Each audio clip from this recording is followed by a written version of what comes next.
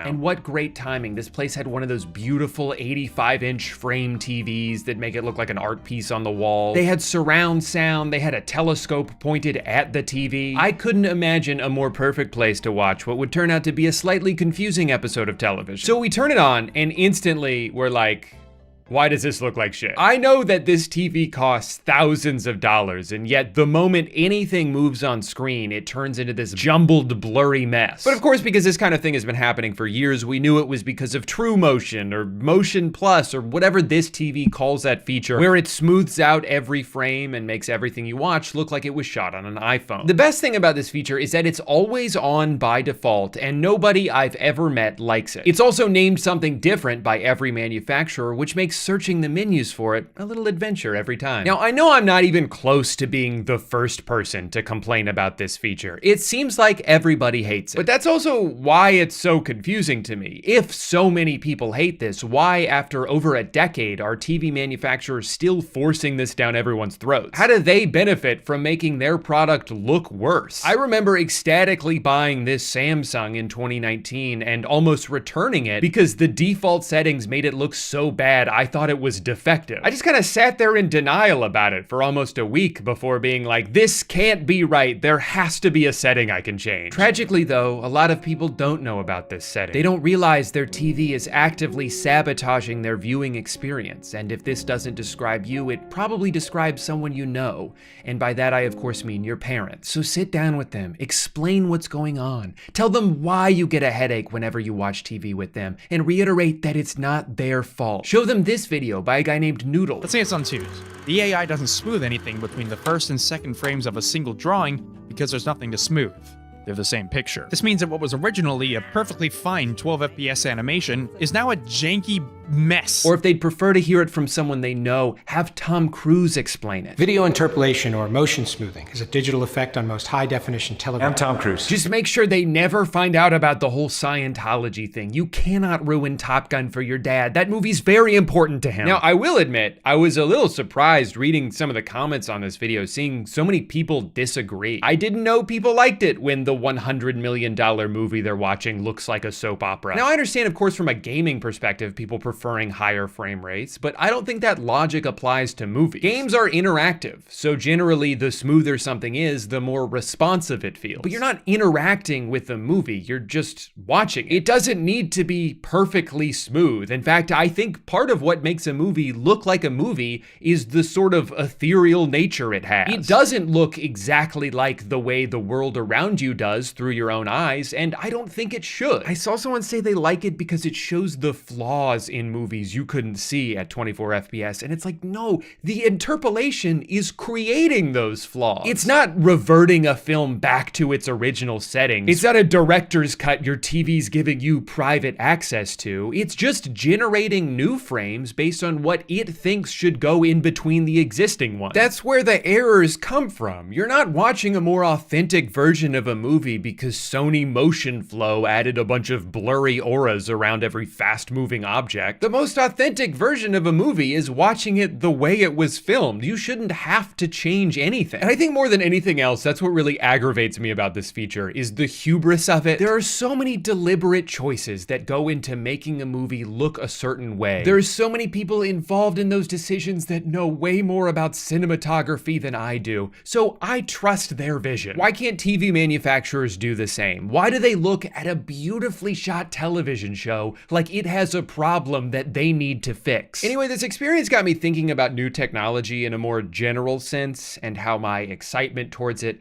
has waned over time. Sometimes it seems like we kind of already figured everything out. You can communicate with anyone in the world instantaneously. You have immediate access to every piece of music ever made. You can pay some guy to deliver a cold burrito straight to your door and it only costs $70. This is the peak of humanity, baby. There's nowhere else to go from here. except backwards. So many things now seem to just invent a new problem so they can sell you the solution. Or if we do create something novel and revolutionary, it's only gonna stay that way long enough for us to kill all our competition, allowing us to ruin our thing and make it infinitely more expensive. There was a time where streaming services seemed like the final frontier of at-home entertainment, a marriage of cost and convenience that made all previous options obsolete. I mean, my DVDs are just taking up space, and even if I wanted to watch something, I gotta get up, dust off my Xbox, navigate a bunch of menus, switch discs every 4 episodes. Netflix is so much better than this.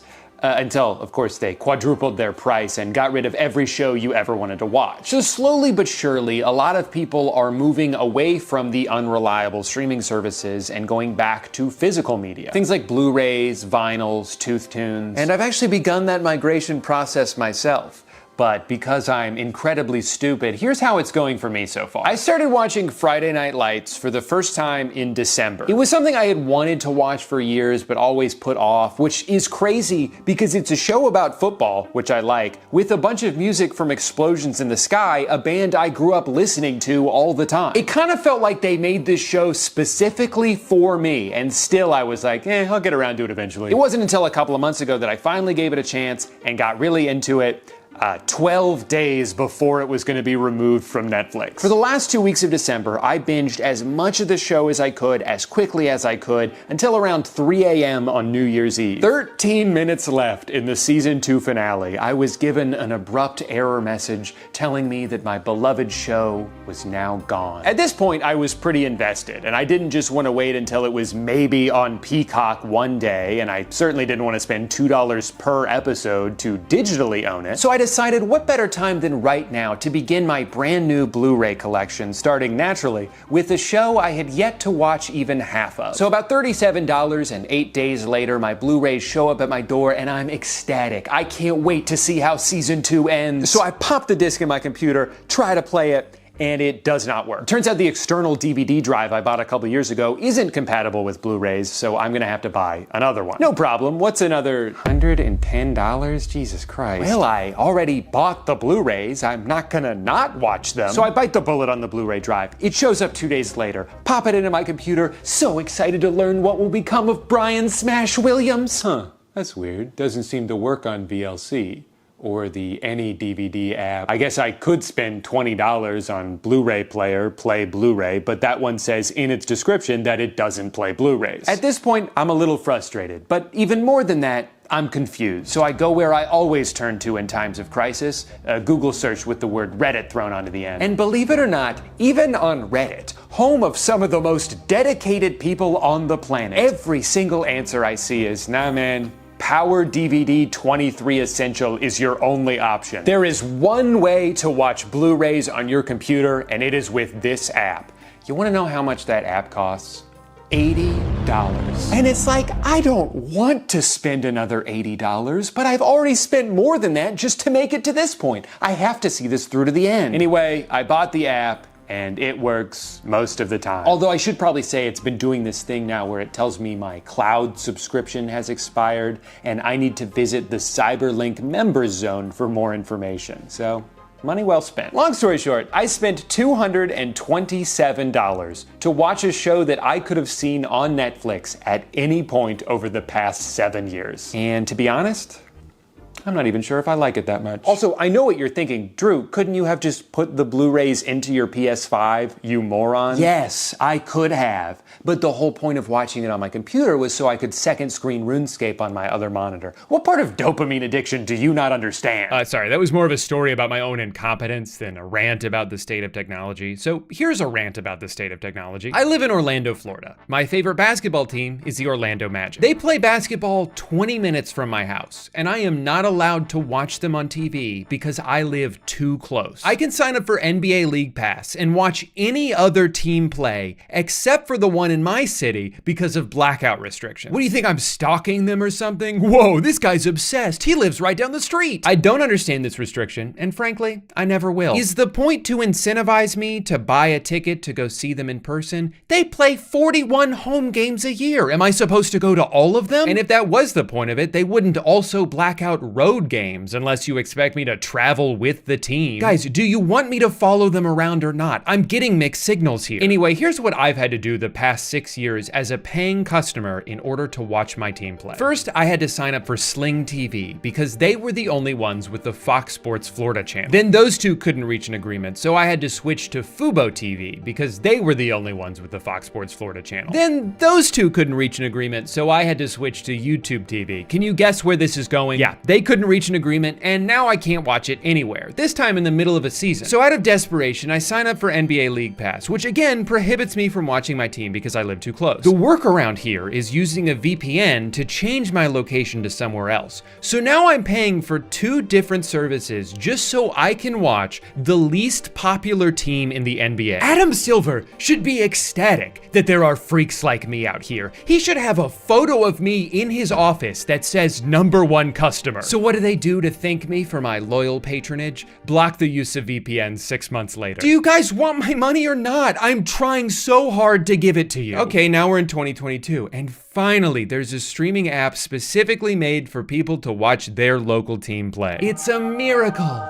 It's called Bally Sports, and it is the worst app I've ever used in my life. It freezes during commercials. The feed cuts out constantly, especially in the 4th quarter. Not that I wanted to watch that part anyway. It refuses to remember my login information in between games. Did I mention they play 82 of these every year? I'm getting real tired of typing in my password every night. While all of this is happening, behind the scenes, Bally's parent company is not doing so well. They lose over $1.2 billion in 3 months. What, were they setting it on fire? Fast forward a few more months to 2023, and Bally is filing for bankruptcy. Well, it was nice while it lasted. Nope, they're still going, somehow.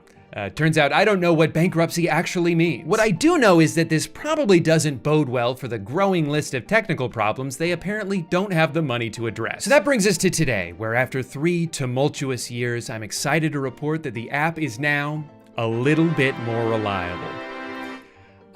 But also it's been rebranded to the FanDuel Sports Network, which means every second of every broadcast is pretty much just one big ad for gambling. I should make a video about that. I know that this is one very specific gripe about a very specific problem, but I feel like there's so many things like this now. So many companies that seem to get their rocks off from making us have to jump through hoops in order to do anything. They're constantly merging with some other company so they can both be sold to a third company. Content bounces around from streaming service to streaming service like a hot potato. We tried to streamline everything and only made it more complicated. I can't keep up. I'm just a lowly consumer. Everything's so confusing now. I need a break.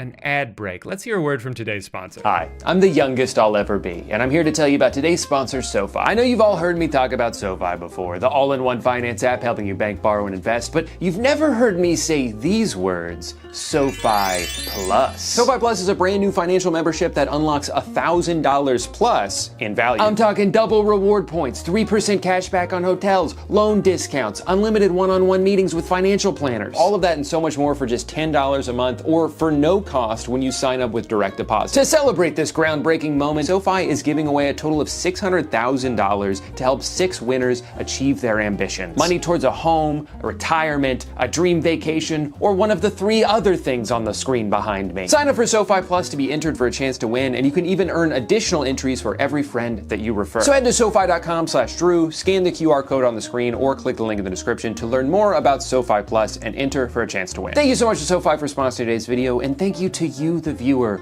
for listening to me. I know you could have skipped through this section if you wanted to, but you didn't. And I'll always appreciate that.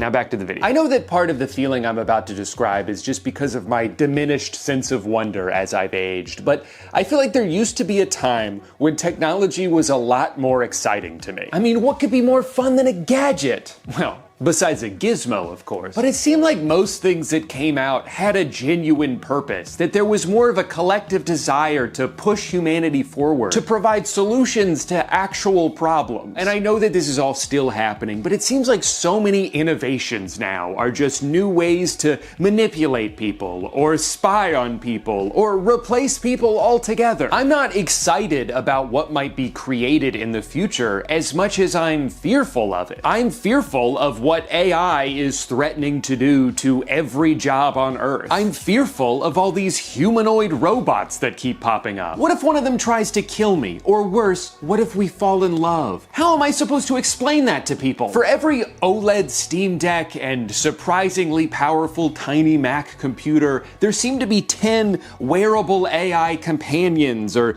a TV that's free because it never stops showing you ads, or what if you could wear your phone on your head so it could never stop showing you ads? I remember when touchscreen smartphones came out, and I practically started drooling at the idea. This device, which I hate more than anything in the world, is incredible. It's truly amazing what this thing is capable of, but now the question is, where do you go from here? The jumps in phone technology have become pretty unnoticeable, despite how hard they're trying to get us to notice them. When we went from landlines to cell phones, that was crazy. When they added a full keyboard so you didn't have to spend 30 seconds typing one word, that was crazy. And then they added email and a really good camera and a touchscreen and a GPS and the internet and a compass and now you can pay for parking on here, and you can download apps that stop you from spending too much time on other apps.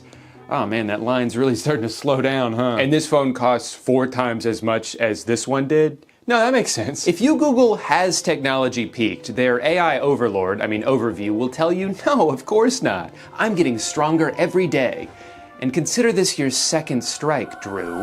That's awfully ominous. And what was my first? No, of course technology hasn't peaked, but it does feel like it's starting to level off a bit. The improvements between video game consoles used to be astronomical. Now I end up on a side-by-side comparison video squinting as hard as I can trying to spot any difference. In 1995, video games looked like this. 10 years later, they look like this. 10 years after that, they look like this. And in the 10 years since, they look like, wait, which one is a new one? And I know I'm viewing this from a consumer standpoint. I'm completely oblivious to the strides being made in medicine and science and interplanetary defense mechanisms. But it just seems like whenever a new thing comes out, we have to pay a lot for very little. Technology has gone so far in the wrong direction that people are now trying to find ways to go back. Physical media is making a comeback. Dumb phones are making a comeback. As people become more disillusioned to the future that was promised to us, the best way to break out of it is to recapture a sense of simplicity. And not all of this is just nostalgia. I think some of it speaks to the fundamental difference in how things are made now. You used to be able to own things. Now almost everything is borrowed. You're not buying a product, you're subscribing to a service. I don't own a bunch of music because I'm paying Spotify every month. I'm just temporarily given access to music until I stop paying and then have nothing to show for it. And even if you do buy a physical product, there's no guarantee it's gonna stay in the condition it was in when you bought it. A lot of things now can be remotely updated or even deactivated. The Spotify car thing completely bricked when they stopped wanting to deal with it. A few months ago, Roku forced an update onto all of their TVs, making it so you can't turn the motion smoothing feature off. This company just announced they're gonna start charging a monthly fee so anyone who already bought their thermostat can continue to use it. We're buying things that can be made worse or taken away from us whenever the manufacturer feels like it. So what are we even buying anymore? These things aren't designed to last because the entire economic system in this country is based on perceived shareholder value. If I sell you a product that you only have to buy once and then get to keep it forever, how will I get more money from you in the future? How will line go up if transaction over? So things break or become obsolete. A lot of tech devices are more affordable than they used to be, but they're also more disposable. The interface on your 4-year-old smart TV suddenly takes 10 times longer to navigate. Your iPhone 12 suddenly crashes 5 times a day. No, we're not doing that on purpose.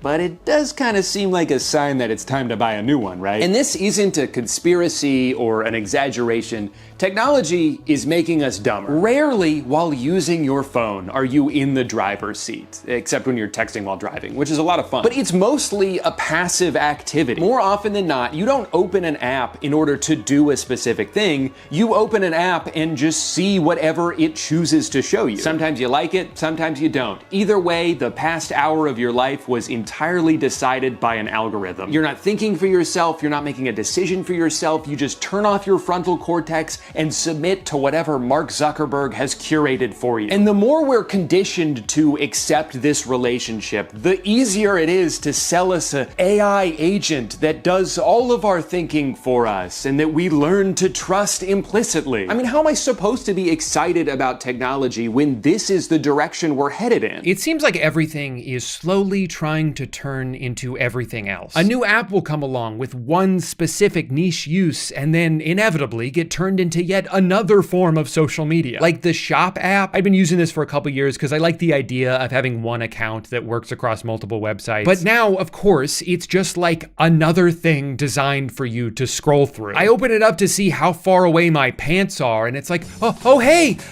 you want to buy something else while you're here? You want some Alpha Lion Superhuman Hulk juice? What about Goof juice? Chug juice? Oh, I know what you want.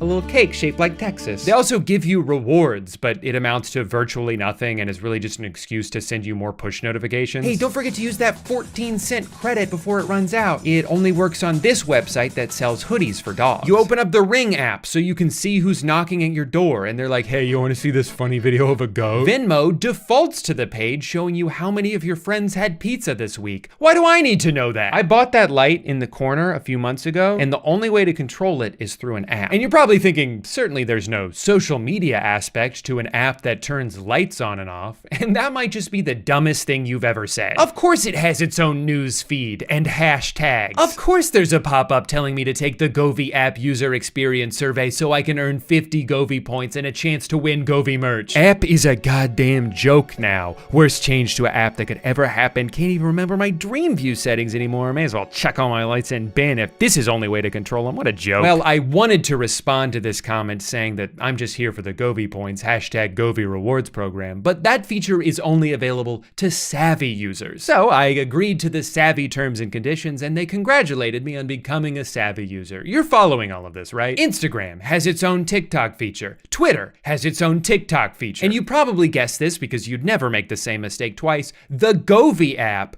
has its own TikTok feature.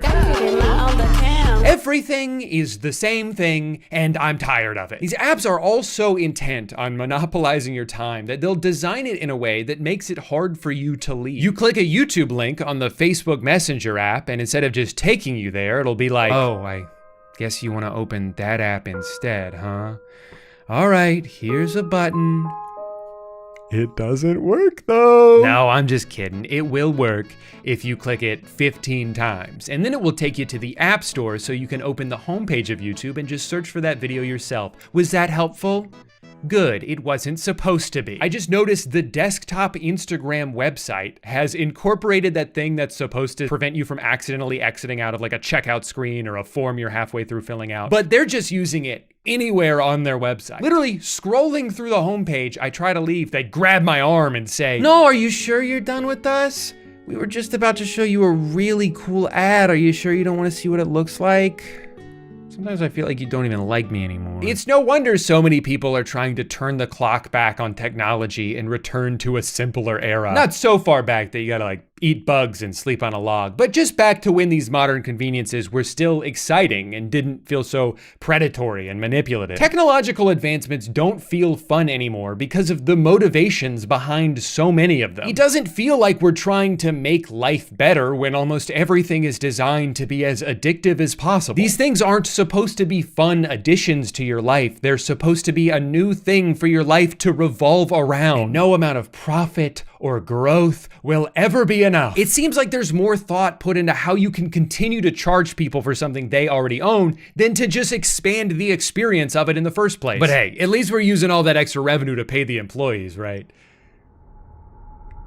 Right? Sorry, I'm doing that thing again where I try to provide catharsis by ranting in a critical yet lighthearted fashion, but just end up spreading more negativity in the process. So I'd like to end this video by highlighting some technological innovations that I'm thankful for. Number one, fiber internet. In 2018, we lived in a house where it would take me 2 hours to upload a 15-minute YouTube video. And during that time, no other device in the house could connect to the internet because I was using all of it. Now I get like 2 gigs per second night, and it never goes out. That's a luxury I know I take for granted. Now, I should probably say that AT&T almost electrocuted me when they were digging in our front yard, burst into a water pipe, flooded half the neighborhood, and knocked down a power line, leaving live wires dangerously close to the newly installed moat they surprised me with. But they did offer me a $1 credit when I called to complain.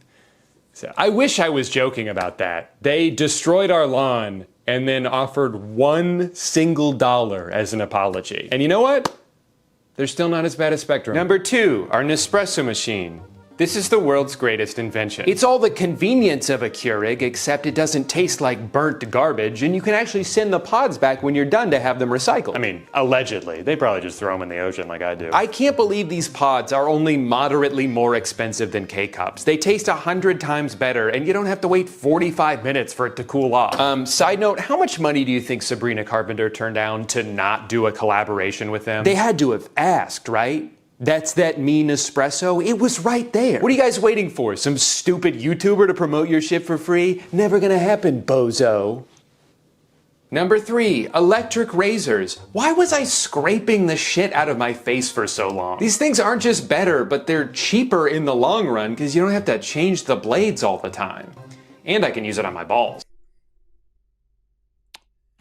Oh, was that it? It was just the 3 things? Sorry, I thought I'd have more time to think of an outro here. Thank you so much for watching. Subscribe if you want. As always, YouTube gives me $100 for every new subscriber, which I like to withdraw as cash and use as kindling to help make it through this brutal Florida winter. So remember, every time you subscribe, you're keeping me and my family warm for a couple of minutes. Thank you for watching. Bye. 4 years ago, I did the unthinkable. I watched a bunch of episodes of Saturday Night Live and then made a video about it. SNL is about to wrap up its 50th season, which is pretty crazy to think about when you consider how much pop culture has evolved in the past few decades. I think it's a testament to how many talented people have worked in that building that they're still finding ways to stay relevant today. I mean, even in 2025, at a time when nobody watches anything live anymore, they managed to pull almost 15 million viewers for their anniversary episode. Adjusted for inflation, that's over 2 billion people. Because this is such an important milestone for the show, and because I only ever have like 4 different video ideas, I wanted to do another retrospective. The problem is I already watched every single season of the show for that last video, so like, what else is there to talk about? And then I remembered, oh yeah, they made 11 movies. Some that I haven't seen since I was a kid, some that I've never heard of,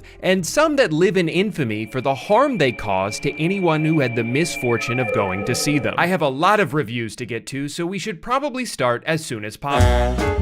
The first ever SNL-inspired movie was The Blues Brothers in 1980, released right in between a time when the show was the most popular it would ever be, and then so bad that it almost got canceled. The Blues Brothers were played by Dan Aykroyd and the late John Belushi, who tragically died while filming this stunt. Now, I'm gonna assume that was someone else, but like, is that guy okay? Holy shit, that looked painful. I have to imagine the only reason he didn't break any ribs is because of all the cocaine that everyone was doing the entire time this movie was being filmed. So much cocaine, they had to program it into the budget. So many on-hand substances that it became nearly impossible to wrangle up John Belushi at his call time because he'd either be hungover or just like in somebody's house. The production of this movie is wild to read about. There was a drug empire on set. They went $10 million over budget. They set the world record for most cars destroyed while filming a movie. And in spite of all that, it was a huge success. People loved it. They made a bunch of money. And now that I've finally seen it for the first time, I can confidently say,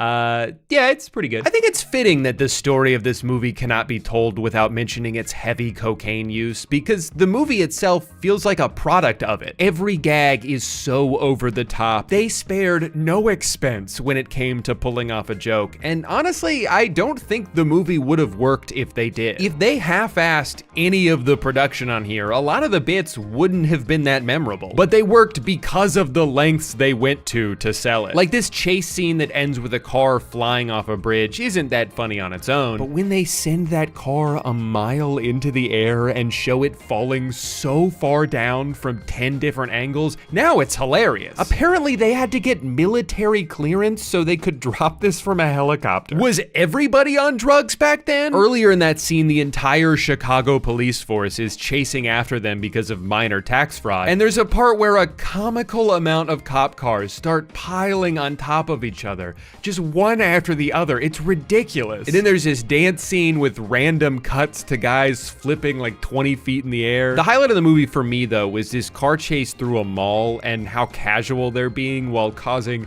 such a ridiculous amount of damage. This place has got everything. Lots of space in this mall. How hell-bent these cops are on absolutely destroying this mall just to try and catch up to two people who ran a red light. They broke my watch. I would actually describe a lot of the humor in this movie as people acting nonchalant while something insane happens. And you know what? It's pretty funny every time. There's got to be at least $7 worth of change here. I think the movie has a good mix of absurdity, but also this patience to let scenes breathe. There's a dryness to the movie I didn't expect going into it, because the only thing I knew about the Blues Brothers as a bit was that they kind of dance in a funny way. So whether it's fair or not, I didn't expect this movie to be filled with so many well-written, deadpan one-liners. How often does a train go by? So often you won't even notice it. Are you the police? No, ma'am. We're musicians. Use of unnecessary violence in the apprehension of the Blues Brothers has been approved. There's also so many cameos in this movie that make it an incredible time capsule to witness. Aretha Franklin, Ray Charles, James Brown, they even got guitarist Matt Murphy to play Matt Guitar Murphy. But the movie isn't making fun of any of this music, it's celebrating it in a very earnest way. You can tell this entire bit just comes from their appreciation for blues music, and that's pretty cool. Also, some of the music is nostalgic for me because they used it in SpongeBob. The movie's fatal flaw, in my opinion, is just that it's way too long. There were definitely some scenes that didn't really go anywhere. Might have been one too many antagonists. Can't say I fully understood the whole Illinois Nazi subplot, but that might have just been because every time this guy came on screen, I couldn't stop thinking, is that the leprechaun grandpa from The Luck of the Irish? What an interesting career he had. From everything I've read, I don't think it would be possible for me to overstate the cultural impact that the Blues Brothers had at this time. Not just on SNL, not just in this movie, but also just as a band. They recorded an album that sold almost 4 million copies. That's insane. It's one of the best-selling blues records of all time, and at its core, it's just a couple of guys goofing off. Hey, speaking of a couple of guys goofing off, the next SNL movie was Wayne's World, one of many early 90s entries into the two dumb guys go on a little adventure genre. It's crazy to me that this was Mike Myers' first ever appearance in a movie. His very first at-bat, and he's already hitting a home run. In a movie he wrote about a character he created. It was by far the most financially successful SNL spinoff ever made. I wouldn't argue with you if you said it was the best SNL spinoff ever made, and it was definitely a vital first step for him to go on to having the career that he did. All of that said,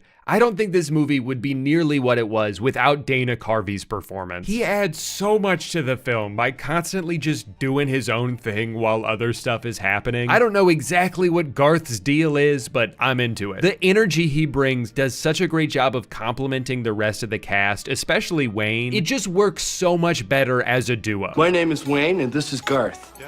And it was so interesting for me to find out that their dynamic, which is so crucial to the success of the film, almost never happened. Mike never wanted Dana to be in the movie because he was threatened by his star power, which I know in hindsight is kind of funny because of the opposite directions each of their careers went in. But at the time, Dana was the most popular cast member on SNL, and Mike was worried about being overshadowed. He tried everything he could to diminish that character so he could be the focal point, and it almost caused Dana to quit the movie. And there was this animosity between them that continued for years. One of the biggest points of contention being the way way, Dr. Evil, who Mike wrote into the Austin Powers movies, was kind of a blatant ripoff of an impression of Lorne Michaels that Dana used to do privately at SNL, even down to the pinky. So I kind of understand from Dana's point of view the sense of resentment he might feel to see someone else take his impression and use it to make $1 billion while his own career crashes and burns. Sorry, I know that's a bit of a tangent. I just thought it was interesting, especially because you wouldn't pick up on any of that just by watching this movie. Wayne's World easily made the smoothest transition from sketch to movie. It doesn't just feel like a skit that's been stretched out to 90 minutes, but an expansion into the universe that the sketches take place inside of. Great casting choices, so many memorable lines and moments, and even though it's just this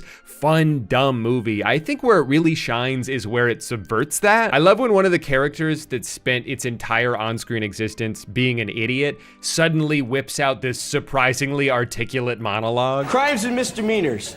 I thought it wasn't so much a movie as it was an essay of man in society.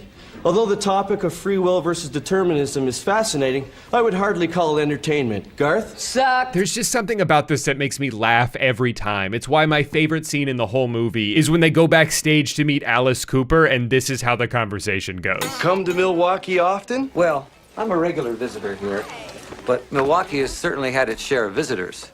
The French missionaries and explorers were coming here as early as the late 1600s to trade with the Native Americans. In fact, isn't Milwaukee an Indian name?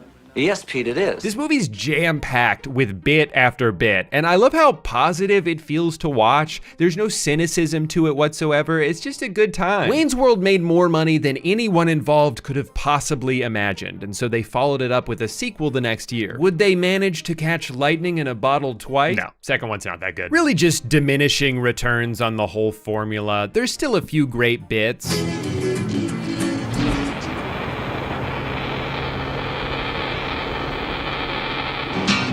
Chris Farley has a bigger role, and he's fantastic. Garth is still firing on all cylinders. So, Garth, would you like to have dinner some night?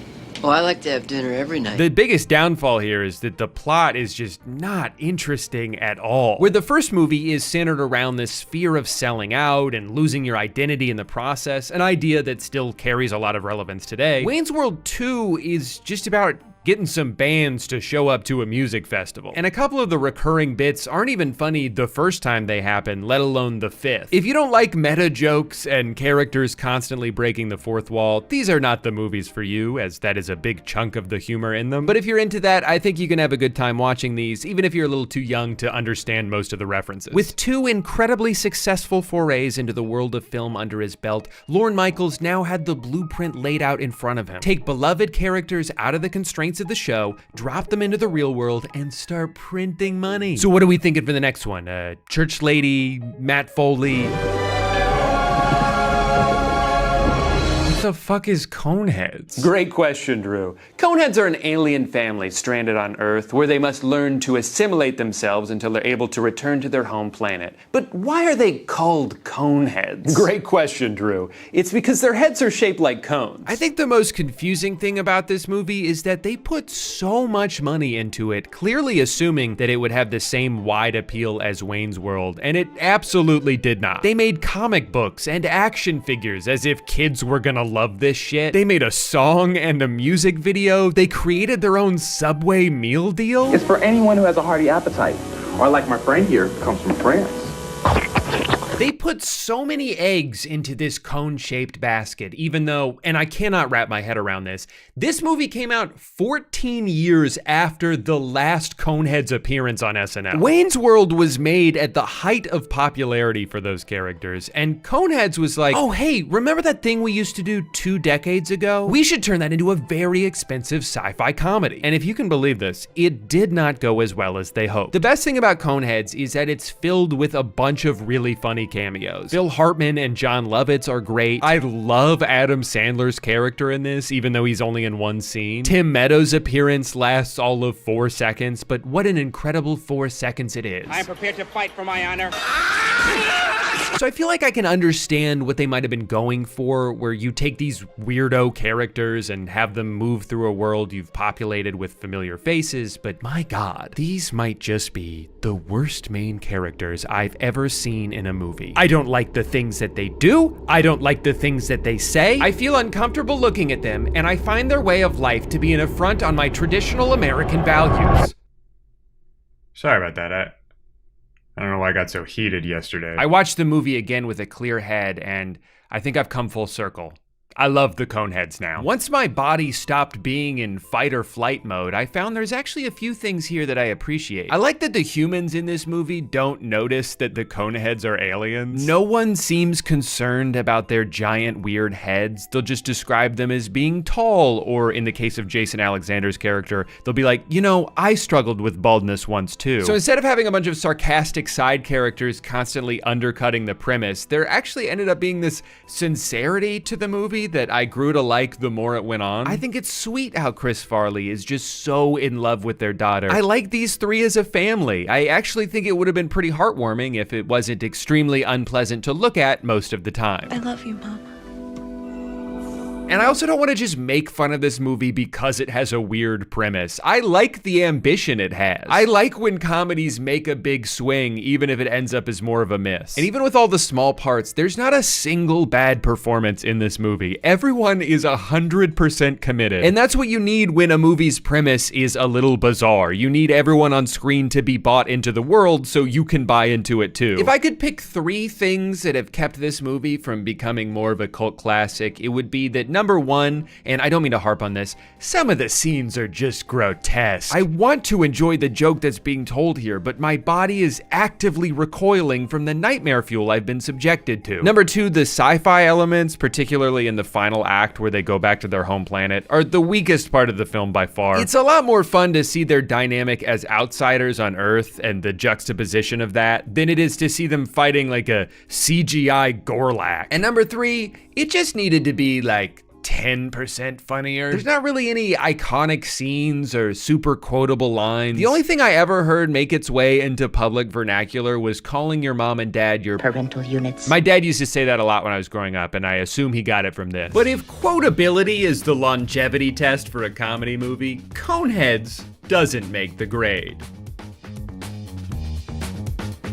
Wait, why didn't I put this on at the beginning of the review? After such a promising start, SNL movies were already beginning to nosedive. But what happened the following year would surpass even the lowest possible expectations. A movie so bad it has the rare honor of scoring a 0% approval rating on Rotten Tomatoes, a number that is coincidentally the same percentage of its budget that it earned back. It was a flop. It was a flaming pile of garbage. It was packed. But is this movie truly as bad as people say it is? Yes, and I'll tell you all about it after this short commercial break. Hi, I can't figure out how to get this cone off my head, and I'm here to tell you about today's sponsor, ExpressVPN. At this point, you know what a VPN is. It stands for Virtual Private Network, encrypts the information that passes between your devices and the internet. It's great for security, especially when you're on public Wi-Fi, blah, blah, blah. You know the drill. The main reason I've been using VPNs for years now is because of how much of the internet it unlocks for you. You can use ExpressVPN to change your virtual location to one of over 100 different countries and make other apps and websites think that that's where you are. Why is this beneficial? For a few reasons. Like maybe Lady Gaga's new album is about to drop and you want to pretend to be a New Zealander for a few hours so you can listen to it before everyone else in America does. Great, now you're there. Or maybe there's a movie you want to watch on Netflix that isn't available in your country but is in a different one. No problem, now you're there. It used to take weeks for man to navigate the globe, and now he can do it with just one click. And a subscription to ExpressVPN, which coincidentally I happen to have a promo code for. What are the odds of that? Find out how you can get 4 months free by scanning the QR code on the screen, clicking the link down in the description box, or heading to expressvpn.com/Drew. There's more to the internet than you could possibly imagine, so why don't we go see it all together? Thanks to ExpressVPN for sponsoring today's video. For those of you who don't know, Pat was an androgynous character played by Julia Sweeney on SNL for many years in the early 90s. The joke of these sketches was how close people would get to figuring out what gender Pat was, but it always remaining ambiguous. Pat, would you say you were more like your mother or your father? I'm a perfect combination of both. And I think it's pretty easy to point at this and be like, whoa, that didn't age well. You couldn't make a joke like that these days because of whoa. And I feel like that's a little bit of a disingenuous way of looking at this. It's an important distinction to make that Pat was not meant to be like a non-binary person that everyone else is making fun of for being the way that they are. Pat is supposed to be either a man or a woman, and the joke was always more from the vagueness of Pat's answers to the questions that people would ask. I think Pat is a happy-go-lucky person who is either a man or a woman. We just don't know which it is, and who cares? That was the original idea. Yeah, it is. When you step back, like I see that. Would SNL make a character like this today? Almost definitely not. But I don't think that means that we should retroactively decide that this came from a place of hate. If anything, the lesson here is to just mind your own business and stop worrying so much about how other people live their lives. And when you think of it that way, you could almost say that it's aged well. The sketches, not the movie. The movie is hot garbage. It's Pat starts as any good movie should, inside a vagina. Then baby Pat gets dropped on its head and that iconic theme song begins to play. Oh boy, I can't wait. I can't wait to see 87 minutes of the same joke over and over again. I crushed my nuts. There goes my afternoon snack. Is that a banana in your pocket, or are you just happy to see? It's a banana. I love to stroke your pussy, cat. Are you a brother or a sister? Well, I'm an only child. That's my joke. That's my joke. That's my joke. Dude looks like a lady. Dude looks like a lady. Anything charming from the sketches is worn so thin by how relentlessly they beat it over your head. Dude looks like a lady. The jokes about misunderstanding things, the laugh Pat makes after every line. There had to have been like 100 chuckles in this movie, and none of them were from me. My favorite thing about It's Pat is ironically also the thing that makes it a terrible movie, and it's that Pat is kind of a piece of shit. Selfish, overconfident, never stops to self-reflect. It's an archetype that I kind of like in a comedy, someone who's so far up their own ass that they don't even realize how shitty they're being. Every time I look in your front window, I notice the clock on your VCR is blinking. Oh. I could fix that for you in a jiffy. Okay, if you want to. Well, I can't do it right now. I have to come back when it's convenient for me. But that can't be the main character, especially not in a movie where you're expecting us to root for them. I don't want good things to happen to Pat. I want Pat to spontaneously combust. Pat falls in love with Chris, another person of indeterminate gender, and I do kind of like the theatrics of their meet cute, followed by them bonding over the most generic things imaginable. Oh, do you know what I especially love? Our good movies. You're kidding. I love good movies too. You know what I hate? Our bad, boring movies. Me too. But then I soon realized that Pat's awfulness also extends to Chris. I was hoping it would be more us against the world and less Pat against every person they come into contact with. And the dynamic can be funny sometimes. My favorite line in the whole movie is when Chris is disappointed to find out Pat has gotten fired from yet another job. And Pat's like, hey, I've worked 23 jobs this year. How many jobs have you had? Just the one. Yeah, so I wouldn't exactly say you're some kind of job expert. That style of humor is right up my alley. That's a great line. But it certainly doesn't make me like Pat. I started to hate them more and more as the movie went on, to the point that by the end, I was kind of hoping Chris would tell Pat to eat shit, because Chris is likable. Chris deserves so much better, but no. I realized that you need me. The two of them live happily ever after, I guess. The biggest freak in this movie, though, is Pat's neighbor, Kyle. Kyle is obsessed with Pat from the moment he lays eyes on them. It's an addiction that takes over his life, ruins his marriage. I gotta know what's going on down there. I gotta read that diary. Pat said the password to it is somewhere in the dictionary, so I guess I'll just try every word in alphabetical order until I crack the code. Props to Charles Rocket for giving as much to this movie as he did. It was not worthy of such an energetic performance, but he delivered one nonetheless. Their whole will they, won't they see each other naked dynamic is, I guess, the main plot of the movie, and it culminates in Pat falling off a rafter, getting pantsed by a piece of machinery, and unveiling what I can only assume is a massive bush in front of a crowd of adoring fans.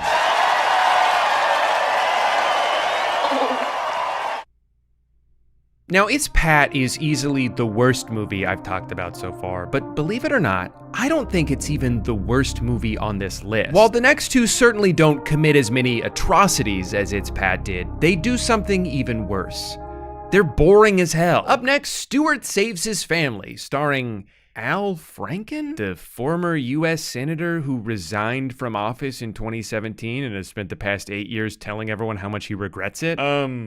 That's a little random. Al Franken was a writer and occasional performer for the first 20 years of SNL, but left the show in 1995 to focus on his acting career. Stewart Saves His Family would be the last movie he ever starred in. Going into this video, this is a SNL movie that I knew the least about, and now having watched it 1.5 times, because on my first attempt I got too high and had to go to bed, I feel like I know exactly as much as I did before. I don't know, I think I'm usually pretty good at paying attention to stuff, but there's something about the cadence of this film that was actively encouraging me to dissociate. It's like when you're reading a book and you realize for the past 2 pages you haven't actually absorbed anything, so you go back and reread them only to end up zoning out again. That's how I felt during this entire movie. It seemed like there were jokes happening, I just didn't get any of them. If this is what they teach you in those 12-step or 13-step or 14 or whatever. It's 12 steps. Well, I don't know how I'm supposed to keep track. It gave the impression of something that was well acted and competently produced, but like gun to my head, I couldn't tell you anything that happened in this movie, and I watched it an hour ago. It wasn't funny or cringy or good or terrible, it just kind of played on the TV and then it was over. I'm really sorry if you only made it this far in this video because you were dying to hear my opinion on Stewart Saves His Family. I just don't have one. And I tried so hard to. You guys know how much I like having opinions. After 2 catastrophic box office failures, NBC badly needed a win. So what do you do when your back's against the wall and you just need to see one go through the net to get your confidence back? Nostalgia-driven reboot, of course. And it worked! Blues Brothers 2000 made more money than the previous 2 movies combined. The problem is those 2 movies combined didn't even make $1 million, so that's not really saying much. This movie was always going to be an uphill battle because of the giant shoes they needed to fill after the death of John Belushi, but it feels like he took all the energy with him. This is a joyless, tired rehash of the original formula, with one of its stars missing and the other seeming like he didn't want to be there. God, what a miserable Dan Aykroyd performance. It's like he's trying to do an impression of his original character, but doesn't quite remember how to do it. Just what is it that you do exactly? His line delivery was more natural in Coneheads, and he was an alien in that movie. But I don't want to just single him out. Everyone in this is giving the worst acting performance of their life. John Goodman adds so little to this movie that I almost forgot he was in it. She's a 130-year-old voodoo witch who eats people. The Lord works in mysterious ways. There's so many line readings that are distractingly flat. Hey man, don't worry about it. We're gonna smoke them turkeys. Hey man, don't worry about it. We're gonna smoke them turkeys.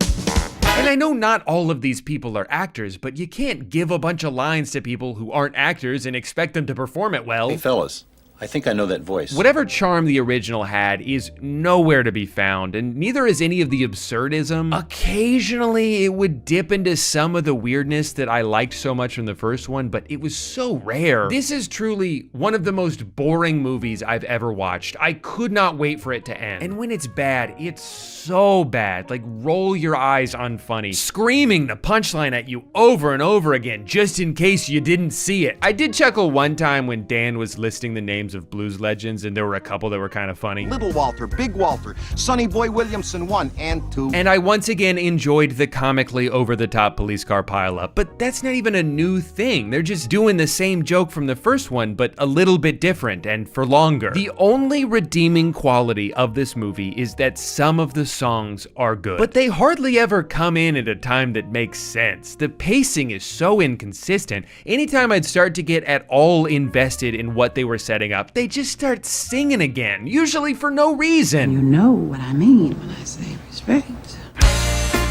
And I know you might be thinking, yeah, Drew, that's what a musical is. And you're not wrong. I guess I just didn't give a shit about anything that was happening, so the endless onslaught of songs just felt like a waste of time. It started to feel pretty ridiculous by the end, so I went back and counted. For 57 minutes of this movie, someone is singing. That is too much. If I wanted to listen to music for an hour, I would go listen to music for an hour. I came here to watch a movie, and this movie sucks. Luckily for my sanity, the worst run of SNL movies ended with Blues Brothers 2000, and the next few are actually pretty solid. I think Night at the Roxbury and Superstar have a lot in common. They made a very similar amount of money, they both received the same slightly above average reception, and they both feature Molly Shannon playing someone who is obsessed with Will Ferrell's character, which works both times because they have the chemistry to pull it off. Night at the Roxbury might be the most successful attempt at recreating the thing that made Wayne's World work, where yes, it's a story about a dumb idiot, but there's two dumb idiots, so it's actually kind of endearing. Like, I don't think I'd like either of these two people individually, but because they always see the best in each other, I feel like I can too. We're good looking? We're very good looking. You especially.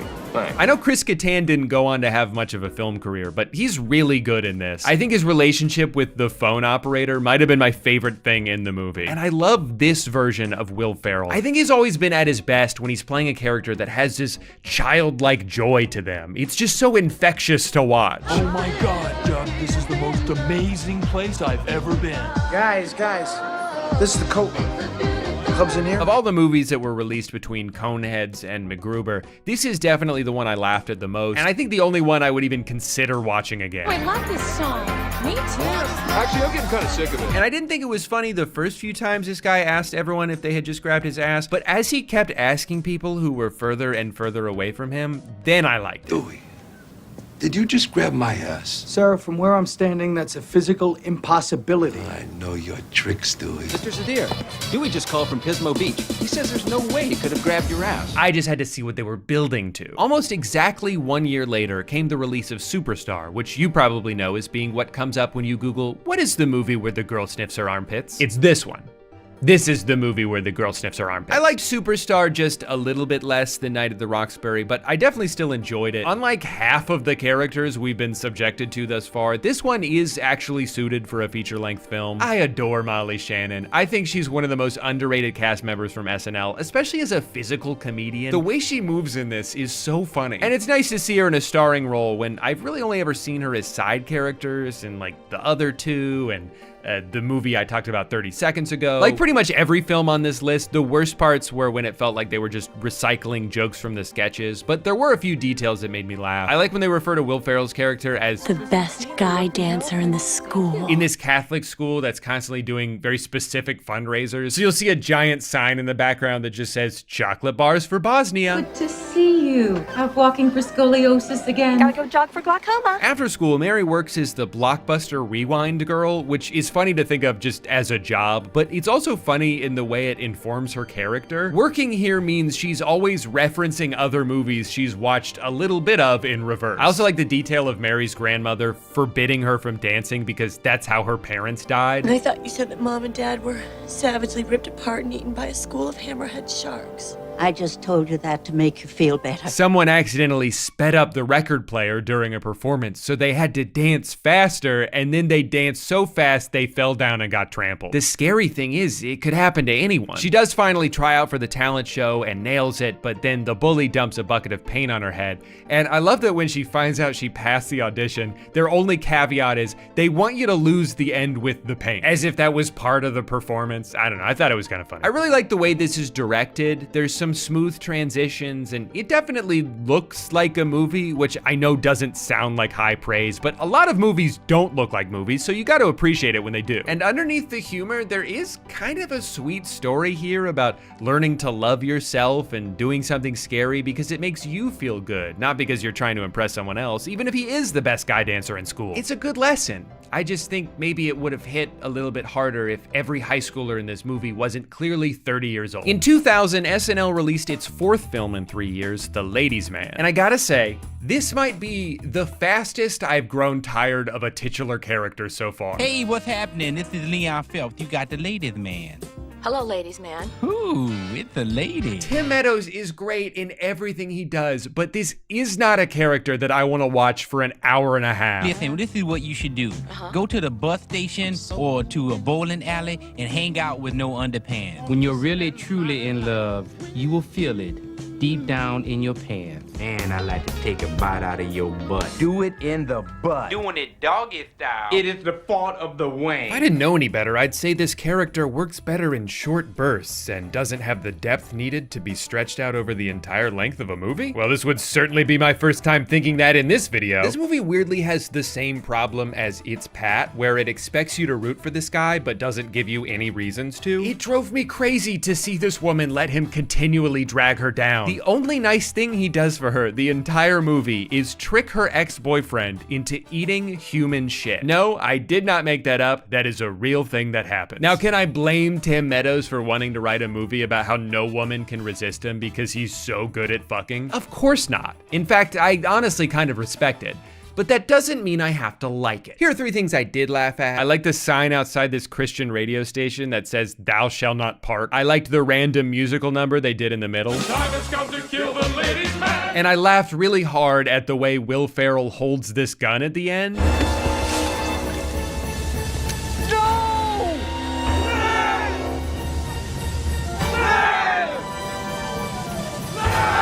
What the ladies' man did do is serve as the final straw for SNL Studios. After nearly a decade of movies that ranged from, at best, mild financial successes to, at worst, giant embarrassing failures, their run of cinematic excursions mercifully came to a halt. And for the past 25 years, Saturday Night Live has stayed on television where it belongs. Oh, that is except for one movie, the critically acclaimed 2010 smash hit I'm gonna say something a little controversial here.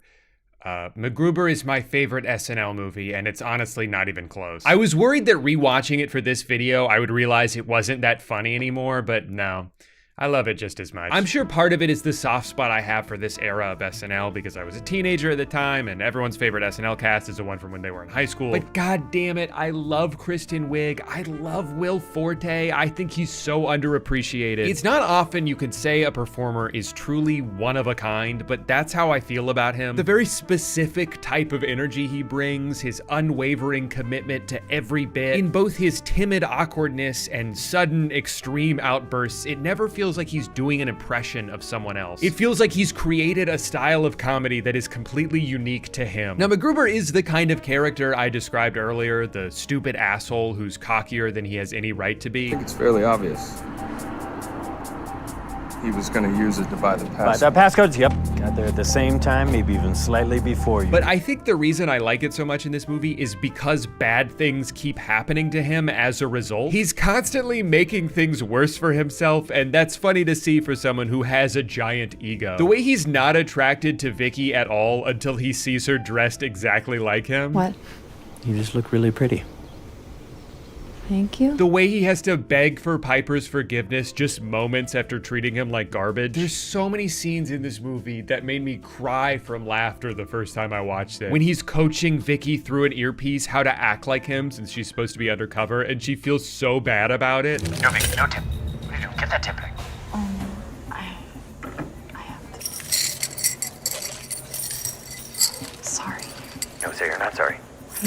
I'm not sorry. When you think he's about to jump in front of Piper, but he's actually just using him as a human shield. How did you know I was wearing a bulletproof vest? You're wearing a bulletproof vest? I also think this movie is edited better than any of the others on this list. Oh, you're loco, man. I mean, look. The music cues, the perfect timing of every cut. I'm in. What? I'm in.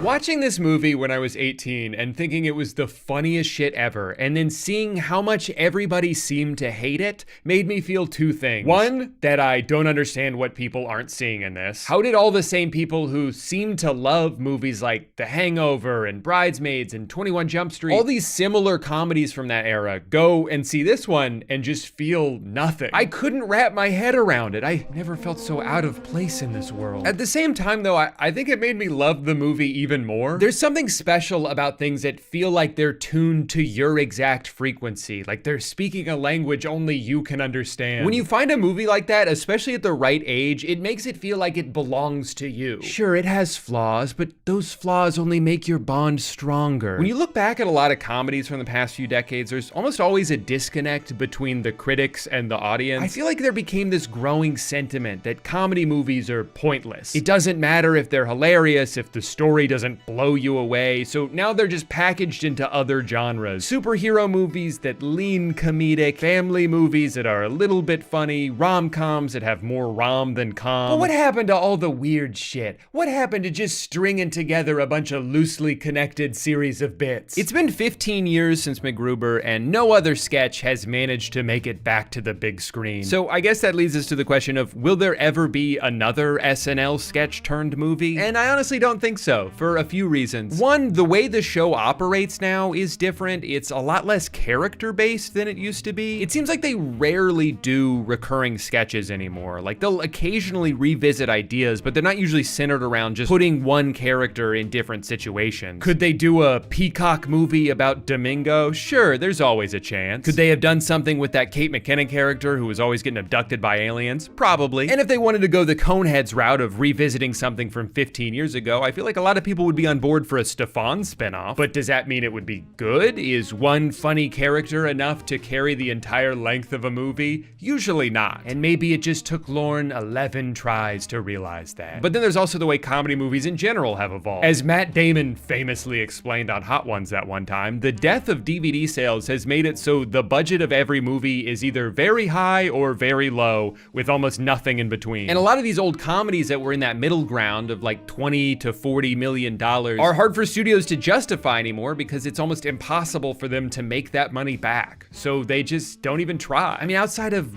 Bottoms, I can't really think of too many straight up comedies that have had a theatrical release the past few years. And even that one, which to me seemed like it had a decently significant cultural impact, profited $1 million. So I guess for studios, it's like, okay, best case scenario, I make an almost unnoticeable profit. Worst case scenario, I set a bunch of money on fire. Why would I take that risk? I'll tell you why. Because the world needs more MacGrubers. And Coneheads. And Stewart saves his family. Actually, I think we're good on that one. Now, there have been some SNL adjacent movies over the years, and a lot of these have been really good. Three Amigos was written by Lorne during his time away from the show, and in my mind, that's a classic. I think Pop Star Never Stop Never Stopping is criminally underrated. That is the funniest movie from the past decade, and I don't understand how it didn't catch on more. I also really liked the Peacock exclusive Please Don't Destroy movie that came out in 2023. Meg Stalter was fantastic every time she was on screen. Did you hear that? John thinks the Grinch is scary too. It's like, yeah, just because it's Christmas doesn't mean he's not a monster. Martin had this one scene I had to rewind like 4 times because I was laughing so hard. What are you doing? Oh, I'm allergic to walnuts. Does Amy not know? No, she thinks I love this salad. Fuck, you gotta start eating these, man. Go, go, go! Hurry! You gotta go faster than I'm going, or else the pile just stays the same size. There are still movies like this getting made, but a lot of them get buried on streaming services where some people watch them, but they certainly don't go on to have the big sweeping impact that comedies used to, where millions of people would go see them in theaters and then rent it on DVD, and it would change the way people talk to each other for years. That doesn't really happen anymore. But there's also certainly a positive way of looking at that. Like, isn't it better that more things are being made, even if they're seen by fewer people, than for fewer things to get made that are seen by more people? At the end of the day, I think everyone still has their own MacGruber. Even though it's probably not actually MacGruber. It's probably a different movie. Anyway, here's my definitive ranking of everything I watched for this video. If you can believe it, it's Pat.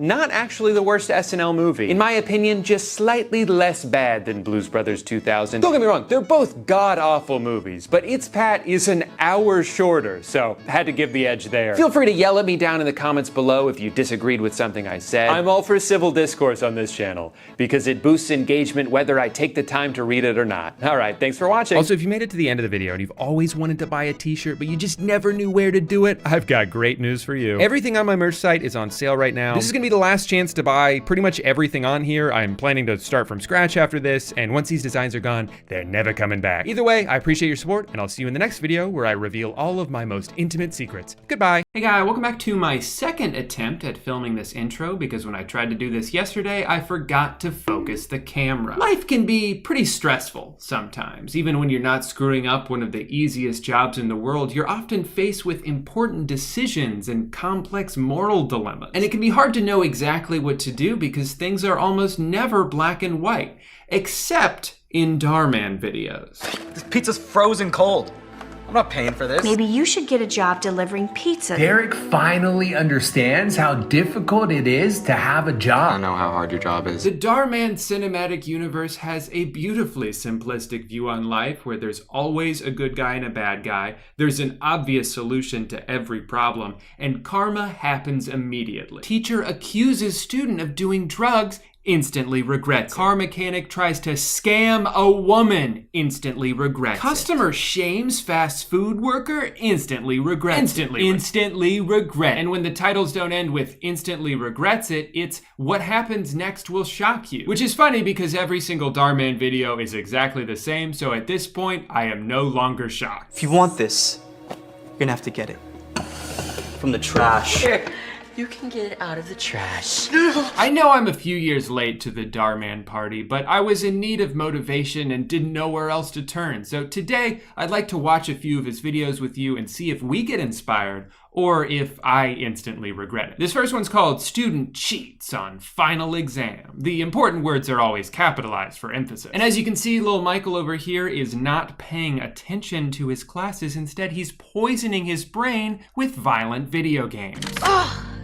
You took my kill. Shame on you, Michael. I get it though, games are fun, but you're not gonna be able to coast through life multitasking. When you're at work, you focus on your job. And you don't let anything distract you from your job. Damn you, Mr. Mosby. To be fair though, he's obviously a gaming prodigy. Look at how he's able to move his character without even touching his keyboard. And apparently he's bilingual, so I actually think this kid's got a bright future ahead of him. Mr. Wilson's not happy with him though. You know how teachers can be. Hey, Michael, it's showing me that you're on mute and your camera's off. Oh, sorry. My computer was acting up. Wow, a gamer and a liar? Now he's perfect for FaZe Clan. Can you get us the new PS5? How about if you both get A's on your math final? Which is apparently your only class. Then I'll buy it for you. How does that sound? Really? Okay. Well, you may as well buy it for us now, because I'm gonna ace that test. Huh. He sure is confident for someone who hasn't been paying any attention. I just hope he's not doing anything nefarious. Check this out. Is this Our math final. I found it online, so now I have all the answers. I spoke too soon. He is doing something nefarious. Wait, did I? No, you did not. It's not cheating. It's called taking a shortcut. I mean, how else do you think people succeed in life? By taking the long way? I gotta say though, that was my favorite website growing up. middleschoolmathanswers.com. Of course, the entire page was just this specific final exam, and I never had Mr. Wilson as a teacher, so maybe that's why I always failed math. Studying is for losers. Ain't that the truth? Mikey compares the final exam to all the questions on the website. Who's talking right now? Is everything okay? Yes, yeah, I just came by to let you know that Jaden got a 100% on his math final. Hell yeah, my boy Jaden's getting a PS5, which means he can finally play. Well, it's still nice to have. This is great news. If Jaden passed, that means they both got an A, right? 0%? This is an F. Huh? That's impossible. I cheated. I studied. Well, as I was saying, Michael got all of his answers correct. If those answers were from this website that I created. That sneaky bastard. I knew middleschoolmathanswers.com was too good to be true. You did? I did. All right, and let's use that same exact shot again. Perfect. There are no shortcuts to success. You have to do things the right way. That must be the lesson of the video because they put it in the script twice. There are no shortcuts to success. You have to do things the right way. Oh, sorry? 3 times, actually. That's so unfair! Go to your room. Now. Just wait till I tell your dad about this. I'm sure he'll be back any day now. As time has gone on, Darman has gotten more and more meta. He loves mentioning people who've made videos about him, like Cody Ko, who actually got to be in one of his videos. Cody's the new cook here. I'm so sorry, man. And it was a very inspiring lesson about the importance of being patient. Look, now I realize that success does require patience. And great things really do take time. Oh, I quit. Dahar also has characters mention himself a lot. Today we will be watching a Darman video. Yes, I love Darman. Yeah, there's no surprise there. Only nerds and dorks watch Darman. I like how on one hand you have the self-deprecation of someone being like, Darman's for nerds, but then you also have these other characters defend and compliment him. All his videos are dumb. They're not dumb, Billy. They teach important life lessons. Are you watching Drew Gooden videos? Yeah. That guy is a loser.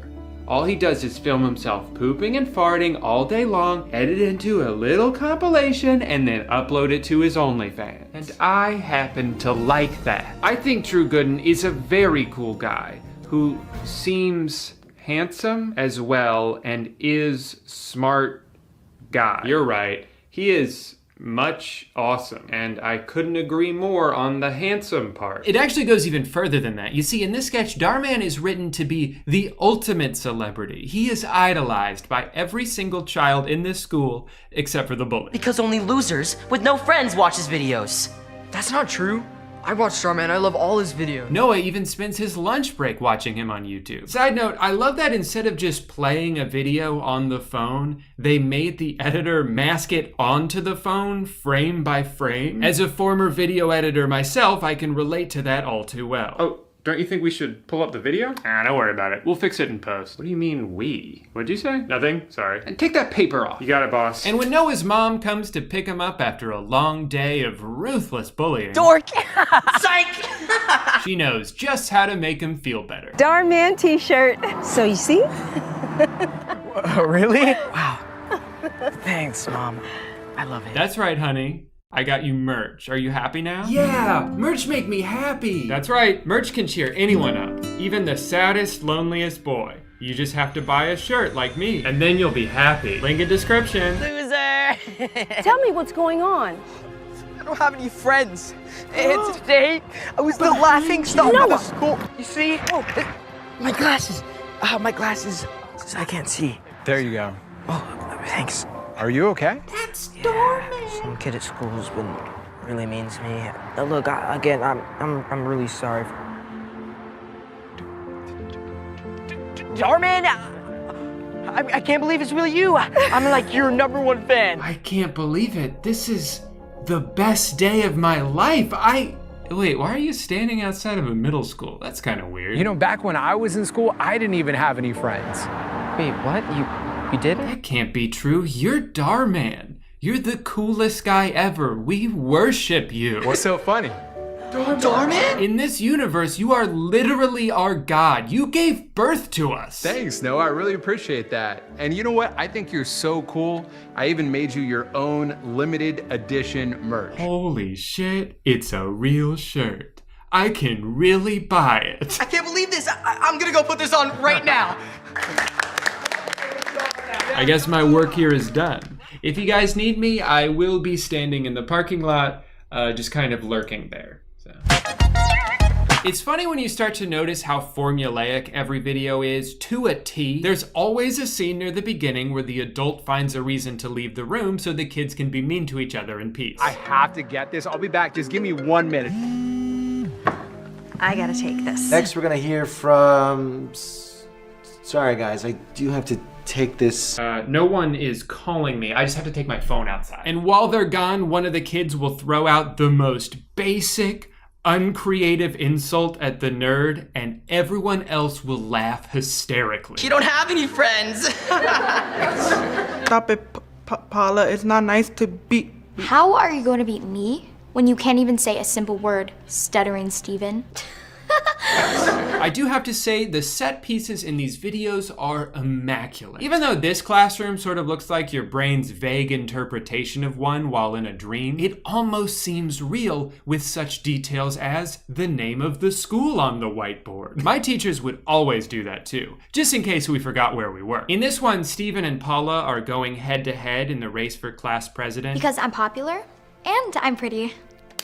It's a real David versus Goliath story. I love their campaign slogans. Vote for Steven to end bullying. Or vote for Princess Paula because I'm the most popular. Her famous quote. So that's why I think you should vote for me.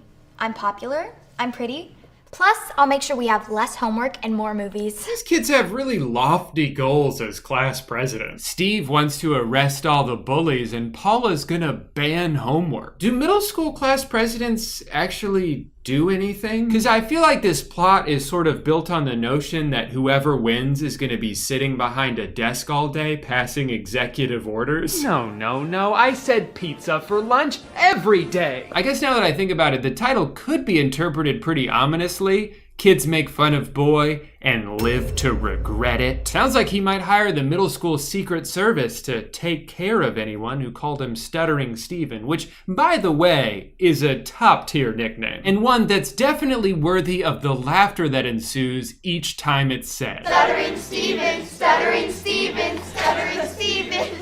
This is another one of my favorite Darman tropes. In the last video, Noah was a nerd, so the bully called him Noah the nerd. And then there was one with a poor kid named Gordon who bought his clothes from Goodwill. See you later, Goodwill Gordon.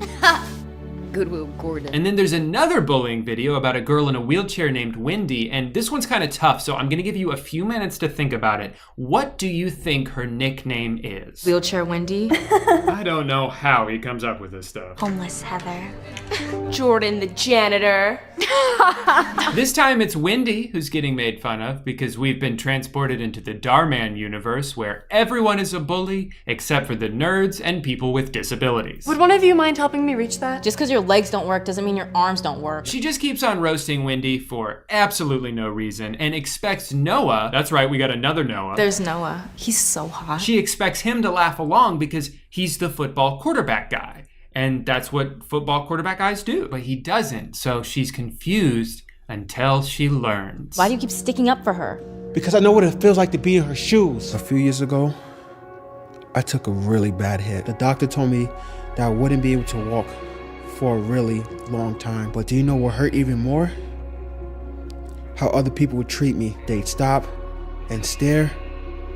Really? He's like... Did you hear about Noah? He suffered a major spinal injury that could leave him paralyzed for the rest of his life. Oh my God. That is very funny to me. To me as well, I am laughing at that. I know what it feels like to be in a wheelchair.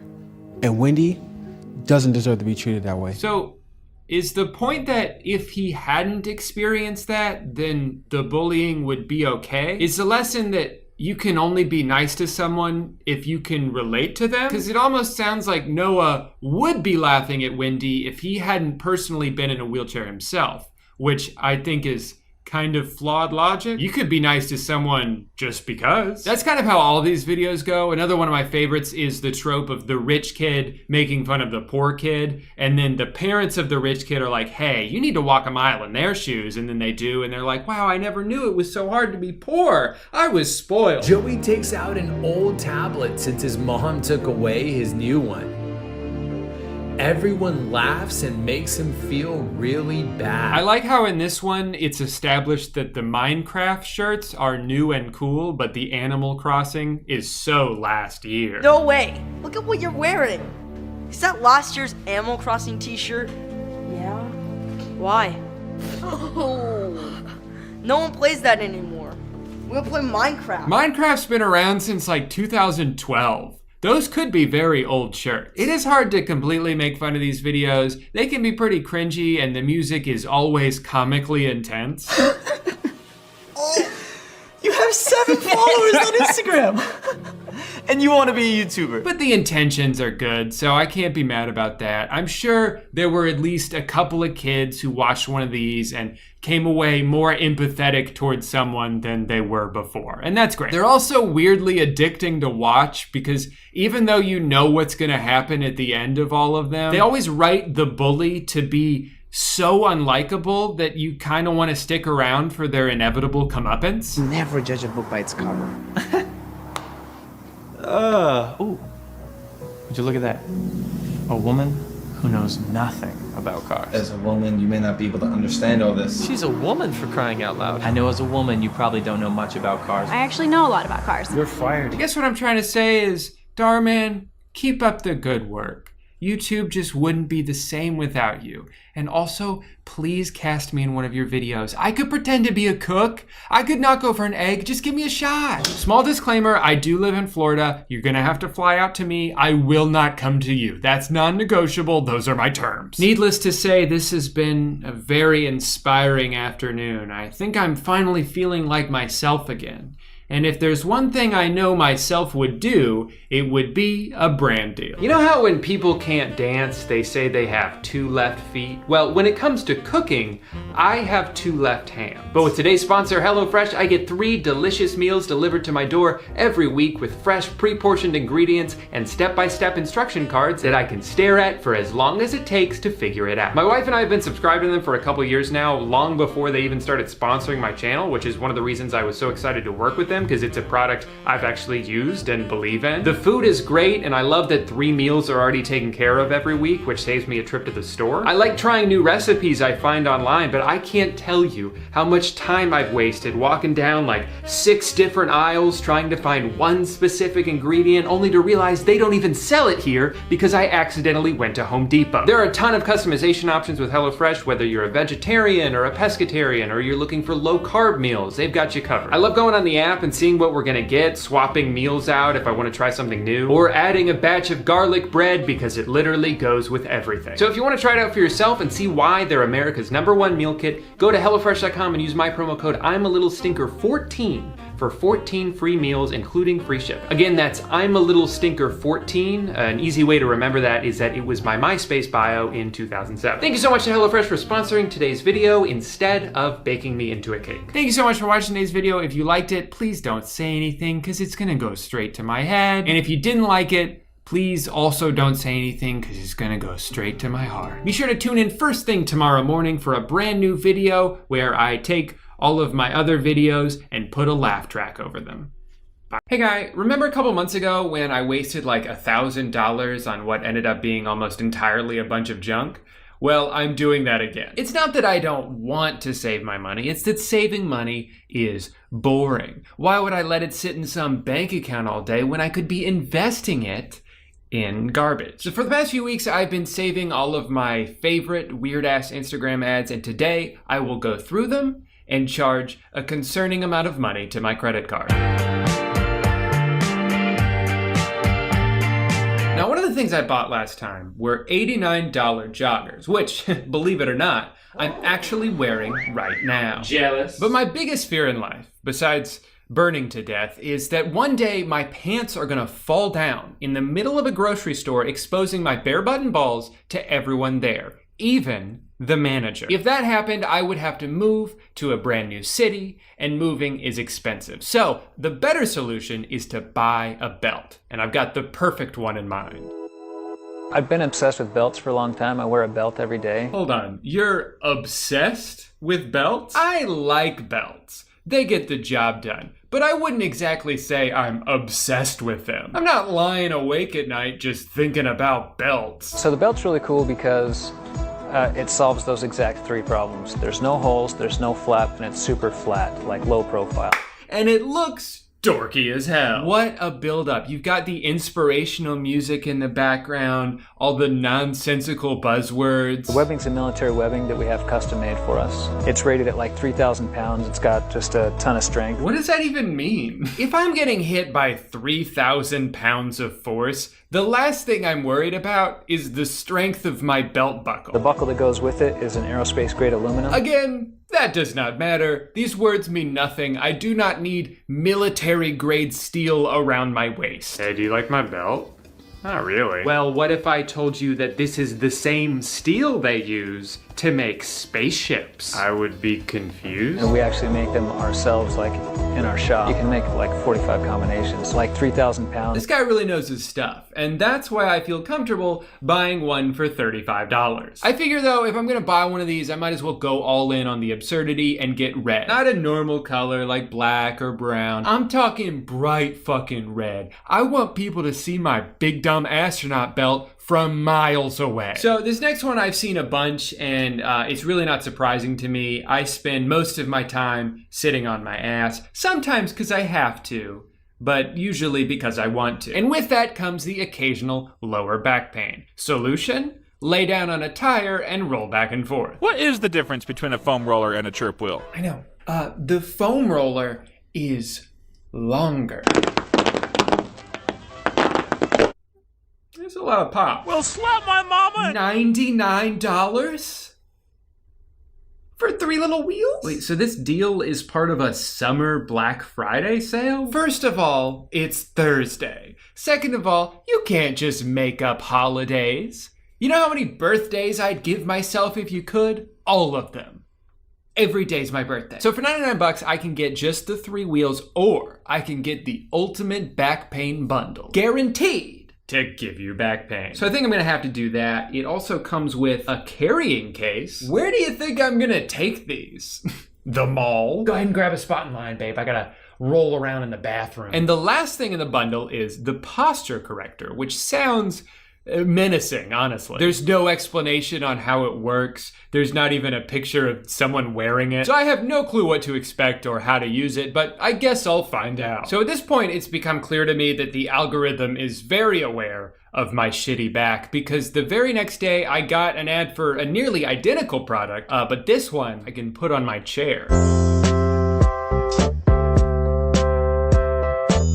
Decor Restore Spine. Natural posture. I'll go ahead and grab one of these too so I can compare it with the other one. 40 bucks, not so bad, though it doesn't come with a carrying case, so I don't know how I'm gonna take this anywhere. Oh, hold on. You've unlocked a special offer. Get our brand new Spine Neck for 40% off. They trademarked that?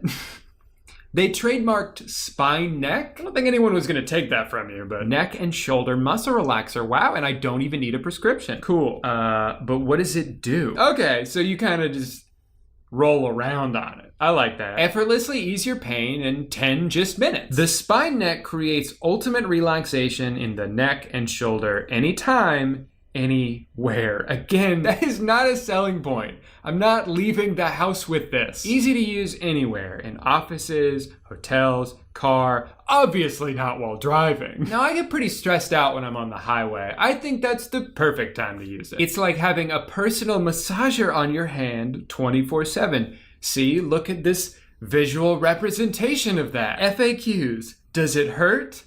Not really. Can we take a nap on this? Who is asking that? Can you use it while sitting? Yes. Can you use it while driving? Hell no. Well, I'm sold. Between this and the other 2 back products I bought, I'm expecting my scoliosis to be fully cured. For some reason, the next ad I got was for a big old backpack, which I thought was weird because I'm not in school. I don't go anywhere, actually. I haven't been on a flight in like 2 years. But most importantly, I already have a carrying case for my chirp wheels. So what else am I gonna have to take with me? But I was so fascinated by the marketing strategy here that I felt compelled to buy one. The go bag from Baboon to the Moon. Literally one huge pocket. There's so much space in here. What? A bag with a pocket? That's crazy. In addition to this huge pocket, there's also this mesh pocket on the insides. There's this side pocket right here. Wow. I bet you could put stuff in it. 10 out of 10. The bag itself is probably fine, but I think this is just a testament to how hard it is to advertise a product that already exists, because there's like nothing else to say. Let me tell you guys, this new product from lamp.com is absolutely incredible. If you've never seen one of these, it actually turns on and then light comes out of it. I would turn it on right now, but I can't. It's not plugged in anything. They shut the power off in my house. Fits 1 to 3 days worth of clothing. 1 to 3? You're telling me I might only fit 1 outfit in here? 1 shirt, 1 pant, that's it? No wonder the person on the homepage needs 15 of them. 1 for every day. This is easily the dumbest product so far. I have no idea why I'm buying this. I've definitely seen this one before. I'm actually pretty excited to try this out. The comments seem very positive, which is good. but that's also misled me in the past, so I'll tread carefully. Summer sale, 60% off. I refuse to believe that they ever charged $37 for one of these. That's insane. Also, the 2-pack is the most popular. Why would I need 2 of them? 1 for each hand? Yeah, that makes sense. Expertly designed to work perfectly on furniture, carpets, dogs, cars, not while driving. Warehouse in Florida, that's where I live. Hell yeah, I can't wait to clean my carpet. Man, what the fuck? I just bought 2. I don't need a 3rd one. How are you gonna say this is a very limited one-time offer and then also say that a bunch of people have accepted this offer? It sounds like it's neither limited nor one-time.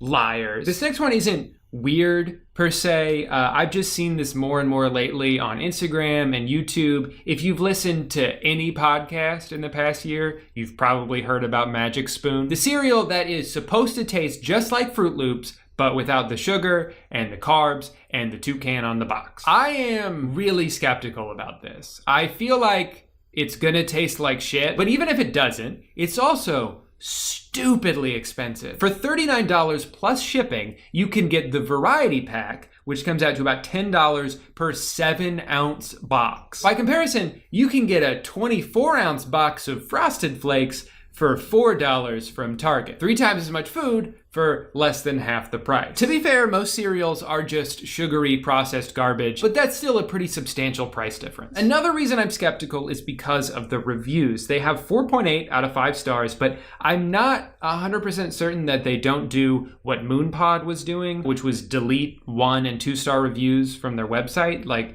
tyrannical cereal overlords. I say this because you can't sort reviews by rating on here, so it's really hard to find a negative one. But all of the top reviews are littered with downvotes. Greatest cereal I've ever had. More downvotes than upvotes. Unbelievably delicious. More downvotes than upvotes. How is this even possible? No sugar, low carb, packed with protein, and it's yummy? Is this some kind of trick? 500 likes, 900 dislikes. What if I just search the word bad? Not that bad.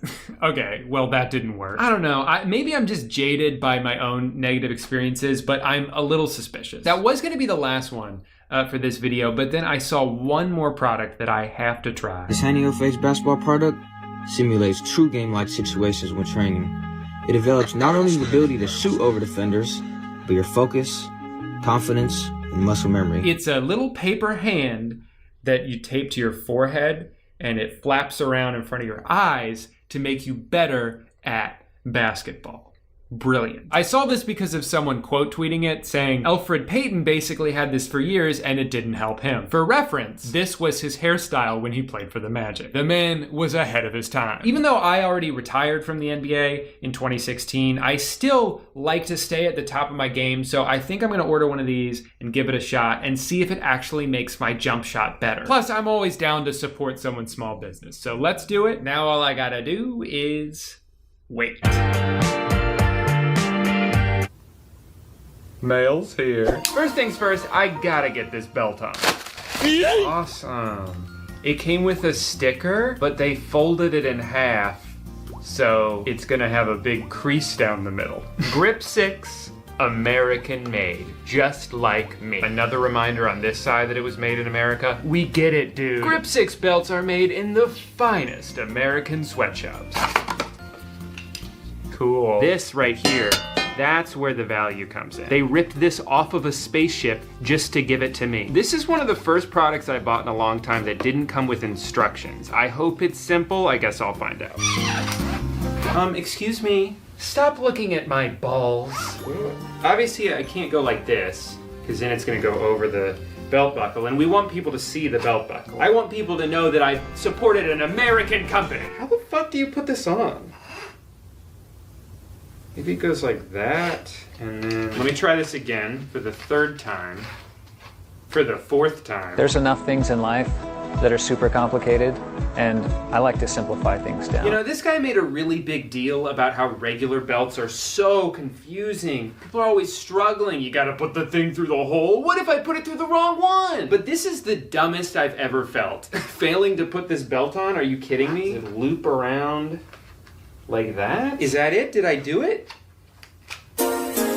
I cannot believe that I am about to Google how to put on a belt. I'm the dumbest person in the world. Okay, there's a video, how to put it on. This has over 200,000 views. So hopefully that means I'm not the only idiot out there. You've got a buckle and you've got a strap. The strap goes up from the back side of the buckle. You don't want to do it this way. Grip 6 belt actually goes down into the front.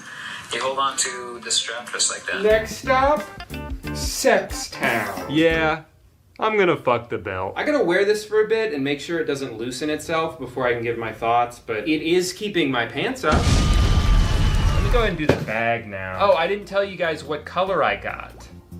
Not purple.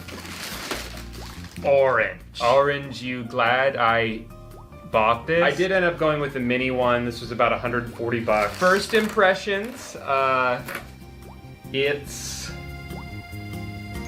a bag. Wow.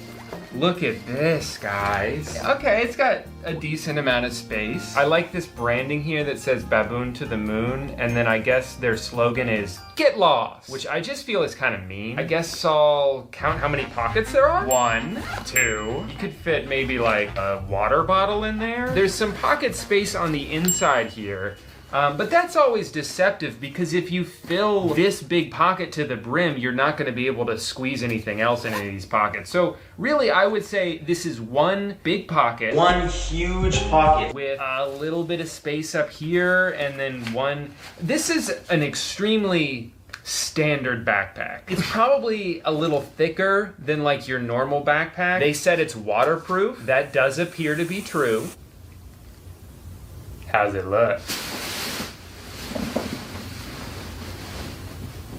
I failed. Filming today was actually really good timing because my back hurts. And luckily, I have all of these great, wonderful products to choose from that will hopefully not make things worse. I love that new chirp wheel smell. I mean, I do like how everything fits. I am enjoying how organized this looks. Posture corrector, I'll have to try that later. You know, now that I think about it, I don't think I would ever use these big ones. I feel like the little one is all you need. I think I could have bought this and saved like 50 bucks.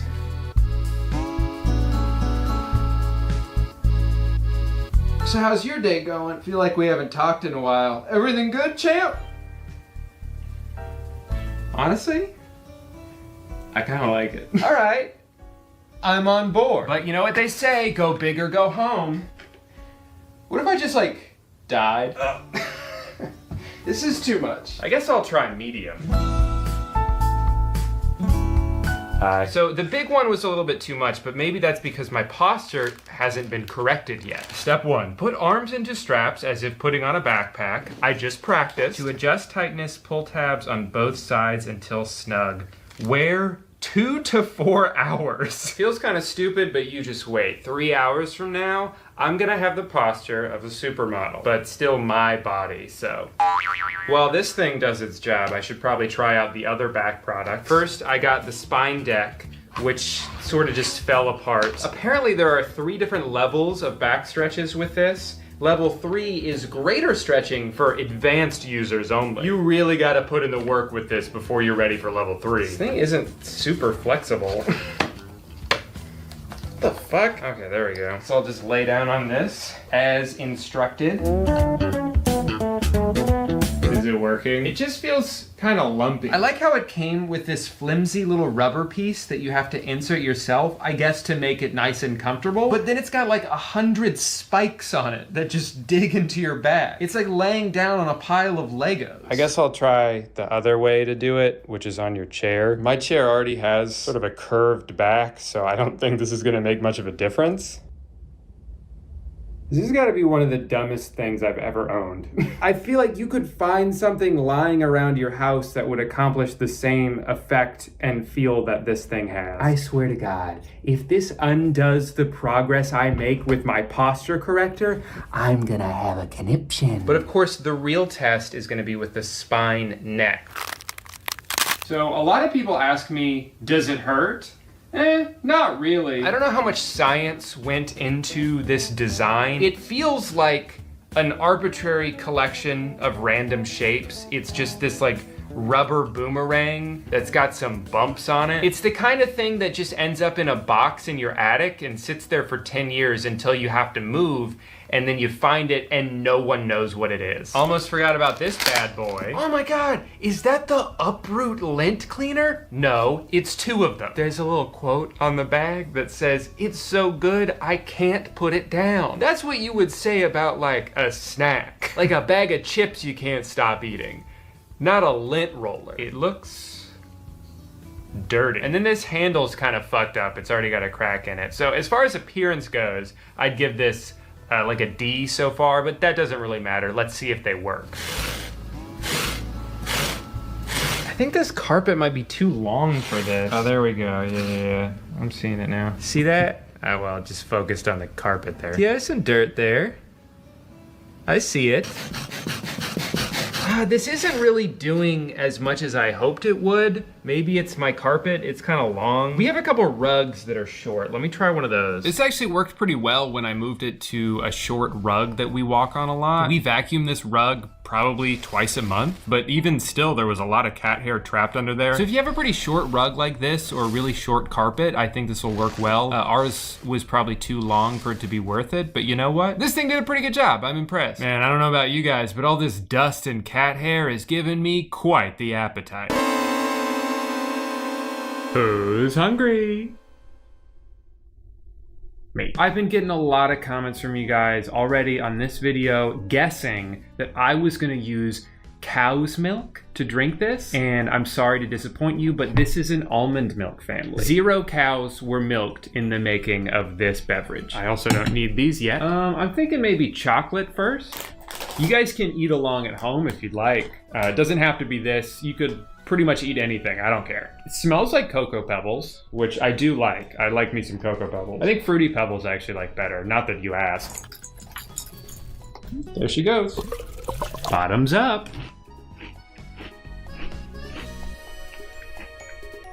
There's a little bit of an aftertaste I'm not digging. It's weird, the first couple seconds of chewing on it, it tastes really good. It tastes like exactly like any chocolate cereal I've ever had. But then for some reason, the longer you chew on it, it just starts to like meld together into this like, I don't even know how to describe it. Like this isn't a flavor I've ever tasted before. The flavor that's sitting in my mouth right now. I'm not even eating it anymore, but I feel like I painted the inside of my mouth with this weird flavor. Yeah, I think I'm done with the chocolate one. That's not very good. It feels good. Like the texture is exactly what you would expect, but that aftertaste, man, I don't know. It's like really bitter. Next up, peanut butter. The other one didn't taste good, but it felt and smelled good. So far, this one does not smell good. This table makes me feel like a little kid. Like there wasn't any room left at the kids' table, so I had to eat with the grown-ups, but everything is giant compared to my tiny body. I'm not even gonna bother closing that up. I don't even know if it's worth. This shit sucks. It seems like they tried to, in a roundabout way, create a peanut butter flavor, but it tastes nothing like peanut butter. Yeah, I'm not digging this at all. Light died, that was fast. I think I'm done with peanut butter. It smells exactly like cotton candy. Wait, this is my favorite. The Sig Chunk. I don't want to eat this. I'm gonna set that to the side. I guess I'll put it in here. I'm not eating that. The boxes are kind of fun. There's a word search on here. This one had Mad Libs. Sure, this tiny little box costs $10 whole, but there's a free maze on the back. So I'd actually pay another $10 just to do the maze. Can you tell I'm procrastinating? I don't want to eat this. That's definitely the best one so far. It's got a pretty good flavor, I'd say. It really just tastes like stevia though, like artificial sweetener. Yeah, maybe I did finish it. What, you never been hungry before? Well, I've saved what I expected and hoped to be the best for last. Fruity, another maze. Wait, is this the same maze? Okay, no, it's a different maze, thank God. Ow. Cheers. This does have the same flavor, sort of, as Fruity Pebbles. Again, there's like a bitter aftertaste. It's so weird. And then the aftertaste made the next bite taste even worse, I feel like. Don't take my review as gospel. I know that people like this. Also, taste is obviously very subjective. I am not super picky. I will eat just about anything. I know that everybody says that. I feel like the problem is not so much the flavor itself, but how much of it there is. Like if there was an adjustable knob, they turned it up just a little bit too high. I noticed it the second I put it in my mouth. That's why I made that face. Some foods, the flavor takes a second or two to kick in, but this was like the moment it got past the opening of my mouth, I tasted it in my whole body. So let's be concise. I know this video is long already. 3 out of 10, 2 out of 10, 5 out of 10, 3 out of 10. Again, it's about dinner time right now, and I didn't eat. I haven't eaten for several hours. I was saving it for this. I thought that would actually make me a bad reviewer because the hungrier I am, the more I tend to like the way things taste. Just something quirky and different about me. But instead, I hated pretty much all of it. So I don't know if Magic Spoon has reached out to me to do a brand deal or not. This probably disqualified me from doing one, but I don't do ads for things that I don't like, and I don't like this. So that's that. After consuming 4 bowls of the best cereal money can buy, it was time to hit the court. And let me just say, I was in the zone. Even though I didn't technically make any of my shots, I connected with the backboard on a few of them, which I think they should at least give you 1.4, because it's even higher up than the basket. Cut me a break here, refs. But despite my overwhelming success, I couldn't stop thinking about hand in your face. Could it really make me better? I had to try. What the fuck? Suddenly, I was practicing like never before, which is to say I was actually making shots. I've never done that before. I usually just pat myself on the back for getting close, but this was a whole new feeling. Maybe being able to see what I was doing has been a distraction all along. This whole time, I should have just been letting my elite athleticism and God-given talent take over. My eyes have been holding me back from greatness. And that's when it hit me. I had to take this to the next level. With the first pick in the 2021 NBA Draft, the Golden State Warriors select Drew Gooden. They do have a timeout. Decide not to use it. Gooden. Way downtown. Bang! Bang! Oh, what a shot! He can do everything Jordan could do, but better. For me, it's Michael Jordan. It's Drew Gooden. Anybody got some milk? The rumors are true. Today, I am announcing my retirement from the NBA after 43 wonderful seasons. Unfortunately, the game just wasn't challenging for me. I've already played for all 30 teams. I won the championship every single year, and I never missed a shot. So there really wasn't anything else for me to accomplish, and I'd like to move on to bigger and newer challenges. Any questions? So now that you've retired, what's your next move gonna be? I'm gonna be a commentary YouTuber. I don't know what that is. So this is going in S tier. As far as everything else goes, I'm gonna have to take the B out of the belt and then give it back to it. Yeah, it looks silly, and maybe I feel kind of bad about ragging on the guy so hard, but it works. It definitely keeps your pants up. Once you figure out how to get it on, it grips really well, almost too well, actually. There were a couple times when I forgot I was wearing it and I had to pee really bad, but I had to stand there for 20 seconds struggling with it before I could. It's fun. It's a lot of fun. Backpack, I'm gonna give that a C. Definitely way too expensive, but it is a bag, so the advertising was accurate. Both of these little shits are going in F. Frankly, you could not design a more useless product. If I saw these at a yard sale, I wouldn't even pay $1 for them. I'm gonna put the lint cleaner in B, because it's pretty cheap and it worked well. But don't be too fooled by their Instagram videos. If you even vacuum semi-regularly, you're not gonna have your mind blown by pulling up a toupee of human hair. It's just gonna be a little bit. The back wheels, I feel like I could go B or C. I'm gonna lean towards C just because they're so expensive. They really aren't that much better than a foam roller, and you can get one of those for 10 to 20 bucks. The case is very nice, and the posture corrector is a funny gag gift, but that's pretty much all I can say about it. Finally, Magic Spoon for me is a D. It just doesn't taste that good, and it's way overpriced. Now, if you are on a specific diet, particularly keto, and you're craving a sweet snack, I think you'll probably like this. The problem is they try to market it so broadly. Instead of saying it's a great keto snack, it's great for this specific diet, they say it's the new cereal for grown-ups. And guess what?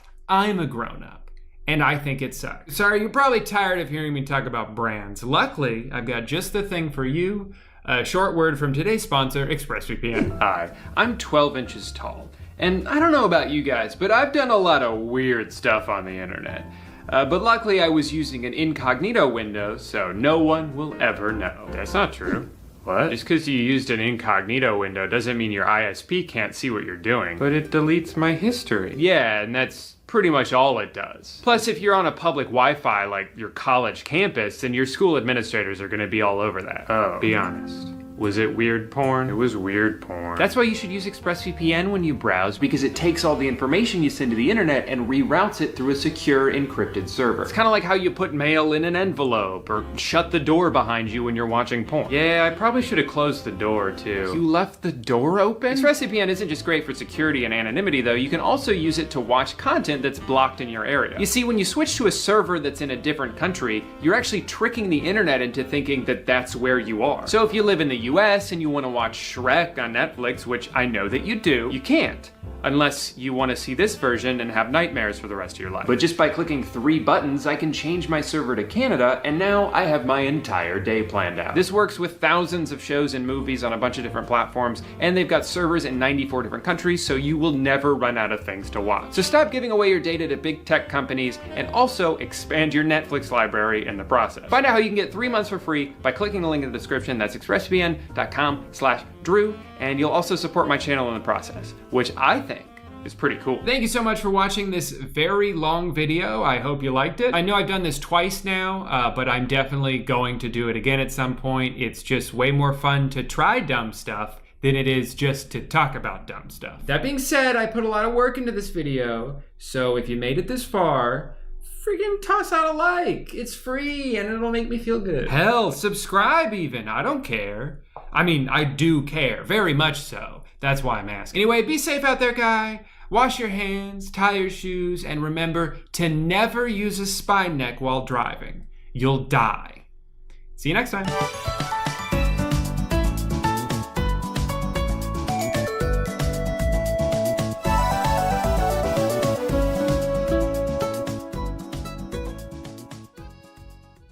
Hey guy, welcome back to another video where I say a bunch of numbers and like 3 jokes. Sorry in advance, this isn't gonna be one of my wacky silly videos where I put on a clown suit and get bonked in the head. I wanna talk about something that's been on my mind a lot lately. So one of the many byproducts of everything that's gone on this year is that food delivery apps are killing it. Turns out when you don't wanna leave your home, it's pretty convenient to have a different person deliver meals straight to your door and into your mouth. I've certainly fallen into that trap a number of times, even before this year. Picture this relatable scenario. It's almost 3 p.m., you should have eaten lunch already, but you haven't because you got caught up in work, so you're starving. I think a burrito sounds good. I'll just do Chipotle. I know if I run in and pick it up, it'll only be like $8, but I really don't have time for that today, so let's do delivery. All right, I got the bowl.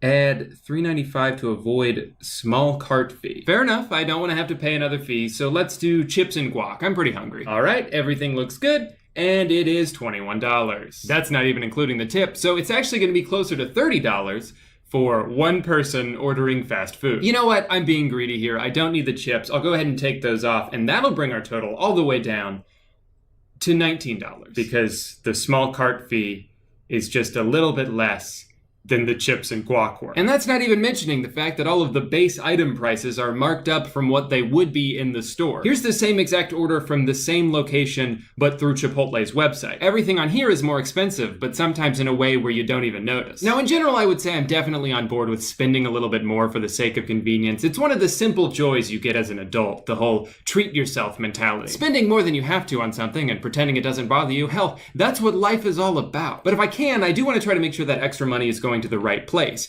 Giving a big tip is always nice because I know that's going straight to the person who needs it and who's working hard to earn it. Paying a delivery fee, a small cart fee, and a nebulous service fee, which can add up to almost double the cost of the meal and all go to a company that's acting only as the middleman, is not nice. And that's all working under the assumption that the service itself is actually good. How many times have you tried to Postmate something and they mess up your order, or it arrives cold, or they send it to the wrong address, mark it as delivered, and then your neighbor won't answer the door when you go and ask for it back? I wish that number was 0. But wishes don't always come true. Food delivery apps are an unbelievably expensive service that also happen to be very bad most of the time. But at least your order is helping support a local restaurant during a tumultuous time, right? Well, yes. Sort of. Because for all the service fees and extra charges that get thrown onto the customer, almost none of that goes back to the restaurant itself. In fact, the number varies from city to city and depending on which app you're using, but some restaurant owners have reported that DoorDash has charged as much as 40% commission on orders placed through their app. As it is, restaurant margins are extremely thin. You have food costs, employees to pay, a building to rent. It's just a really difficult industry to succeed in, and when these middleman delivery apps come in and take a huge cut, it can be devastating. Now, at this point, I think the reasonable response that a lot of people have is, well, okay, if these delivery apps are so bad to work with, if they take such a big cut, why do the restaurants keep using them? And it's because they have to. Unfortunately, right now, there's not really a valid alternative. You either give all of your profits to Uber Eats or you risk going out of business. The owner of a barbecue place in California says he simply can't afford to hire his own drivers, but 80% of his orders are now delivery, so he's kind of in a bind. I think it is worth noting that these delivery apps do add a lot of visibility and marketing to local restaurants. I've discovered several great food spots around me just by browsing DoorDash. That in itself can be very valuable. Another benefit is that any mishaps that happen with the order can be handled through the third-party app, so the restaurants who are already busy fulfilling other orders don't have to worry about processing refunds. When you get the wrong food delivered to your house, you usually just contact Postmates and they resolve it directly. However, and this is a good point I read in this article, in that situation, you're probably more likely to blame the restaurant than you are the delivery app, even if it wasn't the restaurant's fault. And even though they made a mistake, you'll probably keep using Grubhub. You'll just never order from that restaurant again, especially if it was your first time trying them out. Also, due to the lack of communication between the apps and the restaurants, DoorDash doesn't know when a store has run out of a certain product. So you'll have customers that try to order a brisket and think they've done so successfully until 15 minutes later they get a call from the restaurant telling them they're sold out. Again, in that situation, they're more likely to be frustrated with the restaurant, even if it was DoorDash's fault. So there are both benefits and downsides to doing business through these apps, but like I said, the restaurants just really don't have a choice right now. And the apps are very well aware of this, because back in March and April, many of them took advantage of that desperation by hiking commission fees, which led to lawsuits and eventually lawmakers stepping in to impose caps in certain states. And if you can believe it, that wasn't even the first time DoorDash has done something exploitative. Last year, they got a lot of backlash for using customer tips to subsidize a driver's pay. In other words, if a Dasher was going to make $6 off an order and then you tip them $5,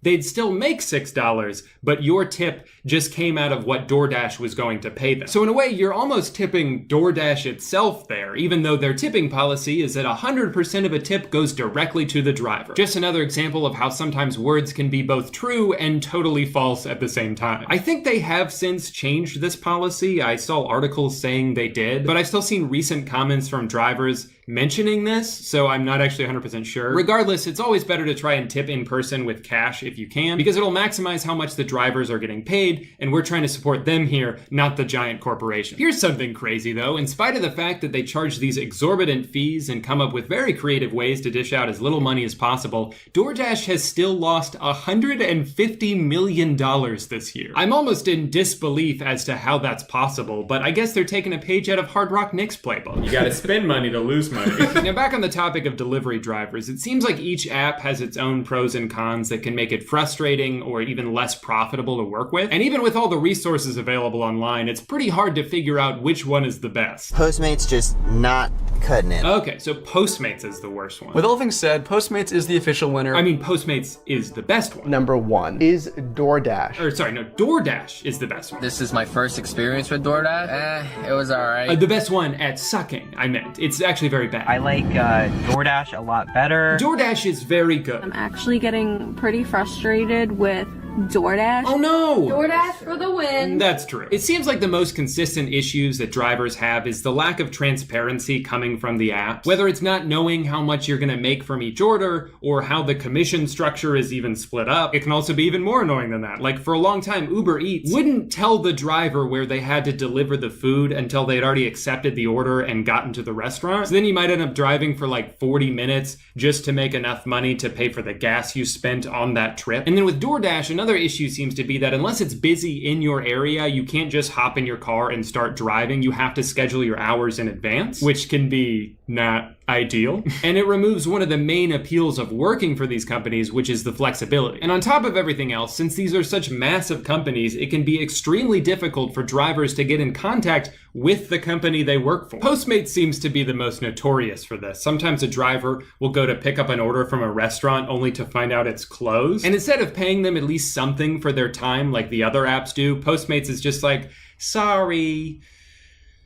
Well, what are you waiting for? Go pick something else up. In a perfect world, restaurants wouldn't have to turn to these third-party apps to handle this side of their business, and they could just afford to pay drivers directly and give them more benefits and better pay than what they get from like Grubhub. But that's just not realistic. Even the apps that do deliver don't usually have a slick app that you can order on in a couple minutes. You gotta call them and talk to a person on the phone, and they can barely hear you because there's kitchen noise behind them, so you hope they get everything right, but you won't be 100% sure until it shows up at your door. I get why people prefer the apps. Convenience is very convenient. But one recommendation I do have, if you're trying to find a new place to eat and you want to find something local, open up Postmates, go on the DoorDash app, see if you find something you like, and then Google that restaurant and see if they have a website. Who knows, maybe they're just down the street and you can go pick it up, or maybe they do delivery themselves. There's a sushi place near us that started doing delivery back in April, and it's perfect because they get all of the money that we give them, and we save money because we're not paying random service fees. I will say though to be careful when you're Googling, because some of these apps have actually paid a lot of money to make it seem like going through them is the only way you can get delivery from certain restaurants. But sometimes after just a few more seconds of searching, you'll find a better alternative that the restaurant actually prefers you use because it won't eat into their profits. These delivery apps rely on us doing as little thinking as possible. They know that we just want to click like 3 times so we can spend the next 20 minutes watching a little car drive on a map towards our house. But sometimes that 4th click will cut them out of the equation altogether, and that's better for everyone. I know that none of what I said here was groundbreaking information. Everybody knows that delivery apps charge too much and aren't always the best to work for. I guess the point I'm really trying to make with this video is that it's such a weird industry because it's absolutely necessary,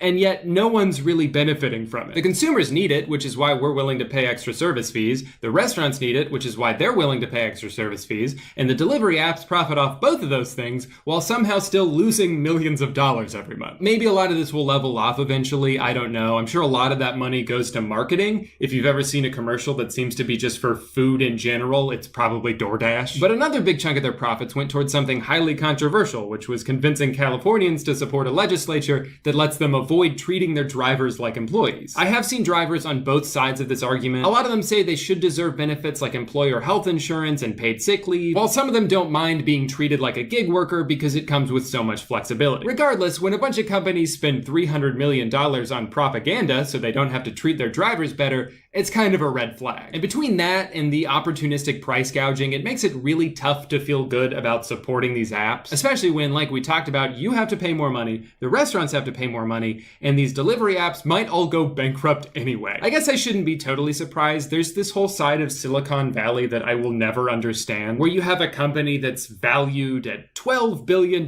but they're constantly just losing money. Like Netflix, for example. They spend billions more dollars every year than they make. I may be dumb, but don't you have to stop doing that at some point? Eventually you're gonna run out. And if food delivery apps and an at-home streaming service can't be profitable during a time where there are circumstances that necessitate the use of both of those things, when will they ever be? So I just wonder what the future of this industry looks like. If there's a bubble that will eventually pop, if all of the people funding these companies eventually stop doing that and they cease to exist, that wouldn't be good for anyone. Not for the consumers who rely on it, not for the drivers who would now be unemployed. But the trajectory I see here is that only one of these companies will reign supreme, and then they'll use their newfound monopoly to hike up all their prices until it gets to the point where no one wants to use them anymore because it costs $50 to deliver a taco. Sorry, I know this was a really unorganized video, video. I just had to get this rant off my chest. While we're on the topic of delivery services though, I want to ask you guys a question. So I've noticed that even though I always used Lyft, I would still tell people like, oh, I'll Uber there, right? Uber was always the verb in that sentence. So I'm curious for you guys, when you get delivery to your house, which company is the verb that you use? Do you say, oh, I'm gonna Postmates Chili's, or like,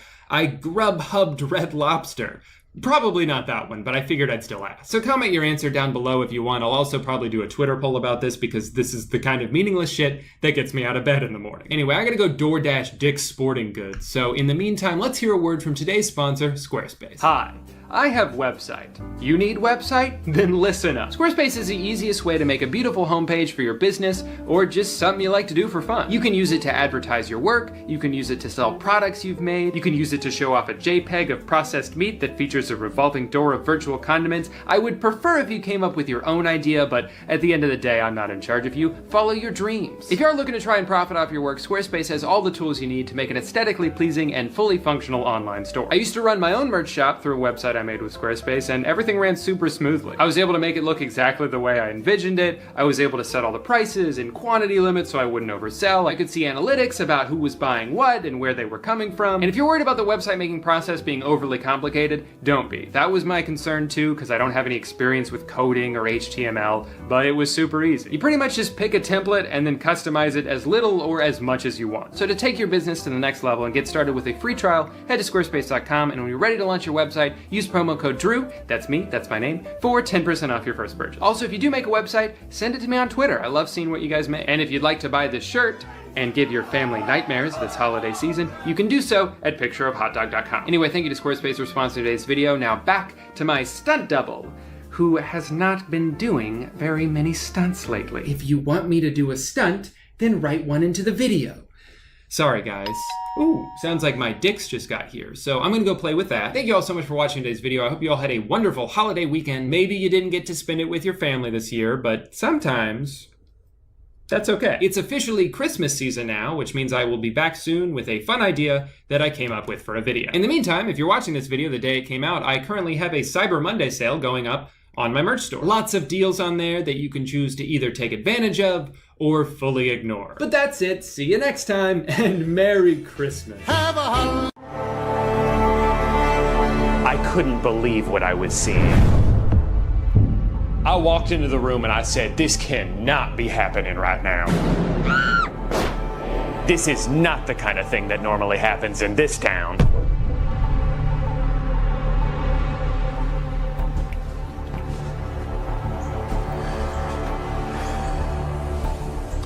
Is it this camera? I look at this one? Okay. Why don't they just edit that part out? Can you tell us your name? My name is John, and what is your connection to Crazy Legs? Who? The serial killer? I don't know who that is. You don't? No. Is this for TV? Sort of. Sorry, we must have got the wrong guy. Yeah, I think you did. I work at Hobby Lobby. Whoops. Well, could you tell us about that? Oh, sure. So Hobby Lobby is sort of a knick-knack store. So they're just gonna interview him anyway? It's a good place to work because we have Sundays off, and I'm not like religious or anything, but I just don't like working on Sundays. No, it didn't hurt necessarily. I just wanted to go to a dermatologist to make sure it wasn't anything serious. But then I found out that if you bundle it with your home insurance, it's actually a little bit cheaper. How long is this? You know what's funny? I never understood the roadwork vine. People would quote it to me. Is this the whole episode? Do you guys want to hear about the time I got my tonsils out? Oh my God, I'm done. This is so stupid. The year 2005. My throat ravaged with strep. Hey guy, does anyone else feel like everything is designed to waste your time now, or am I being too cynical? Netflix documentaries are multiple episodes when they could have just been one 45-minute movie. Video games are too big. YouTube videos are too long. And please, for the love of God, stop asking me for my phone number every time I buy something from a store. I don't want to join your rewards program. I just want to give you money in exchange for a hat. Is that too much to ask? Sorry, I'll start with the Netflix thing. It seems like half of what I watch on Netflix is twice as long as it should be. They always make it just interesting enough to hold your attention, but it's still pretty clear they're trying to stretch it out as much as they can. And I know it's not just me who feels this way, because I'll look up reviews after I watch something and they almost all say the same thing. Watchable, but it drags on, could have been tied up in one episode. Please, Netflix, stop trying to make a series when there simply isn't the content for a series. They made a documentary a couple years ago about the Cecil Hotel, a place that has, I'll say it, an alarming number of deaths associated with it. It's the site of that extremely famous elevator video of Elisa Lam right before she was found dead. So there is plenty of mystery to uncover here, but by episode 2, they were just interviewing YouTubers. Not people connected with the story, just a bunch of random dudes who had Googled stuff about it before. They keep calling them web sleuths, which I guess is the most official way of saying that you just woke up one day and decided that you are a detective. Well, since no one else has been able to crack this case, I guess it's up to me. Generally, one of the big things that separates a professionally made documentary from just any average YouTube video is the access they have to the subject matter. Anyone can throw together a video where they summarize a Wikipedia page, but the most memorable and revealing documentaries are ones where we hear the perspective of the people involved. I watched one on Hulu recently called The Contestant, and not only is this an absolutely insane story, but you get to hear it from the point of view of the guy it happened to. You also get to hear from the villain of this story, who is such a monster, I can't believe he agreed to be a part of this. It's fascinating to see how proud he is of himself. Like, yeah, I tormented this guy and ruined his life, but you gotta admit, it made for a pretty cool show. But this is kind of the expectation when you turn on a documentary, that you're gonna hear the story from the people involved in the story. So when you put on an official Netflix docuseries on a streaming service that costs money to use, and most of it is just regular people offering their 2 cents on the same blurry video everyone else has watched, it kind of feels like a huge waste of time. It's so aggressively time wasting that I can't help but feel like that was the goal. Like, all right, we have everything we need to tell this story. We have other guests who are staying at the hotel. We have the manager of the hotel at the time. We have the maintenance worker who discovered her body. And in between interviewing them, we're also going to hear from someone whose only credential is having internet access. I am a co-founder of the Elisa Lam discussion group on Facebook. No, he wasn't there when it happened, but he has listened to a lot of podcasts about this, so we should probably hear him out. More recently, they made a docuseries about Ashley Madison, a website whose mere existence is fascinating, let alone all the fallout from their massive data leak that exposed a bunch of celebrities and politicians. There is absolutely a story worth telling here, and some of it was very interesting. But again, pointless interviews, backstory that's unnecessarily detailed. There's such a clear amount of filler put into these documentaries. It felt like half the runtime of the last 2 episodes was just trying to make us feel bad for this YouTube vlogging couple, which, I'm sorry, was never going to happen. In fact, I would say the best thing to come out of this was that it forced them to take a short break from exploiting their children's medical issues for AdSense revenue because they were too busy making 17 videos about how they were going to be on Netflix. Now, I would guess, like with a lot of their scripted content, the shadowy Netflix overlords are more responsible for a lot of these decisions than the talented people who work on these. I don't think almost every single documentary is 3 60-minute episodes because that's always how much story there is to tell. I think that's the mandated runtime that their bosses give to them. So even when they end up with footage that doesn't add anything to the show, they kind of just have to leave it in anyway to pad the length. There's a series they did a couple years ago with Kristen Bell called The Woman in the House Across the Street from the Girl in the Window. As you could probably guess from the title, this was a parody of like Lifetime murder mysteries, and it was a pretty funny show. I enjoyed it. But the whole time I was watching this, I just kept thinking,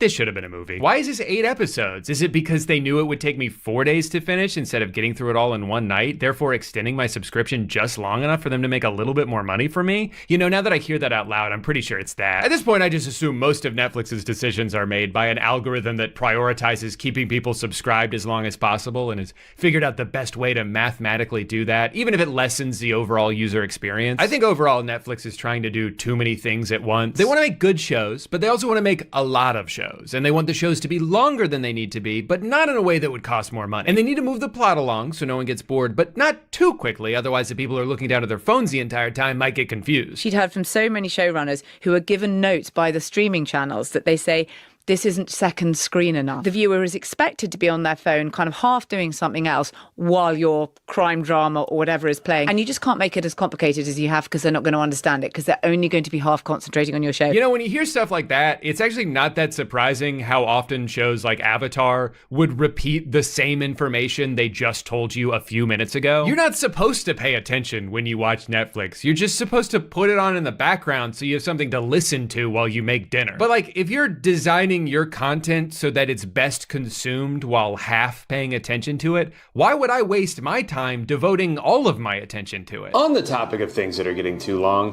what's going on with YouTube videos?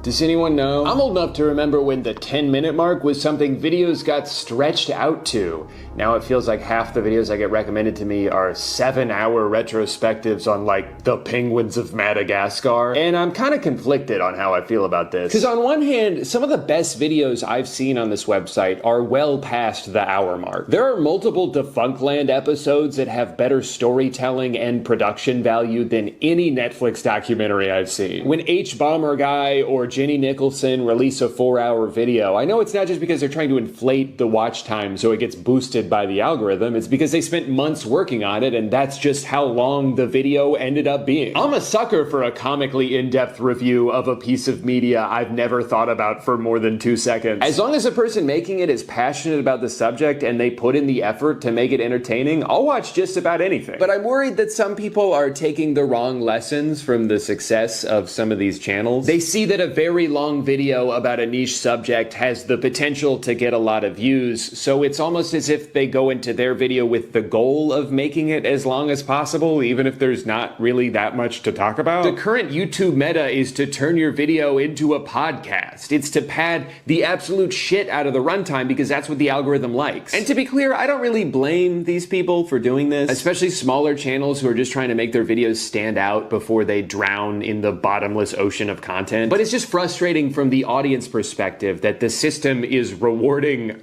unedited yapping. If I just vomit out every word that remotely pertains to the topic at hand with no thought into brevity, no consideration of the viewer's time, it's actually more likely that YouTube will push my video out to those people whose time I'm not valuing. The algorithm is teaching me that I shouldn't cut things out of my video if they feel superfluous or unnecessary or repetitive or like I'm just saying the same thing over and over again but in slightly different ways. They'd prefer if I stretched out every video as long as I could, but if that's all I'm doing, what message am I sending to the audience I'm trying to cultivate? That their time is just something for me to leverage so I can get more views? That's a little shitty. But the worst thing is when they start doing an ad read at the beginning of a video that, quite frankly, I'm not even sure I'm interested in yet. You haven't even hooked me, and you're already trying to sell me a water bottle that smells bad? Brother, if I wanted to be advertised to, I would fly to New York City and spin around in Times Square. I didn't click on this video to learn about the deodorant that changed your life. I clicked on this video to hear a grown man rant about the Fairly Odd Parents for 3 hours. So in that way, this is kind of my fault. I don't know what I was expecting. Also, no. I'm sorry. You don't have to do this. I literally do. I signed a contract. This portion of the video is sponsored by SoFi, the ultimate finance app helping you bank, borrow, and invest. I have one goal in life: to be the first person in human history to have $100 all at once. An amount long considered to be unreachable, and yet I will reach it. And even though I'm only about 3% of the way there, I'm not giving up. Because with SoFi's high yield checking and savings account, I can earn up to 4.5% APY on my savings with direct deposit, which is 10 times the national average savings rate. High yield savings accounts are a great way to make your money work harder for you so you don't have to work harder for your money. Your typical savings account with direct deposit at your local bank earns you just 0.46% interest, and that's not enough for me. I have a world record to break. But with the SoFi high yield savings account with direct deposit, in just 5 weeks, the money in my savings account is earning more than it would in an entire year in a big bank savings account. With SoFi checking and savings, you also get paid up to 2 days early, pay no account fees, and you can cash in on up to $300 when you sign up with direct deposit. But here's the best part: SoFi and I are teaming up to give away $10,000. So I guess I'll be the second person to have $100. All you have to do to enter is sign up for a SoFi checking and savings account right now using my link, and that's it. Click the link in the description or scan the QR code on the screen to enter for a chance to win. But just make sure you're using my link because it's the only way to enter. Thank you to SoFi for sponsoring today's video. Now, based on everything I just described, you might be thinking, okay, so you want every video to be as concise as possible. You mean like Mr. Beast? No. That's not what I'm saying. That is on the entire other end of the spectrum. There are videos that go on so long that large portions of them become nothing more than background noise. And then there's the most hyperactive, fever dream editing, nonstop cacophony of colors and sounds meant to overstimulate the 8-year-old boys watching on their iPad. And then there's a lot of space in between. But I guess because of all that space, it's weird to me how many videos end up on either extreme. It'll either be like, I just trapped my friend in an elevator for 72 hours without any food or water, but none of that even mattered because they ran out of air and suffocated before they even got hungry. Or it'll be like, but before I can talk about season 2 of How I Met Your Mother, we need to go back to the beginning. The first camera was invented in 18... I'm just asking that we meet somewhere in the middle, that's all. Also, to be clear, Mr. Beast and all of the channels copying him have never made their videos that way because they value people's time. They're just trying to keep their retention rate as high as possible. It's just a different metric they're prioritizing. If Jimmy cared about his audience at all, he wouldn't sign off on doing this unbelievably deceptive bullshit where during mid-roll ads, they put this progress bar on the bottom that starts off really fucking fast. It makes it seem like, oh, this will be done in a few seconds. I don't need to skip this. And then once people have done the math in their head and decided they're just gonna see it through to the end, the progress bar mysteriously slows down.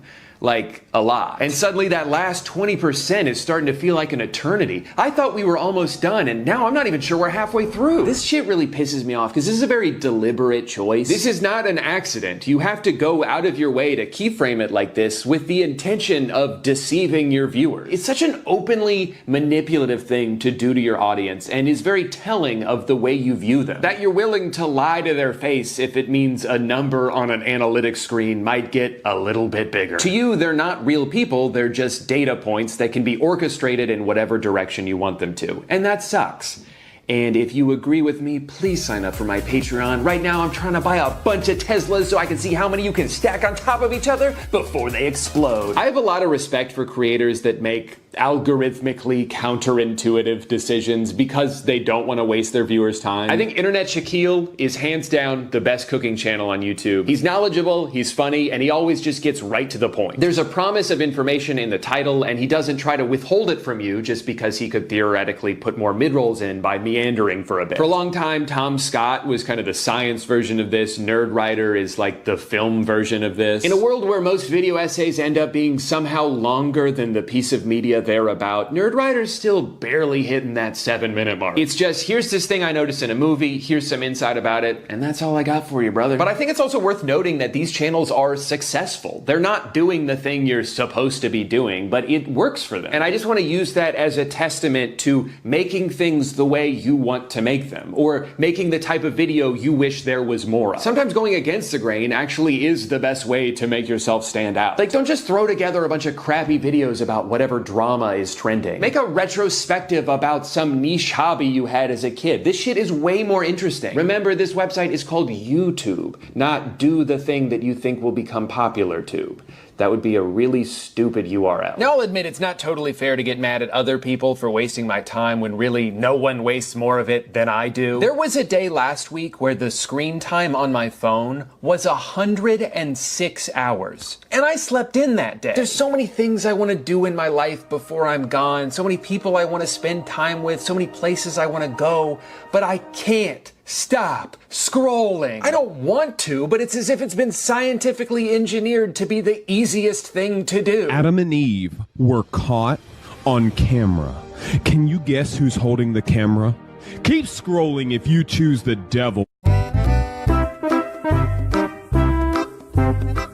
It's this weird feeling I get whenever I go on TikTok or Instagram Reels or Threads, just kidding, where I'm simultaneously aware of what it's doing to my brain, but I do nothing to try and intervene. I just sit there and let it destroy me because I have to see that next video. What if it's so funny, but I exit out of the app before I ever get a chance to watch it? I'd cry. No.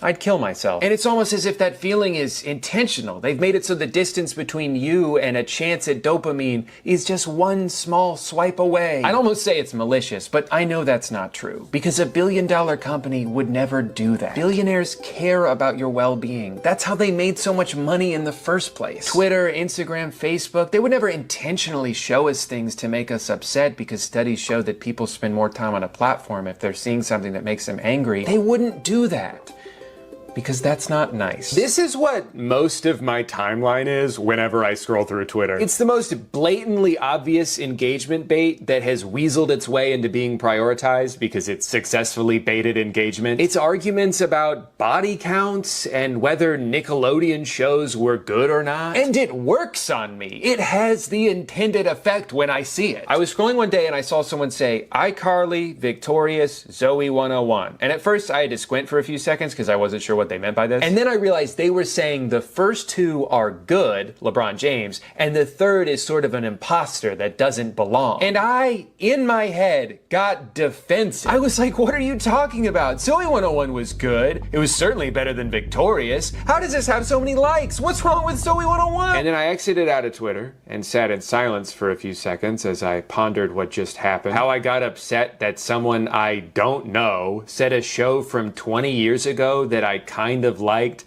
isn't as good as a different show that I barely watch? Why is this how I'm spending my time? In this moment, I could have been doing anything else, and yet I chose to introduce this argument into my head? That can't be good long term, right? Like, we can all agree that's probably not great for my brain. If you're like me and you've been struggling with the endless scroll, I do have a recommendation. I found this by accident while I was doing a video a couple years ago about dopamine fast. It's called Screen Zen, and it's free. I have it set up so it only gives me a few minutes at a time on each of the most poisonous apps that I hate but am addicted to. So you can still pop in for a sec and get the feeling of being up to date, but then it'll grab you by the shoulders and yank you out before you get too sucked into the void. You still get a little bit sucked, but not all the way. But of course, I saved the most important issue for last.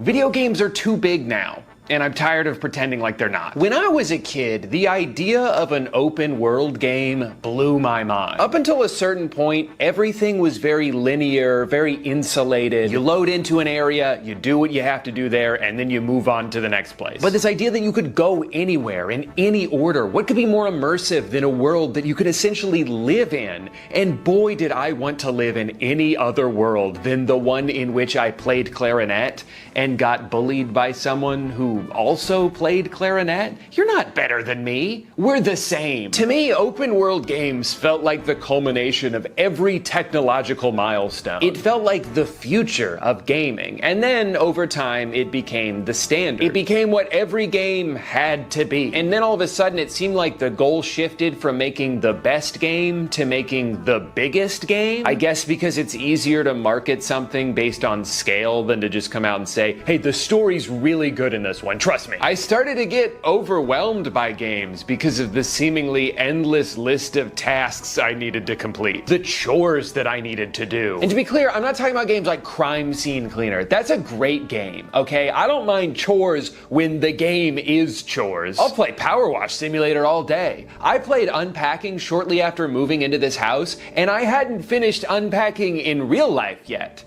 My wife was not happy about that. What I'm specifically referring to is when games feel artificially padded with repetitive side quests. When there's like 7 different activities to do, but you just end up doing each of them 100 times. And as someone who goes into games with a completionist mindset, this is the quickest way to make me give up. Cause I'll try to collect every item and go into every corner for like 20% of the story until one day I just stop opening the game altogether, relieved by the massive weight now off my shoulders. I think this is a big reason why Elden Ring had such a big impact on me and so many other people. Yes, you're in this staggeringly large open world littered with places to go and things to kill, but it's not in the form of just a bunch of exclamation points on your minimap. Almost everything you do in this game is motivated by, oh, that looks cool, I want to go over there. It's a feeling you should have while playing an open world game. It's that sense of wonder that has mostly been lost by all these cookie cutter taskathons. Also, the more bloated a game is with content, the more narrative dissonance there ends up being. Which of course only matters as much as you let it. But it's still really funny sometimes when the main questline of a game is trying to instill this sense of urgency,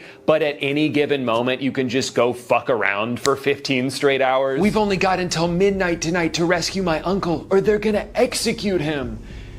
Hey, do you think there's anything cool in this cave over here? A compromise that works great for my brain is a semi-open world, like the two most recent God of War games. I like when there's enough optional side exploration that it still scratches that itch for me, without it ever feeling like I'm missing out on this overwhelming amount of content by just wanting to streamline the story for a bit. I think it's okay for a game to be modest in scope. Just because the technology exists to procedurally generate 1,000 different planets doesn't mean we have to do that. Sometimes I wonder if the technical limitations from previous generations actually made games better. I mean, it certainly made them more contained. It made them more approachable. I love going back and playing older games that only take a few hours to finish. I want to be able to complete things. I want to have a full experience in a reasonable amount of time. I'm tired of not getting any closure from games because they make it so tedious and long-winded to get to that point. And that's assuming the game even works when you first buy it, which chances are it won't. It's become so normalized for games to be unfinished and littered with bugs on release that it's actually surprising when a game comes out and works the way it's supposed to. A lot of even really good games aren't worth buying for like 2 full years. Cyberpunk, fantastic game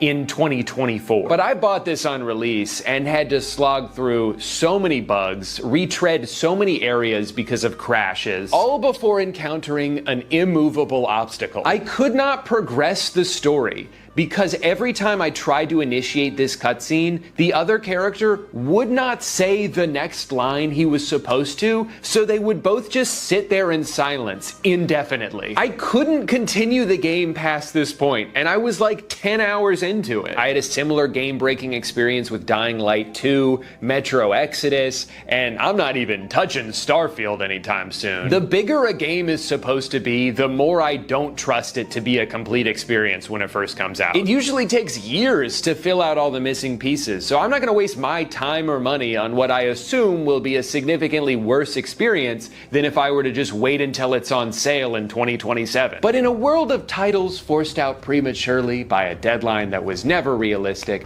nothing feels quite as egregious as the yearly full-priced sports game. You spend 11 months building up a player or a team or a general manager if you're a weirdo like me, and then as soon as the calendar flips over, you gotta start from scratch. All right, everyone, time for the new game. Yes, it's $100 again, but we've made so many improvements. The number on the box is different.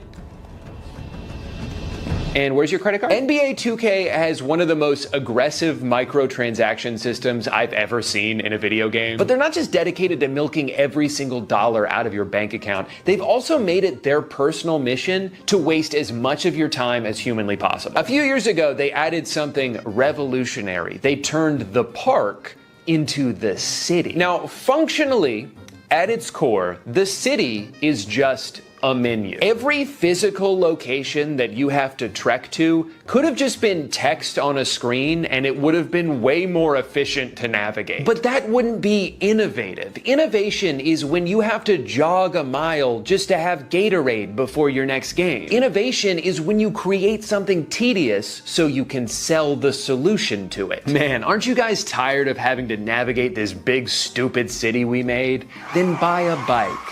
It's $10, fuck you. Imagine if every time you turned on your computer, you had to make a little guy run across town just to go to the Gmail store. Oh shit, forgot my password, gonna have to sprint over to City Hall. I feel like every single element of this game is designed with the goal of wasting your time. Whether it's getting interrupted in the main menu to show you 2 separate ads, or a halftime show you cannot skip even if you press X the whole time. Don't get me wrong, this halftime show is great. They've got Ernie, Kenny, Shaq, React, my 3 favorite guys. They show highlights and relevant stats, they make jokes. By sports game standards, this halftime show is fantastic. But there are 1 million games in every basketball season, and I don't want to watch 1 million halftime shows. I'm just trying to speed run to the playoffs so I can take a virtual trophy home to my real-life Orlando Magic. Is that too much to ask? 58 seconds, by the way. But whatever, those are just minor inconveniences. The really egregious wastes of time are in the My Career mode. Now, the thing is, when you start his career, this guy fucking sucks at basketball, which is a problem because that's the thing he's trying to do. He's slow as hell. He can't shoot to save his life. He has one shirt and it's brown. And in order to fix these things, you need to obtain virtual currency. Now, there's 2 ways you can do this. Option 1, grind. Spend dozens of hours playing dozens of games, scraping together pennies so you can get 1% faster, 1% stronger, 1% better at handling ball. But it's never enough. This process is miserable. You're useless out there. You don't belong in the NBA. You would be better off in any other line of work. And this is exactly by design. This is how the game wants you to feel. They want you to hate this part because they know the more frustrating of an experience you have, the more likely you are to just skip to option 2, spend $40 more. Come on, just do it. You don't have time for this. Don't you want to get to the fun part? You'll start doing the math in your head and rationalize it as a no-brainer. Yeah, $40 is a lot of money, but it's not nearly as much money as I could earn in the 40 hours it's saving me. You feel like a genius. You feel like you outsmarted the system, and then you realize this is the system. I did the exact thing they wanted me to do. And it wouldn't even be that bad if the game itself didn't already cost $70. But now you're out over $100, maybe $150 if you pre-ordered it. Also, the professional athlete you created doesn't play like he's never touched a basketball in his life before. And I've got all the natural ability in the world thanks to my genetics. And then you get to do it all again next year. This whole system of paying to skip a grind that has been intentionally designed to be insufferable has become way too common. Developers are purposely holding our time hostage, knowing we'll probably spend a few bucks to get some of it back. I feel like that's almost the entire business model of MMOs. It's one of the reasons I stopped playing RuneScape after our lifelong on-off relationship. I kept having to fight the urge to spend a few bucks on gold because the alternative was earning it in the game, but then I'd have to play the game. And I don't want to do that. I just want to play the end of the game. How long does it take to get there? Oh.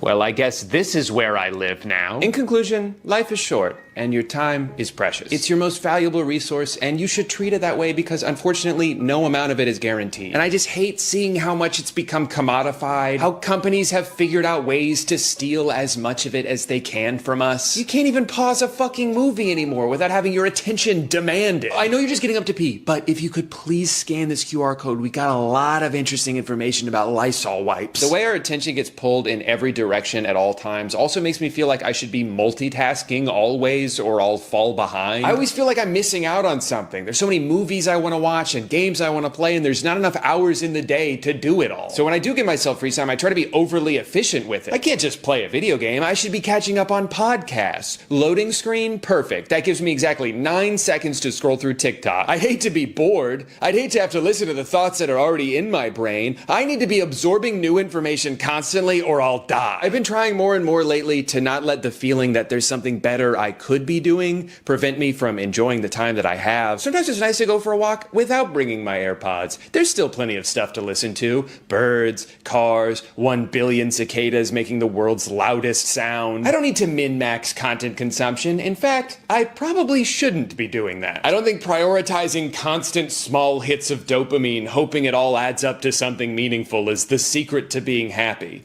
The secret to being happy is gambling. Nobody's ever had a bad time in the casino. This is free. So how do you make money? The advertisers cover the cost of the TV. So this is an ad. This is always on. Whatever you're watching, we're able to monetize using the bottom device. Okay, so check this out. So there's a Pizza Hut ad right there. We literally are now on pizzahut.com, and we can order a pizza.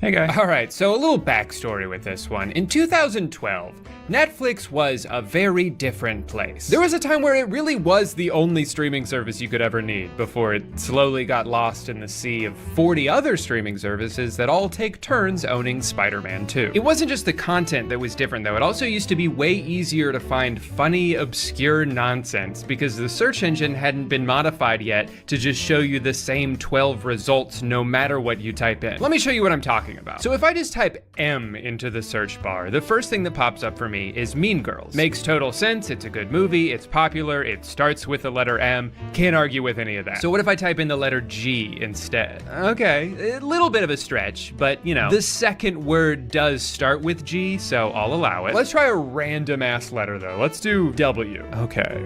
Now I'm confused. Maybe they think my computer's upside down? Okay, what about C? Another letter that I know is nowhere to be found in the title. Oh my God, what is happening? Oh, I've got it. I'll do a number.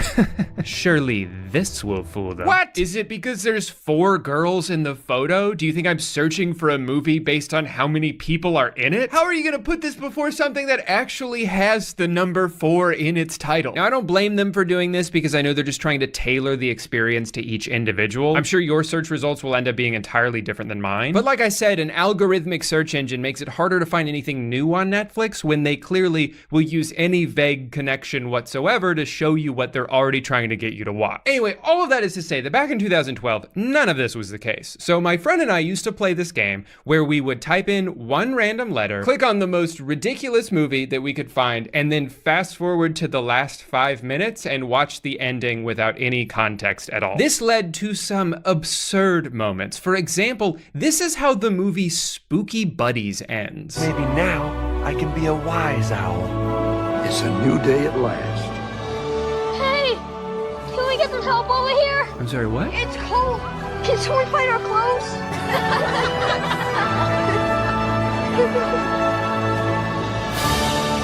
I have 1 million questions, and I don't know if I want the answer to any of them. But the movie that I've thought about the most for the past decade is one that for a long time I wasn't even sure if it actually existed, and maybe my friend and I just had this shared hallucination one night. I remember it being called White Men Can't Dance, and no, I'm not thinking of White Men Can't Jump. I know that that exists. That is a different movie. Google has already tried to gaslight me into thinking that that's what I'm looking for, but it's not, so don't even try. Here is all I remember about this movie. We skipped to the end, watched several minutes of very elaborate breakdancing, and then this happened. I'll see you later.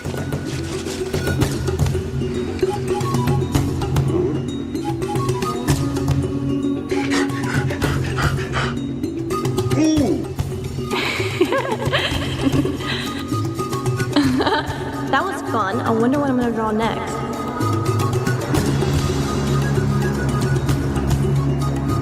I am not exaggerating when I say that that is one of the hardest times I have ever laughed in my life. To go from 0 to 100 in such dramatic fashion, to have this onslaught of Mad Lib style nonsense, and then the icing on the cake being that apparently what this whole movie was a painting? Some unrelated character that I'm seeing for the first time now painted the movie? It may not seem like much to you, but this was a foundational moment in the development of my brain. This helped shape me into the person I am today. Honestly, I think it changed my life. So needless to say, I have been trying to find it ever since. Every like 6 months or so, I've searched for an obscure streaming service that might have it, or a website that sells like the VHS, anything at all, just so I could relive this masterpiece. But every single search left me empty-handed. I tried Reddit, I tried eBay, hell, sometimes I'd even make it to the second page of Google, but it was almost like this movie didn't want to be found. I started to worry if this was gonna be like one of those animated TikToks where the guy digs too far car and gets electrocuted because he happened upon something he wasn't supposed to? Could this movie lead to my untimely demise? Or am I just giving up too soon? Like in those animated TikToks where the guy stops digging right before he gets to the diamond. This could be my diamond. I can't give up now. And then finally, a few weeks ago, I noticed Google updated their search result page. Turns out, even though Netflix called it White Men Can't Dance, and IMDb calls it White Men Can't Dance, that's not the name of the movie. The actual title is Daddy Can't Dance. Who says Daddy can't dance? Should have known. Finally, armed with helpful information, it was as simple as just going to the website and buying the DVD, which I did. Keep in mind, I've never actually watched the entire movie. That's part of why I wanted to find this so bad. I've only seen the last 10 minutes. I have no idea what happens before that. So here's how they describe the movie. This is an awesome film with the best breakdancing. It has won 4 awards. Holy shit. The film is about a man, Pete Weaver, that loses his job and he finds out that someone got him fired by telling false information. So he sneaks back into work in different disguises to try to get his job back. Very funny. Meanwhile, Pete's dad dies. Seems like a spoiler, but okay. And then he finds out that his only little girl needs a kidney transplant. So financially, his back was against the wall, but he hears about a dance competition with a $40,000 first place. Holy shit. Who is running this competition that has 40 grand to give out? That's crazy. So he calls old friends to get him back into shape and compete in the dance competition to save his daughter's life. Well, I could not be more excited for this. Although you can probably tell that I'm stalling a little bit because I'm kind of nervous that after 10 years of build-up, there's no way this could possibly live up to my expectations. But regardless, let's watch Daddy Can't Dance. Oh, that's the girl from the end.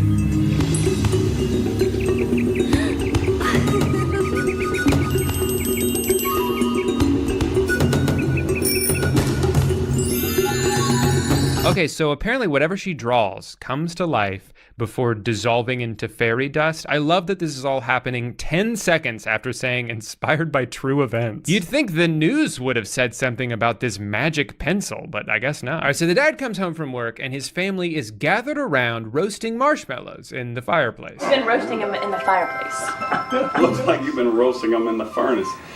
I think I'll pass. That would probably be the right thing to do. You do not want to eat one of those marshmallows, man. We burned the shit out of them. Mmm, yummy marshmallows. Dude, we fucked them up so bad.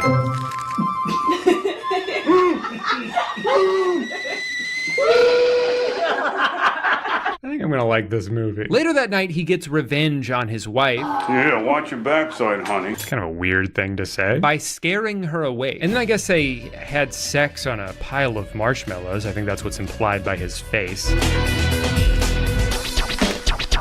Oh my God, what is the title of this movie?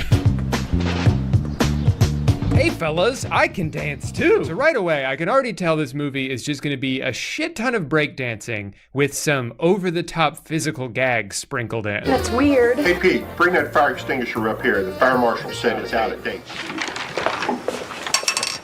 Is this it, boss? Yeah. Okay. What the hell else would it be, Pete?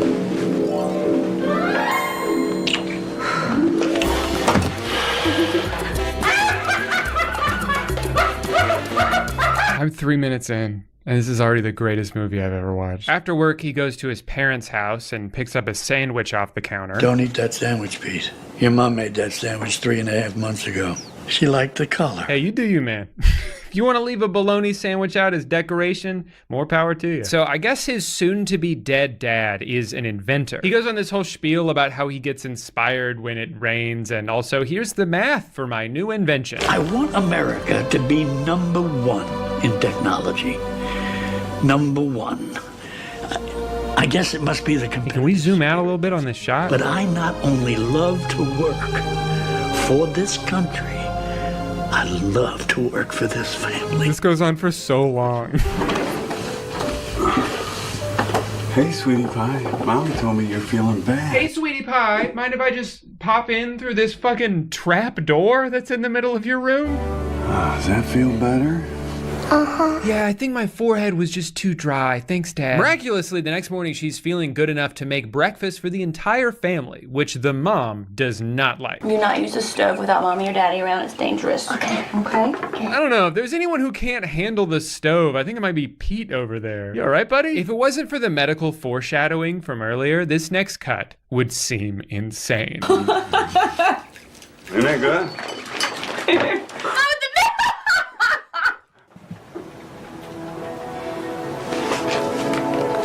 Well, I don't know how to tell you this, but you're not supposed to eat cereal like that.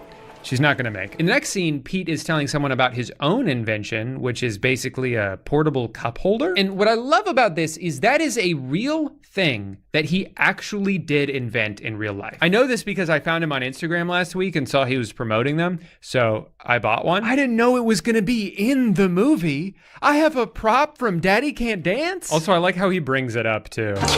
Golly. On a serious note, I got something I want you to see. Now, if you could be serious for one goddamn second, this is a cup holder you can use outside. But before he can bring it up in his business meeting, he has to leave abruptly because Grandpa fell down. I'm bleeding to death. You're what? He's just had 2 heart attacks. What do you mean? What do you mean 2 heart attacks? What? I thought people only had 1 heart. No, I mean they were back to back. He had 2 backs too? Sir, you can't go back there. Sorry. Doctor, listen. Wow, what a move. I've never seen a quick spin into the casual walk combo before, but it was really effective against this doctor. Slated at 9:45 a.m. Dead. So, okay, it is sad that he died, but why didn't they change the beeps? That's like the first thing you learn about hospitals is the sound that those machines make when someone dies. Oh, he left a note. You need to always remember, son, that life is like a chess game. Was he gonna drive his car into the river? You do good. Sorry, it's not funny, but it's funny. 2 hearts weren't enough for my dad. That's not what he meant. Later, at the funeral. What'd the doctor say, honey? About Grandpa? He died 3 days ago. Beanie needs a kidney transplant. Oh, you're talking about our daughter. What, did you not read the synopsis on daddycan'tdance.com? She needs a kidney. So after taking some time to grieve and try to figure out how they're gonna pay for this surgery, Pete's boys come over to say hello. Sheila, do you mind if we borrow Pete for a little bit? Just a little, guy time? Why does he say it like that? Hey, you mind if we head down to the bar and watch some sports? We just need a little guy time. It does look like they're having fun, though. Hey! Guy time? Here we are, boys. I'm ready to go, guys. Whoop-de-doo. So this is the bar, huh? Well, I had a lot of fun. I'll see you guys later. So I guess the, again, $40,000 breakdancing contest is inside this room of 12 people? They must sell a lot of drinks during this. I have never seen anybody move like that, especially us.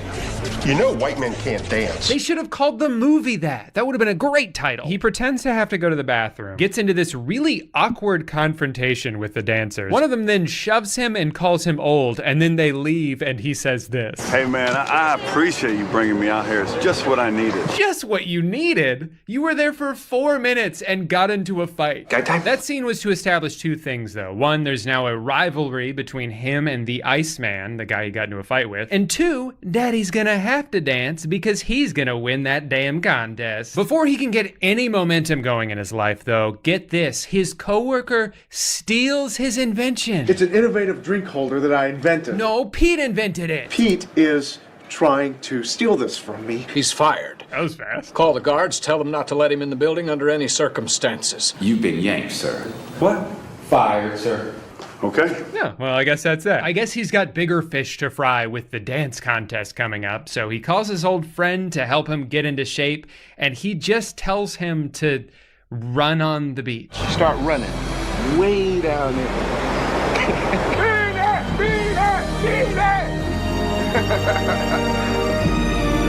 And I guess that's it. Problem solved. Sorry, I spoke too soon. There is a little montage of exercising. He does it for a whole week. So that's how he got in shape. He must be going a little too hard in the gym though, because he has this dream where his arms turned into rubber.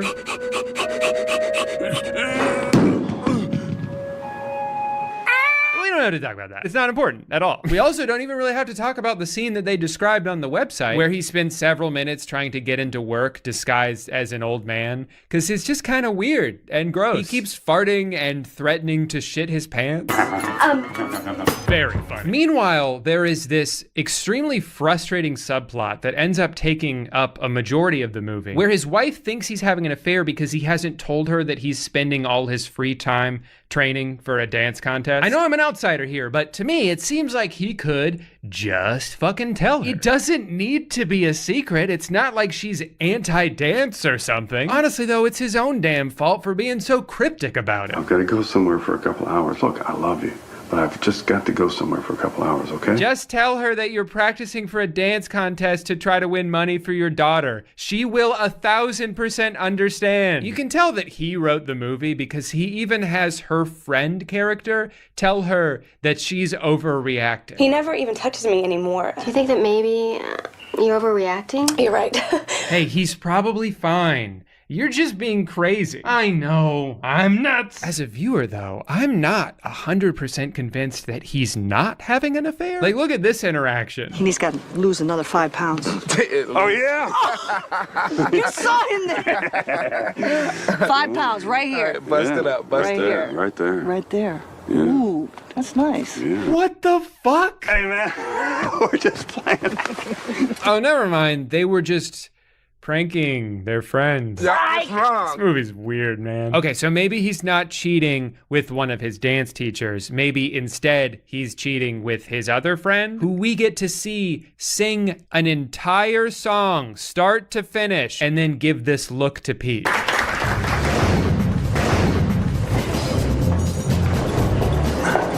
She confronts him about it, and he does a really good job of deflecting by getting halfway to the door of their home and just being like, you know what? I have to go to the gym. I think I'm gonna go work out. That was a close one, man. She almost thought you were up to no good. My wife's all uptight. I don't understand. Yeah, I don't know what's gotten into her. I want you to go home and take care of business.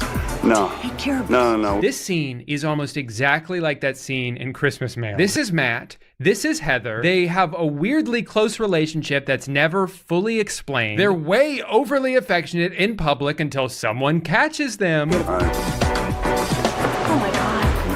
Uh-oh. But my wife, she's a good lady.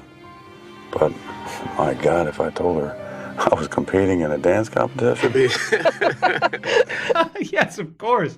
Or, actually, no, why can't you just tell her? She would absolutely lose it. You know how women are. Why? Yeah. Why did she agree with him? I'm gonna be at work in 2 hours to sneak back in. Well, look what we're gonna start with. Oh my.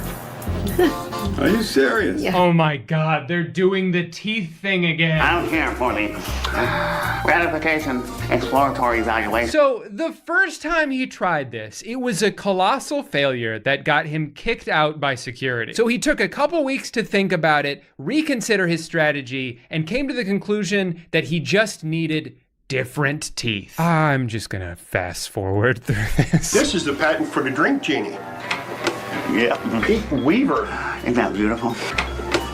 Yes, boss, it's me. Now here's the thing, they even established this earlier. He had already patented his invention under his own name. All he had to do was tell his boss that. I don't know, send him an email with the attached documents. He could have done that a month ago. But in his defense, these two scenes were very funny. I can't tell which of these two scenes I like better. There's one where the mom reads a book that's just been like printed on a few sheets of loose paper. Or the scene after that where they do a commercial for the drink genie and then surprise Charlie by demoting him to the mailroom. And as of today, you're going to start working your way up from the mailroom. If there's one thing I've learned from movies, it's that every company has a mailroom. And to do it in front of the news, that's just cruel. I mean, these guys mean business. Just look at that microphone. Hey, kid, you got some moves. Thanks. You know what? No matter what anybody tells you, don't you ever stop dancing. You hear me? Okay. Can you go away now? You're being weird. Think you could get me into that dancing competition tonight? Oh, no.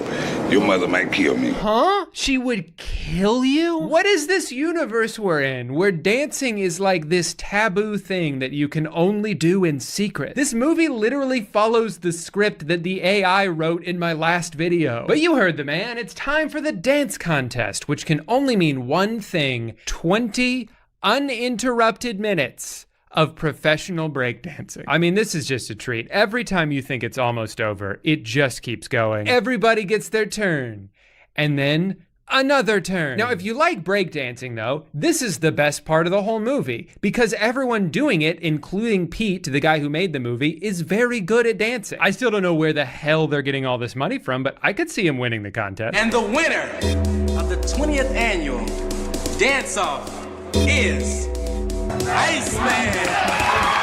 Oh, never mind. He doesn't win. Yo, Pete, I think you deserve the trophy, man. And the money. What? I cannot overstate how out of nowhere that came. These guys have been beefing the entire movie. At times an uncomfortable amount of beef, honestly. And then at the very last second, he's like, you know what? You take it. I'm gonna take the money from my little beanie. I'm passing the torch to you, man. Oh, Pete, that's so nice of you, man, to take all $40,000 of cash, but let me keep the little trophy. Something happens to you when you're competing for your daughter's life. It's adrenaline or love. It takes over every fiber of your body. You have to win, no matter what it takes. But you didn't win. You're just lucky the Iceman has a heart of gold. But that's not all, guys, because immediately after the contest, at what I can only assume is like 11 o'clock at night on a Tuesday, the Children's Miracle Network calls and tells them that they're gonna fund their daughter's surgery so they don't even need the money anymore. I'm surprised his two friends were like, oh, nice. So does that mean that maybe since we helped you and you don't need the money, that like, we could have some? Hell no. We're rich.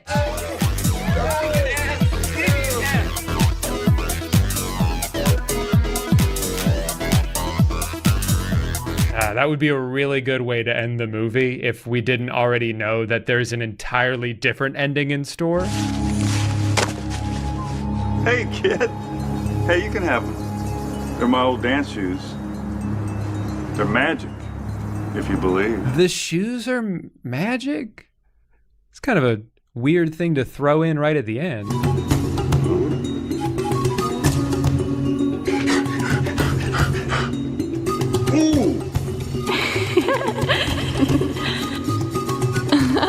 That was fun. I wonder what I'm gonna draw next. Oh, I get it now. Those are the teeth from earlier. Well, that answers all my questions.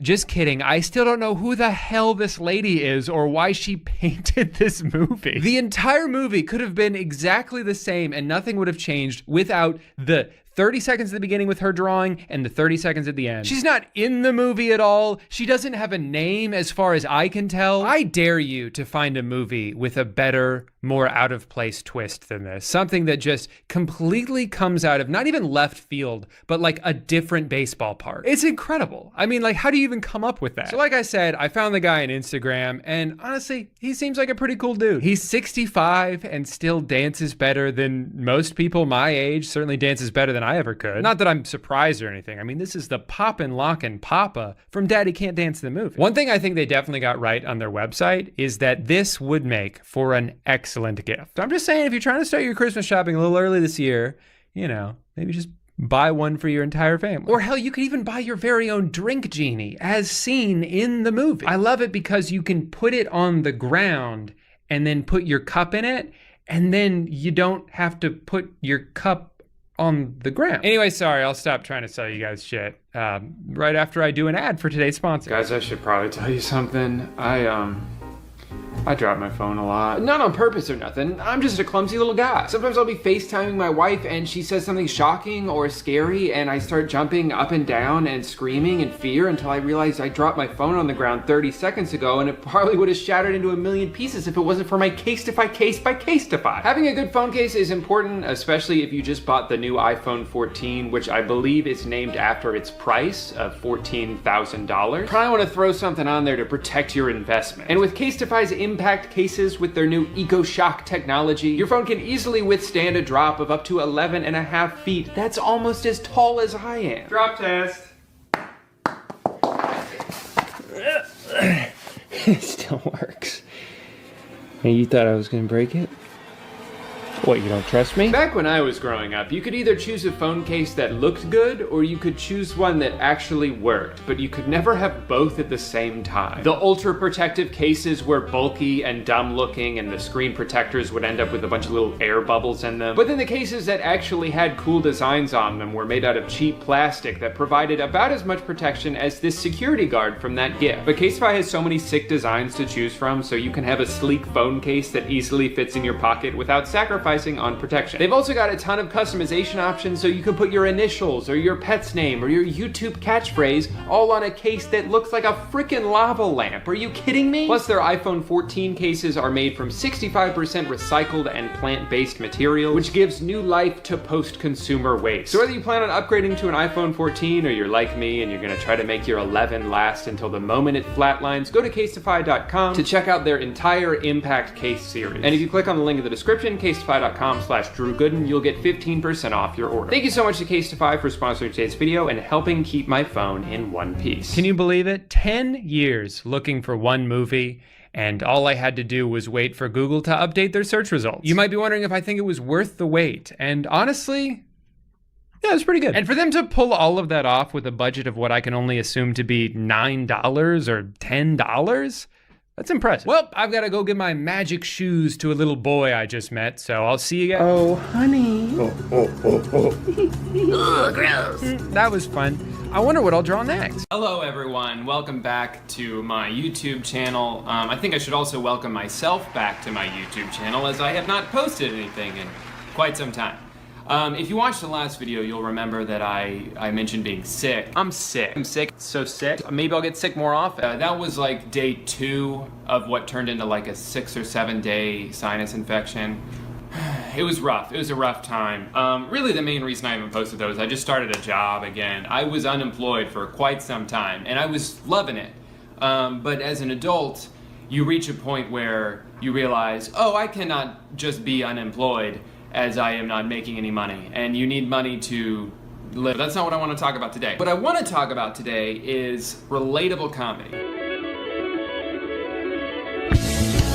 So relatable comedy, what is it? I have a problem with relatable comedy, but not all of it. Specific types of relatable comedy, because you might be thinking, well, what's wrong with making a joke that people can relate to? I feel like there's different levels of it, because obviously, like with a lot of stand-up comedians, the most popular stand-up comedians, the reason they're so popular is because they make jokes about topics that people can relate to: sex, food, relationships, that sort of thing. But I think with like observational comedy like that, there's 2 parts, right? There's the observation. There's, noticing something, and then the second part is to make a comment on it, make a joke about it. A lot of what you end up seeing online with memes and stuff is it's an observation, but they never make a joke about it. It's just kind of like, hey, you have noticed this too, right? Because you noticed that you're hungry when you haven't eaten in a while. So now that I've said all that, I can actually show you a couple examples of what I'm talking about. The first one I'm gonna do is the one I saw that really inspired me to make this whole video, because it's about as dumb as you can get. Shout out to my friend Rachel for discovering this and posting this on her Twitter. She's really funny. You should follow her at BB Tamagotchi. So let's break this down. First thing you got is a caption: best thing about coming home. You may notice that thing was not plural here. It was just, there's one thing. The best one thing about coming home is these 4 things. And the pictures are 4 things that you have in your home. So basically what this is saying is, the best thing about coming home is the things you have in your home. The modern conveniences that one has when they live indoors. Clearly this is not comedy, right? This is just the lowest level of like, hey, you like the things that you have that you bought. To illustrate how stupid this is and how antithetical this is to comedy, imagine a stand-up comedian trying to tell this joke. There's no joke. So here's a little something I've been noticing lately, and feel free to let me know if you agree. In my opinion, the best thing about coming home is my Wi-Fi. Yes. Hold on, there's more. My shower, the food in my fridge, and my bed. That's so true. Right? This guy's awesome. Yeah, you guys agree. It's like he can read my You mind. guys agree. That's the whole joke. Tell it again. I think we should investigate this comedy page a little bit more. So one of the new things that Instagram has added is that you can post photo sets. I believe it's up to 10 photos you can post. And this comedy page is really making the most of that, because what they do is in between these memes that they steal is they'll put in what I call like bait. It's posts like these. Try to like this with your elbow. 90% of people can't. Actually, I said that wrong. Try to like this with your elbow. 90% actually do this. Are they saying that 90% of people like every post with their elbow? Because I don't think that's true. This one is just like if you know who it is. This one is just trying to get you to comment. This is a video that's trying to get you to tap quickly, so you'll double tap on accident. Double tap your side, as if that's gonna like lock in your vote somehow. Double tap when read. That's all one post. Let's go to another one. When you realize Instagram allows you to triple tap to save memes, that's just a blatant lie. I know, because I tried it. Here's this one. Quick, type 8955. Guess what happens when you type 55 quickly? You like the picture. That's what all of this is. It's a whole game. They're playing the game. 90% fail answer? Solve it. No, don't tell me what to do. Why the fuck is there math? But there's math questions on all of these posts. Why do you have to sprinkle in math? I get that you're just trying to get people to comment, but there's gotta be a more fun way than that. I go on Instagram to forget about math, not have to do more of it. Joke's on them though, I just commented what the person above me commented. So, yeah. Oh, whoops, I'm sorry. I was saying there was a lot of math. This isn't a math test, this is a maths test. You know how you have maths class? Ah, yes, the perfect meme. A screenshot from SpongeBob, no caption, no context. I love it. Wait a minute. Try to like this pic with your elbow? 80% actually can't do this, but who, first of all, who's the guy? Who the fuck is that? Second of all, before you were saying 90% actually do this, 80% can't do this. As someone who's really good at math, because of all the practice I've gotten on your Instagram page, I can tell you that that adds up to 170%. And that's not good. You can't, that's not right. Ugh, I'm a lot better at math now than I am at talking. So I feel like I'm kind of straying from the original idea of relatable comedy. A lot of this isn't even relatable. I'm just getting mad at people who steal tweets. So let me try to get back to focusing on actual relatable stuff. And we're gonna go to Facebook for this. If you don't like this page on Facebook, you're missing out. It's called Minion Quotes. And it's got about 3 million likes. Basically what this page does is they just take screenshots of Minions and they put quotes on them. I know you're thinking that it's just quotes from the movie. No, they're never quotes from the movie. They're just generic things that people would say in real life, but there's a picture of a minion there for some reason. So here's a few examples. No matter how big a hammer you use, you can't pound common sense into stupid people. What do you mean tomorrow is Monday? It was only Friday a few seconds ago. That's great, that's funny. Morning, tired. Afternoon, dying for a rest. Night, can't sleep. That's another thing that everyone likes to relate. Like, oh, I'm tired in the morning, but I'm awake at night. It's because because you're changing from one state to another. It's hard to wake up because once you've been asleep for a long time, you just want to keep sleeping, and it's hard to go to bed sometimes because you just want to stay awake. It's hard to transition. That's not a, stop making that observation. Ugh. I need vitamin C. This one's got layers to it, I gotta say. Because if you just read it, or if someone reads it to you, I need vitamin C, you're like, yeah, I guess we all need, like orange juice and stuff. But then, upon closer investigation, you might notice here that the C isn't the letter C at all. In fact, there's no letter C here. It's C-S-E-A. What they're saying is not that they need vitamin C, they're saying they need vitamin C, as in they need to go to the ocean. Here, let's look at this one. I got expelled from school on pajama day. It's not my fault I sleep naked. So true. What do you mean, so true? This is a good one. Call me boring, but I don't need to go out partying on a Saturday night to have fun. Staying at home and watching a movie is just fine with me. Oh God, of course. Do you think that you are the only person that likes to stay home and watch movies? Oh man. Here's a relatable one about pet companionship. Does anyone else say to their dogs, "I'll be back soon" when you leave home? Or is that just me? Does anyone else say to their dogs, "I'll be back soon" when they... Yeah, of course you say that. Because we all treat our pets like people. I have a cat. I always say goodbye to her when I leave. Because I feel like I know she doesn't understand me. But I still say it because I do. That's just what fucking people do, man. You're not quirky. You ain't special.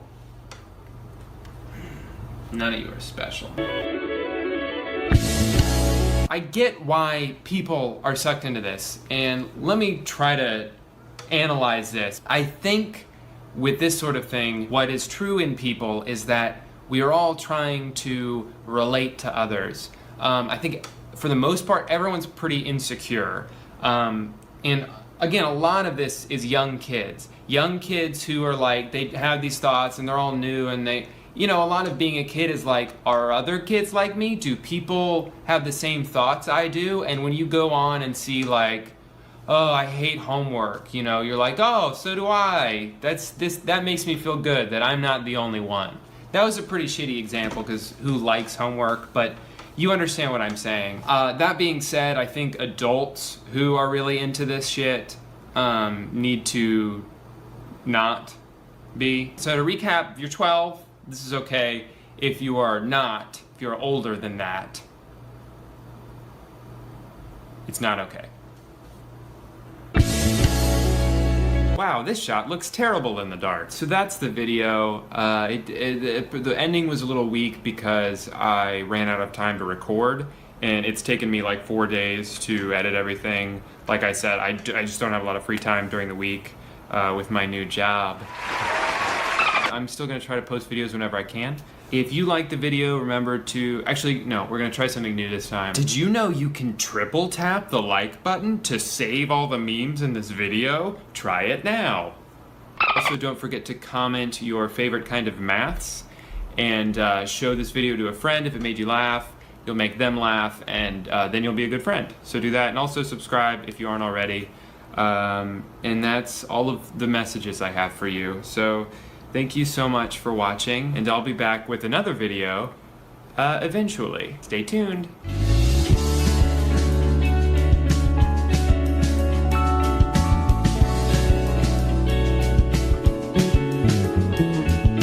None of you are special. Live from New York, this video is sponsored by Squarespace. Hey guys, welcome back to Lorne Michaels' basement. He told me he wouldn't let me out of here until I made another video about his show. So I'm a big SNL fan, and I'm not just saying that because of the current hostage situation. I've actually been watching it since I was a kid. I'm one of the biggest defenders of the show. I love it for what it is. I like the format. I like the excitement of doing a live show and discovering new, young, talented people. And I'm always impressed by the work that goes into it, like building giant set pieces and elaborate props in just a few short days every week. That being said, there's still plenty to criticize about the show, from some of their questionable hosting choices to the painfully cringy sketches they roll out from time to time. But nothing is more annoying to me than the blanket statement that SNL hasn't been funny in 20 years. No, 50 years. Hell, they haven't made me laugh since 1932, when One-Eyed Leslie did his world-famous Calvin Coolidge impression. Those were the good old days. These are the type of comments you'll hear on random YouTube videos, SNL's Instagram page, or shouted from someone's front porch. And I've always been curious to go back and see what all the fuss is about. The way these people describe the show would make you think it looks like this, when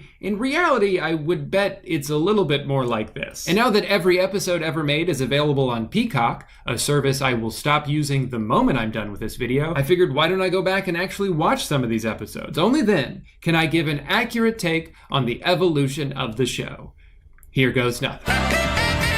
The very first episode of Saturday Night Live looked a lot different than what would become of the show. The host was comedian George Carlin, and he didn't appear in any of the sketches. He just did a few sets of stand-up in between them and introduced the musical acts, which included 2 really great performances from Billy Preston. I liked a lot of his jokes, but there was one line in particular that influenced how I watched the rest of the episodes. Do you ever look at the crowds in old movies and wonder if they're dead yet? God damn it, now I'm gonna do that. The pilot was more of a true variety show, in the literal sense of the word. You had some stand-up, a bunch of songs, this classic bit by Andy Kaufman, who had no affiliation with the show and came on just to do this, a random Muppet sketch, and even a short film just thrown into the middle. It seemed like the goal of this was to appeal to as many people as possible and quickly move on from thing to thing, just in case the audience might start dozing off. This was actually one of the first things I noticed about the episodes was how short the sketches were. For the most part, they were just one joke. Setup, punchline, move on to the next. They were definitely just as hit or miss as SNL has always been, but this is a pretty far cry from the current shows where every other sketch goes on just a little bit too long. For a pilot episode, this was a pretty fun time all around and had a good flow to it.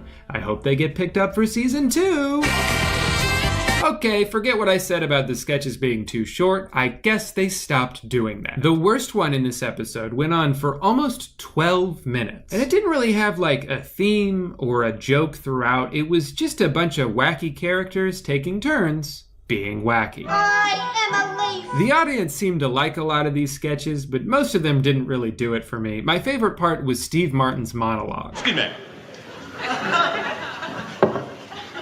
All right. You'll probably be seeing a lot of him in this video because he used to host the show all the time, and he's also one of my favorite comedians.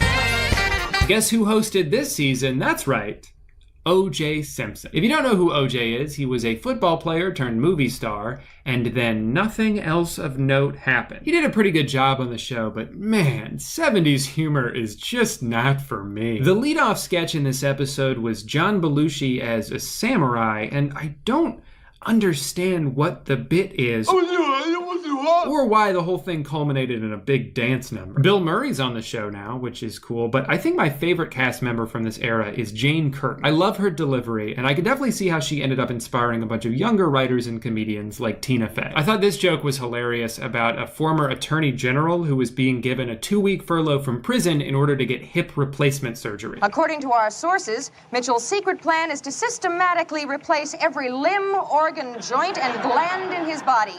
Send his new version back to prison, thus allowing the original to visit himself on weekends. This was an easy choice. Carrie Fisher hosted in season 4. She was fresh off the success of Star Wars, which was like a space movie from the 70s. It kind of flew under the radar. They had her play Princess Leia in her monologue and the first sketch, which was set in the 50s. I love watching older generations make fun of even older generations. I don't know, it's like a time capsule within a time capsule. Nothing in this episode really stood out to me though, but it was fun to see a young Carrie Fisher get to play a bunch of characters. I will say the worst sketch in this one made me feel like I was watching a Lele Pons video because everybody was just yelling. Gene, who's the young man you're seeing tonight? His name's Rick! Okay, so I've watched 5 episodes so far, and I would put the hit rate at about 15 to 20%.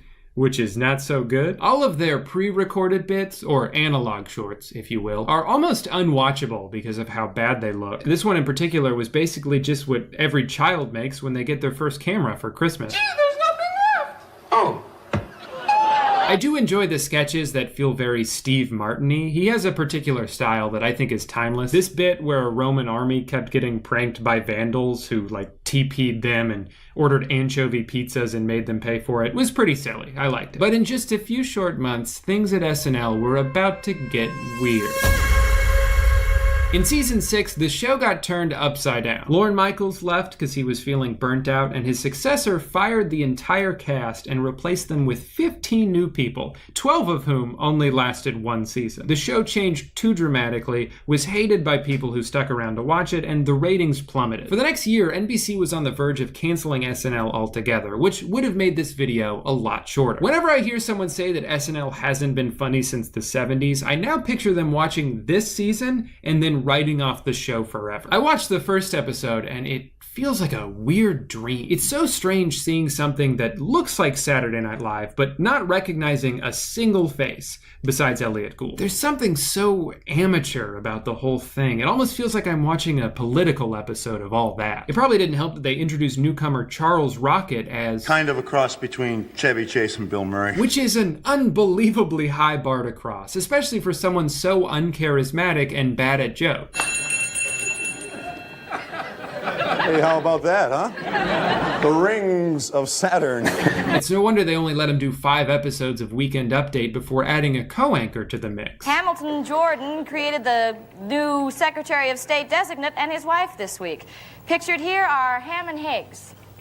Oh no, she sucks too! Anyway, I can't decide if my favorite sketch was the nose wrestling competition or when these shoes had sex. Should I be censoring this? Jesus Christ. It seemed like they were simultaneously trying to distance themselves from the SNL of the past. For example, they renamed Weekend Update as Newsbreak, while also latching on to anything they could to offer recognizability to longtime viewers. Sure, we may not have Bill Murray anymore, but we do have his brother. I would describe this period as the pun era, because boy did they love those. A crazed reindeer can inflict sleigh bees. Honestly, I don't think it's far-fetched to say that Eddie Murphy might have single-handedly saved the show. He was one of the only cast members to survive this season and obviously ended up being one of the biggest stars people think of when they talk about SNL. Danny DeVito hosted in '82 and they threw him into a sketch called The Whiners. Can you guess what their thing is? But it'll stick out and I won't have any room for my feet. That's right. They whine. It's still cold. Now imagine watching 5 minutes of this. Rick Moranis hosted in '83, but not by himself. I've never seen dual hosts before. Oh, please, God, no, not the whiners again. Thank you. Finally, Robin Williams hosted in '84, and they let him do Weekend Update, which had again been rebranded, this time as SNL News. I think they were just looking for any excuse not to have their regular anchor Brad Hall do it, because he was boring. Once again, Eddie is pretty much carrying the show on his back at this point. I can't imagine how much worse it would be without him. Hey, speaking of back, Lauren is, and SNL's finally good again.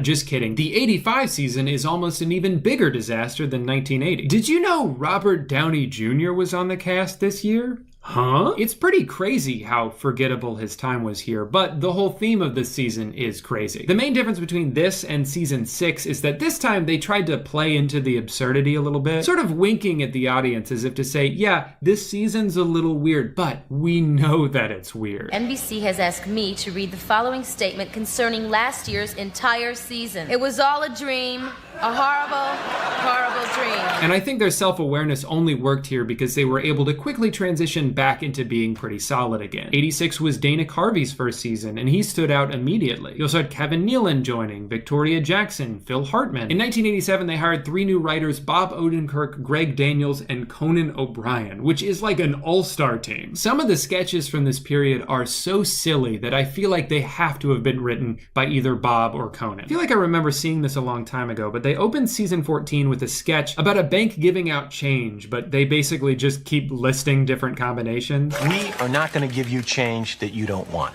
If you come to us with a $100 bill, we're not going to give you 2,000 nickels, unless that meets your particular change needs. And it works because of how earnest he is. We will give you the change equal to the amount of money that you want change for. I actually ended up watching multiple shows from 1988 because this was easily my favorite season so far. Matthew Broderick's monologue was great. He turned it into a lesson on how to do a monologue. And then, I don't know why I like this one so much, but they did one where he was nervous to go to a nude beach, but his friend assured him, hey, in 5 minutes, you'll completely forget that you're naked. And then the rest of the sketch was like this. I'd like you guys to meet Doug. Hey, Doug. Hey, Doug. Hi, guys. Hey, pretty small penis there. Huh? It's such a simple idea, but I thought they pulled it off pretty well. You want to see my pictures from Barbados? Yeah, sure. All right, there I am with some friends on a catamaran. Penis looks great. I think that's how you could describe a lot of the good sketches at the time. Simple ideas that were just well executed. Toonce's The Driving Cat is another favorite of mine. The driving test. Do you think Toonce's will pass his driving test? I don't know, that written part is pretty hard. Maybe he'll make up for it on the driving part.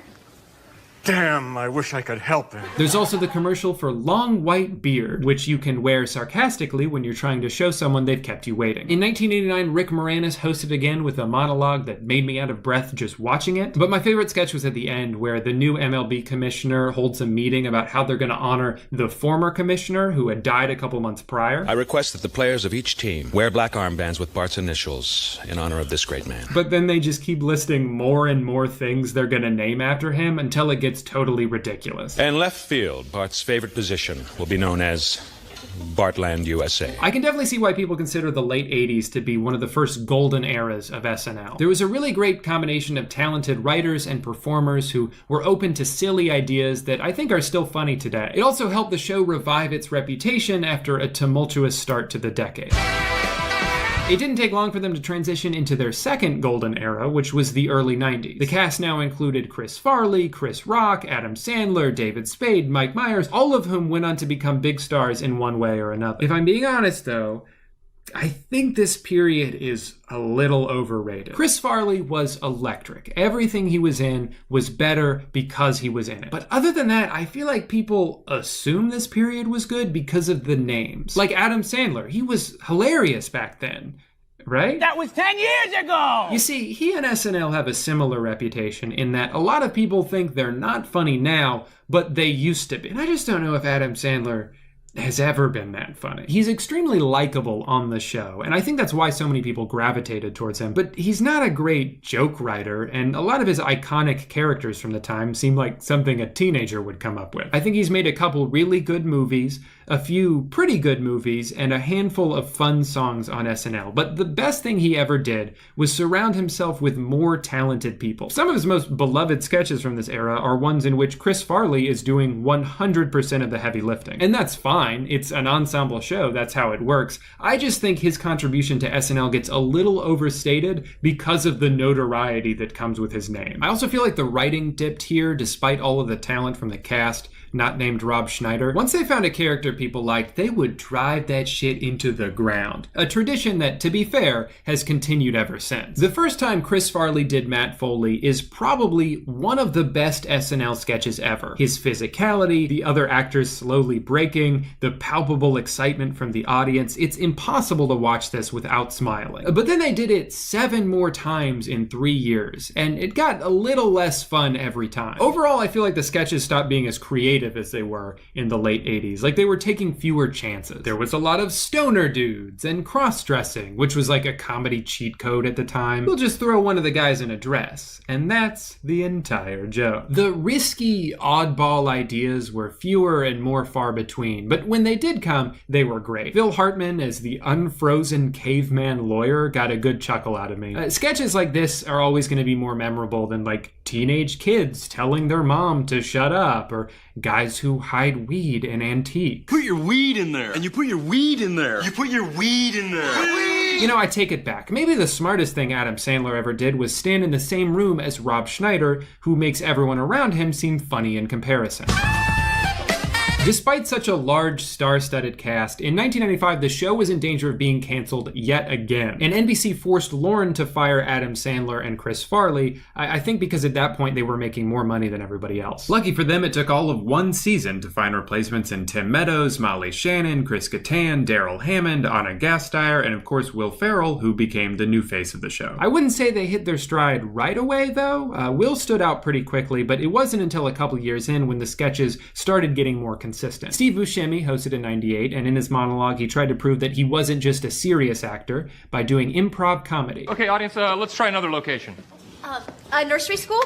Now that sucks. Surprisingly, my favorite sketch in this episode was a fake Disney movie trailer where they turned the Titanic into an animated musical for kids. Don't miss Tiny, or your child will hate you. Growing up, I always hated these animated sketches. The worst sound to hear in the middle of the show was this, because I knew I was not gonna like it. But this one was alright. When Weekend Update rolled around, I was very confused when Colin Quinn showed up. I thought I was familiar with every Weekend Update host. I was wrong. Apparently, Norm Macdonald got fired mid-season because he made too many O.J. Simpson jokes, and one of NBC's executives was friends with O.J. If that story is true, It's funnier than anything this guy said in his 2 years on the show. Finally, in '99, Tobey Maguire hosted, which I thought was weird because I didn't think he became a big star until Spider-Man came out a few years later. He did a couple impressions the audience really loved. Keanu Reeves on Celebrity Jeopardy. Keanu Reeves, you look rather pleased.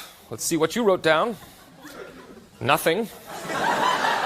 The question was right, anything, and you got it wrong. And Screech from Saved by the Bell. He was a natural, and Will Ferrell was also really great in this episode. There's a reason why he's the defining member of this cast. If I had to pick, I'd say the 2 worst parts of this episode were Jimmy Fallon as Hilary Swank. I'm a girl, you know. And this sketch with a Sherry O'Terry character named Nadine. Now, if you're a little older than me, you might be thinking, wait, I remember that character. She's the Simmer Down Now lady. I loved those sketches. And I would just say, maybe go back and watch a full sketch. Although I enjoyed her performance here, I don't love that the joke is just that they say simmer down now like 30 times. Simmer down now. Simmer down now. Tell David Thomas he better simmer down now too. This style of catchphrase comedy has been one of my least favorite parts of SNL, and something I think has plagued the show for the past 3 decades. Okay. There's a difference between repeating a joke but heightening it each time, and just saying the same thing over and over and over and over. This happened again in the next episode I watched with Conan. I was really excited about this. I didn't even know he had ever hosted, but one of the first sketches they did was him as Molecular Man, where he just kept repeating his catchphrase.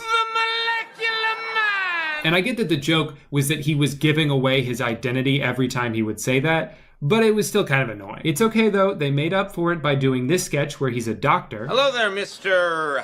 Benoit Brown. Who has to break the news to his patient that in order to save his life during surgery, they had to remove his taint. Are you talking about my fleshy fun bridge? You bastard! You butchered me! Horatio Sands is so good in this. If he didn't sell it as well as he did, it wouldn't have worked at all, but his devastation is hilarious. Oh, he can't work. He lost his taint. Oh. This was another fantastic cast. While most of them didn't turn into big movie stars like the cast from the early 90s did, they were all really funny performers who were perfect for this show. You had Rachel Dratch, Maya Rudolph, Tracy Morgan, Chris Parnell, and Tina Fey started doing Update with Jimmy Fallon, who I guess just woke up from a nap. The Britney Spears episode in 2002 was really good. She nailed Barbie, which may not sound like a compliment, but it is. She was really funny in this, right down to the arm movement. I also like this sketch about a news show where everything kept going wrong, and the rest of the episode was forgettable. Will Ferrell moved on from SNL after this season, but I think he left the show in pretty good hands, with Fred Armisen and Will Forte joining at the same time in season 28. You know, as much as I'd love to see Al Gore, John McCain, or Jeff Gordon host, what the fuck happened here? I went with another Britney, this time Murphy. I actually do kind of like the Leatherman sketches that Jimmy and Horatio did, but you're not gonna believe it. They actually broke character during it. What? I've never seen them do that before. 2 of the most popular SNL sketches of all time came when Lindsay Lohan hosted in 2004, but I was more interested in watching the Olsen twins host the season finale together. New York Minute, a very good movie. You know what? Never mind. Tom Brady hosted in season 30. Wow, is there anything this guy can't do? I am the bear, shuffling guy. Shuffling on down, don't ask me why. Oh, comedy. Maybe he really is human after all. For some reason, season 31 barely exists online. The longest episode available is only 26 minutes, and a third of it is Dane Cook's stand-up. I'd be lying if I said I wasn't very excited for this episode as a kid. And seeing this turtleneck sketch again brought back a memory I forgot I had. I actually, told my friend about this skit the following Monday, hyping both it and Dane Cook as the funniest thing I'd ever seen. Everyone makes mistakes. The best part of this episode, at least that's been preserved on the internet, is this Taco Town digital short. Pizza? Now that's what I call a taco. And that brings me to the most formative years of my SNL memory, What do they say about SNL? Everybody's favorite cast is the one from when they were a teenager. Well, I was 12 in 2006. So this was my favorite. Part of the reason I wanted to make this video was actually to go back and watch these episodes in full to see if they are really as great as I remember them being, or if I'm doing what the generation before me does to the Adam Sandler era. And wouldn't you know it, these episodes aren't perfect either. I've been lied to by my own brain. I chose the Matthew Fox episode because I've actually been rewatching Lost recently, and I wanted to relive what it was like when that show was America's biggest cultural phenomenon. I like the Lost-related sketch, and I always thought the MTV4 show they did was pretty funny. In this one, Maya sang a song called Tiny Moves, where she did tiny dance moves, but the rest of the show fell kind of flat. In 2008, Shia LaBeouf hosted, which made this a pretty easy choice for me. Part of the fun of SNL is how they preserve specific moments from these celebrities' peaks of stardom. Also, I remember liking this episode. There were 3 really great sketches: an old game show that turned into a murder investigation, a scared straight bit with Keenan, and this one where Shia and Andy buy drinks for 2 women who are very enamored with them. Well, why choose one when you can have them all? Oh, you mean an 8-way? When it rains, it pours. Also, I never really liked the Vinny DiVecchi sketches growing up because I didn't understand them, but watching them as an adult, I appreciate them a lot more. Especially how Will Forte never has any lines, but he's always in the background just eating spaghetti. I do have to dock a couple points for having probably the worst digital short out of the 100 or so that they made. There's a reason I have no memory of this. Speaking of young celebrities in the peak of their stardom, a long-haired Zac Efron hosted in 2009 and performed a bunch of sketches that SNL's YouTube page has probably recommended to you at some point. There's the bar that doesn't card, which Zac and Andy think is really cool until they realize there's like 8-year-olds in here. Whoa, careful guys. They're gerbils. Gerbils? Yeah, it's the opposite of cougars. There's Troy Bolton going back to East High to warn everyone that nobody sings in college and everybody in this school got a terrible education. I learned that I don't have to play into stereotypes that people have for me. I can be a jock and a dancer. What's the capital of Texas? Texas City? Texas Town. Yeah. And finally, this one with Fred Armisen. I am your mother! The next season had my favorite of John Hamm's 3 times hosting, though this is one of those episodes that's a little rough on rewatch because it's like way too long political cold open, boring topical sketch that is obviously no longer topical. And now that that's out of the way, we can get to the funny stuff. Like this sketch that I've always loved with the musical guest Michael Bublé called Ham and Bubbly, a pork/champagne restaurant they started where you slowly realize that John is holding him hostage. If you can find a better place for pork and champagne, keep it to yourself. Then there was a commercial for the Closet Organizer, which is just Will Forte in a blue morph suit. Stars! Dockers! Water! All it needs is 2 meals a day and a little bucket to do its business in. And then you forget about that for a minute. You watch this sketch with Fred Armisen as a distracting courtroom stenographer, and then they end the show with something I've never seen on SNL. I know you from somewhere. Are you on TV? A callback to one of the sketches from earlier. You're the freaking closet organizer guy, aren't you? Marbles! Pies, pies, pies! In season 36, Emma Stone hosted, and she's one of those people like John Hamm and Ryan Gosling that elevate the episode whenever they're on. Some guests you kind of have to work around and give them small parts and things and not too many wordy lines. So it's always nice when the host can carry a sketch on their own, especially when the show's trying to navigate cast turnover. This season had a lot of Abby Elliott and Paul Britton, 2 people who never really made a huge impact on anything. This Weekend Update was also great. They had Stefan and also John Mulaney as himself, something he did twice while writing for the show. I love to watch any movie that stars an animal because the animal does not know that it is in a movie. Daniel Radcliffe was really good in season 37. They did a Harry Potter sketch where he's sort of a has-been at Hogwarts but doesn't want to accept it. But my favorite was probably Spin the Bottle. Make sure it lands on me. I'll try.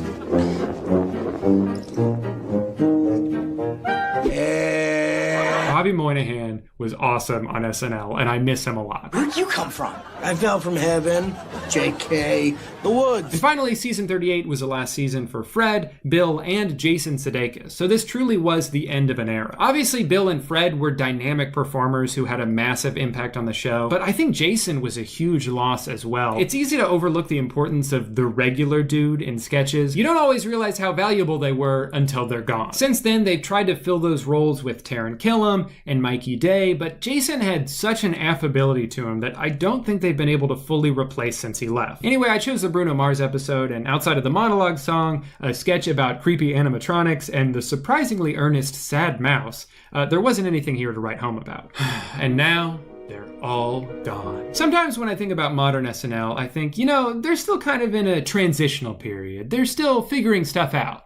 And then I realized it's been like 9 years already. And upon rewatching the shows from 2013 on, I realized a lot of them aren't even that bad, or at least not that much worse than the shows I've spent the past 3 weeks watching. The cast is still extremely talented, although maybe not always used in the best way. But this period had Kate McKinnon, Bobby Moynihan, Adie Bryant, Vanessa Bayer, who was super underrated, and Taran Killam had some really funny characters that killed every time. A lot of this, though, I appreciate more in hindsight. I was less excited to watch SNL at the time, and often didn't. And yeah, I think it dropped a little bit in quality, but that had more to do with the fact that I was like 20 years old at that point, and I was more critical of the things I watched. So I completely understand why people older than me did the same thing to the mid-2000s cast that I grew up on. So 2013 to 2016 is sort of the modern SNL, but pre-Trump era. And I feel like it was like right when they were starting to find their comedic footing again, here comes Alec Baldwin. Now, I've talked about this before, but one misconception people have is that SNL got political in 2016, as if that's not something they've ever done before. In the past few weeks, I've watched them make fun of Obama, Hillary Clinton, Jimmy Carter, Ronald Reagan, Al Gore, Mitt Romney, George Bush 1 and 2,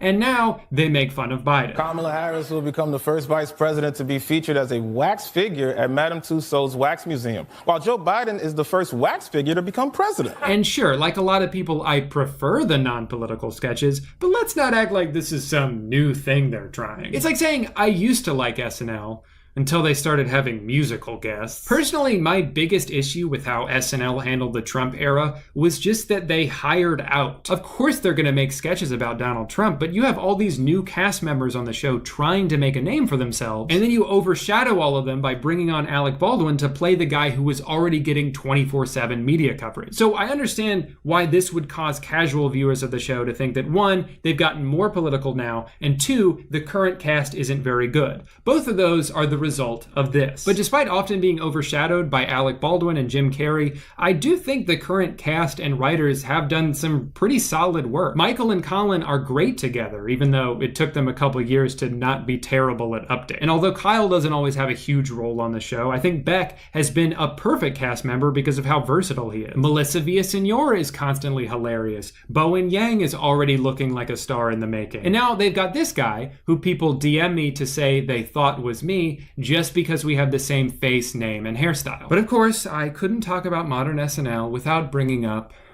this. What I have to say right now might be a little cringe. People are so mean online. To the moon!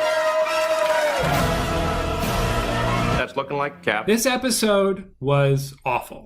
I hated it. It was so difficult to watch that I was actually relieved when Chad showed up. I hate Chad. But even in this terrible episode, there were a few bright spots. I thought the sketch about how all our conversations sound the same now was spot on. I went to one dinner outdoors and one dinner indoors. Do I have brain damage? But I'm not going to sit here and say that it was a good episode, because it wasn't. I don't think they should have had him on in the first place, although I understand why they did. That's just what SNL does. Every so often, someone controversial will come host. Whether it's Rudy Giuliani in 1997, former board game mascot Donald Trump in 2015, or Elon Musk. Wait, what? That's the guy who makes self-driving cars and self-exploding spacecrafts. But he's not a comedian/performer.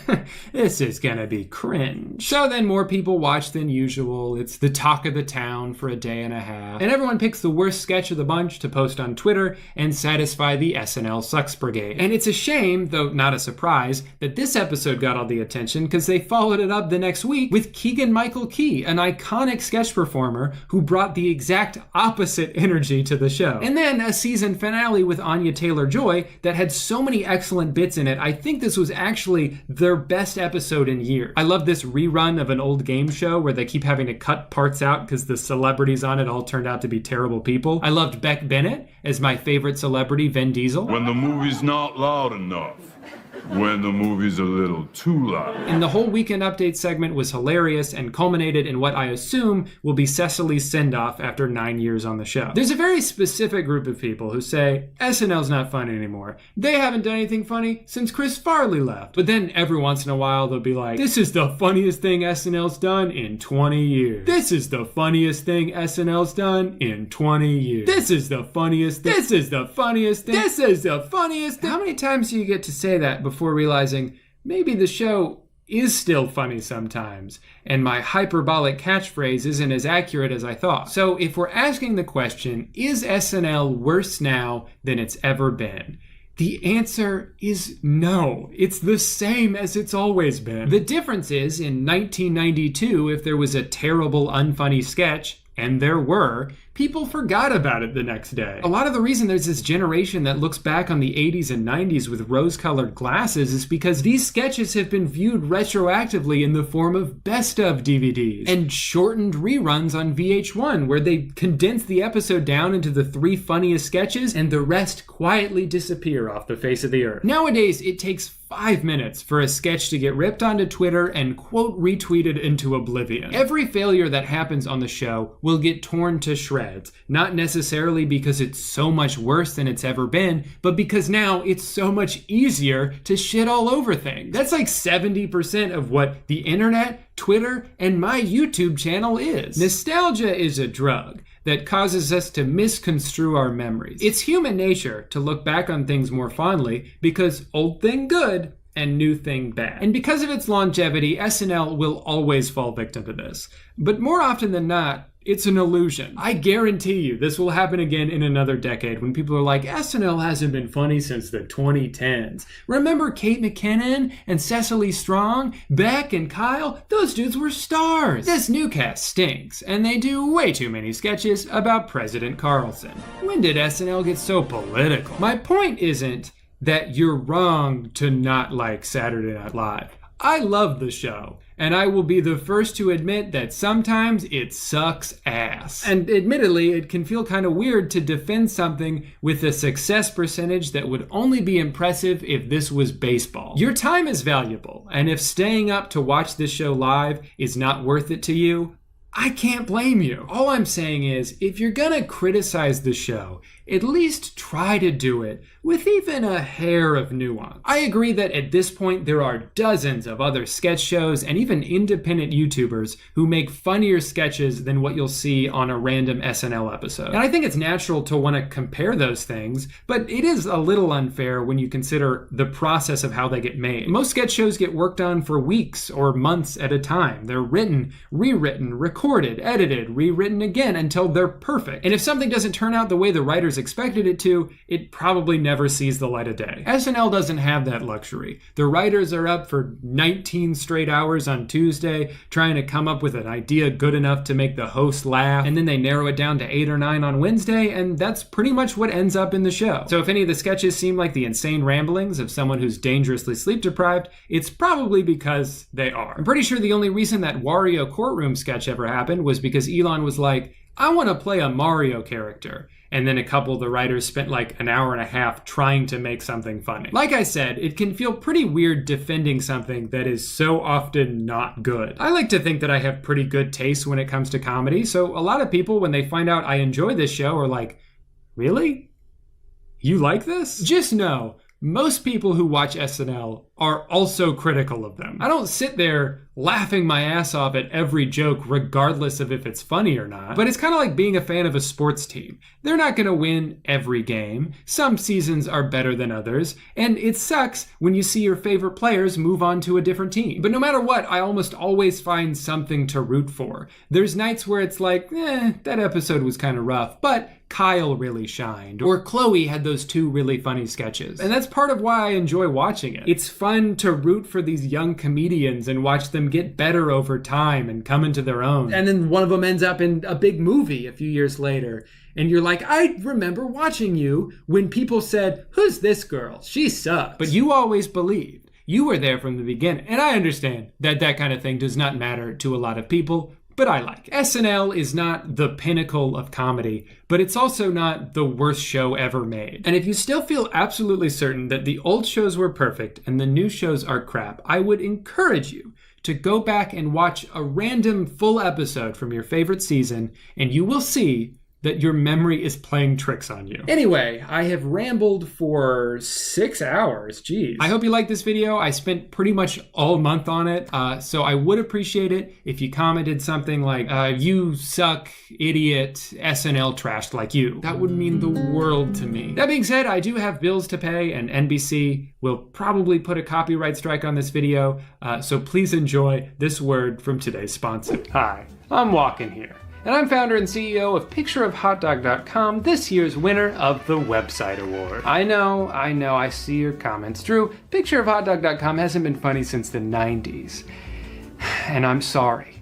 I agree. So to try and recapture some of that vintage magic, I've decided to add a brand new topping, 90s outfit. That was before he went bald. As always, I couldn't have made this website without the help of today's sponsor, Squarespace. Squarespace is the best way to make the website of your dreams, whether it's an online store where you sell clothes to bugs, or a blog you want to write about all the books you've read and everything in between. Where they really shine though is as an online store. I used to sell my own merch on a website that I built with Squarespace, and it was such a simple process that even without any web design experience, I had no issues. From creating your look, setting prices and inventory limits, and showing related products under other products, viewing all the analytics you could ever need. They even partner with ShipStation, which is a life-saving feature that helps organize all your shipping labels so you can print them in bulk. So if you're interested in taking your business or creative endeavor to the next level, you can go to squarespace.com/Drew to get started with a free trial. And when you're ready to launch your website, use my promo code Drew for 10% off your first purchase of a website or domain. Thank you to Squarespace for sponsoring today's video, and be sure to check out PictureOfHotDog.com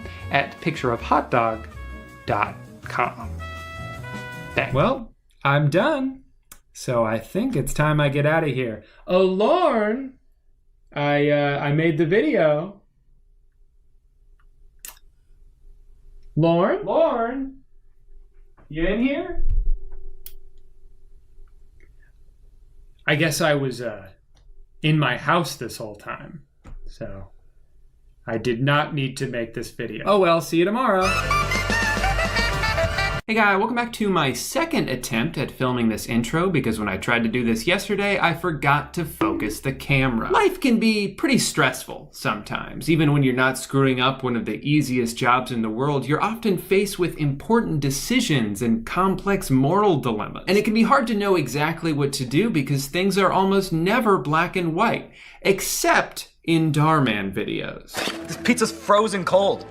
I'm not paying for this. Maybe you should get a job delivering pizza. Derek finally understands how difficult it is to have a job. I know how hard your job is. The Darman cinematic universe has a beautifully simplistic view on life where there's always a good guy and a bad guy, there's an obvious solution to every problem, and karma happens immediately. Teacher accuses student of doing drugs, instantly regrets. Car mechanic tries to scam a woman, instantly regrets. Customer shames fast food worker, instantly regrets. Instantly regret. And when the titles don't end with instantly regrets it, it's what happens next will shock you. Which is funny because every single Darman video is exactly the same, so at this point, I am no longer shocked. If you want this, you're gonna have to get it from the trash. Here. You can get it out of the trash.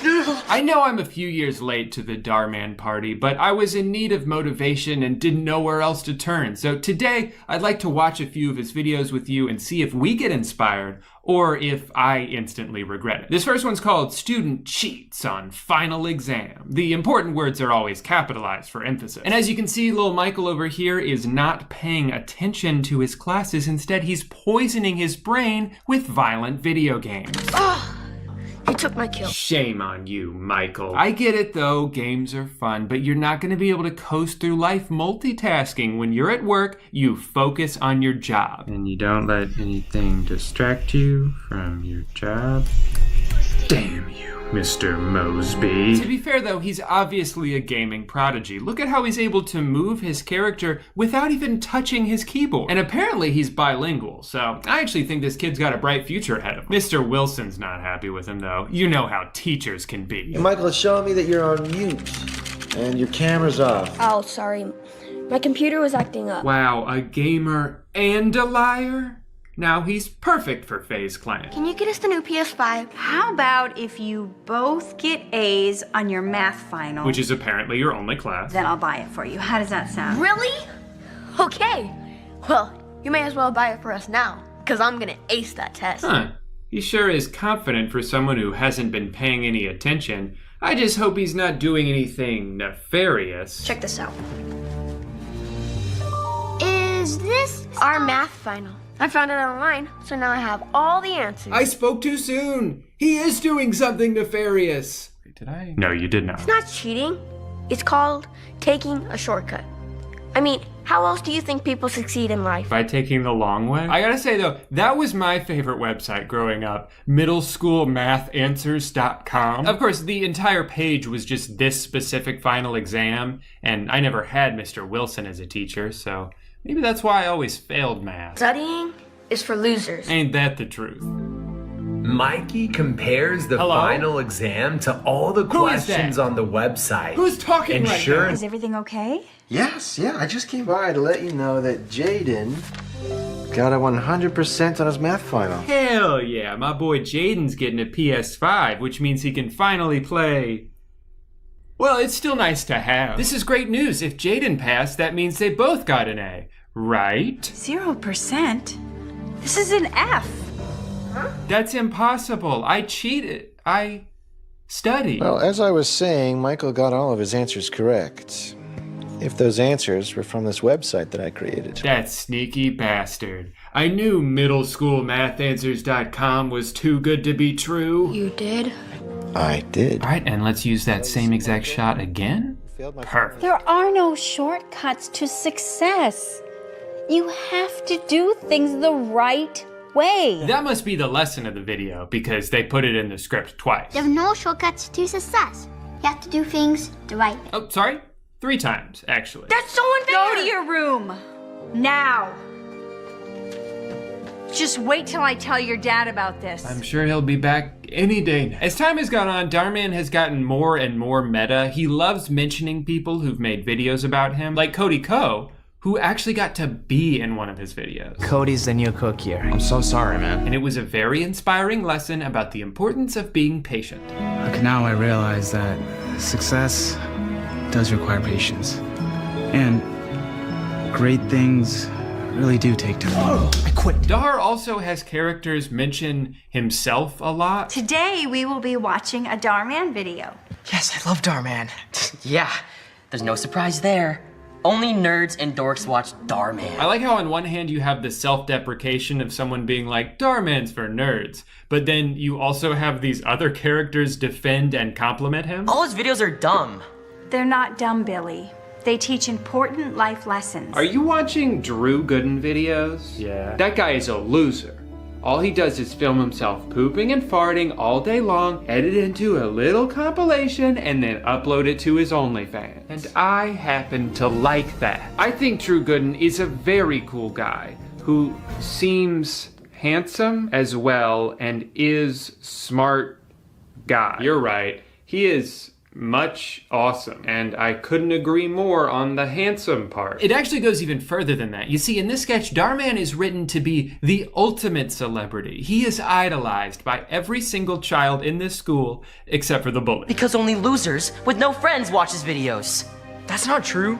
I watch Starman. I love all his videos. Noah even spends his lunch break watching him on YouTube. Side note, I love that instead of just playing a video on the phone, they made the editor mask it onto the phone frame by frame. As a former video editor myself, I can relate to that all too well. Oh, don't you think we should pull up the video? Don't worry about it. We'll fix it in post. What do you mean we? What'd you say? Nothing? Sorry. And take that paper off. You got it, boss. And when Noah's mom comes to pick him up after a long day of ruthless bullying. Dork! Psych! She knows just how to make him feel better. Darman t-shirt. So you see? Really? Wow. Thanks, Mom.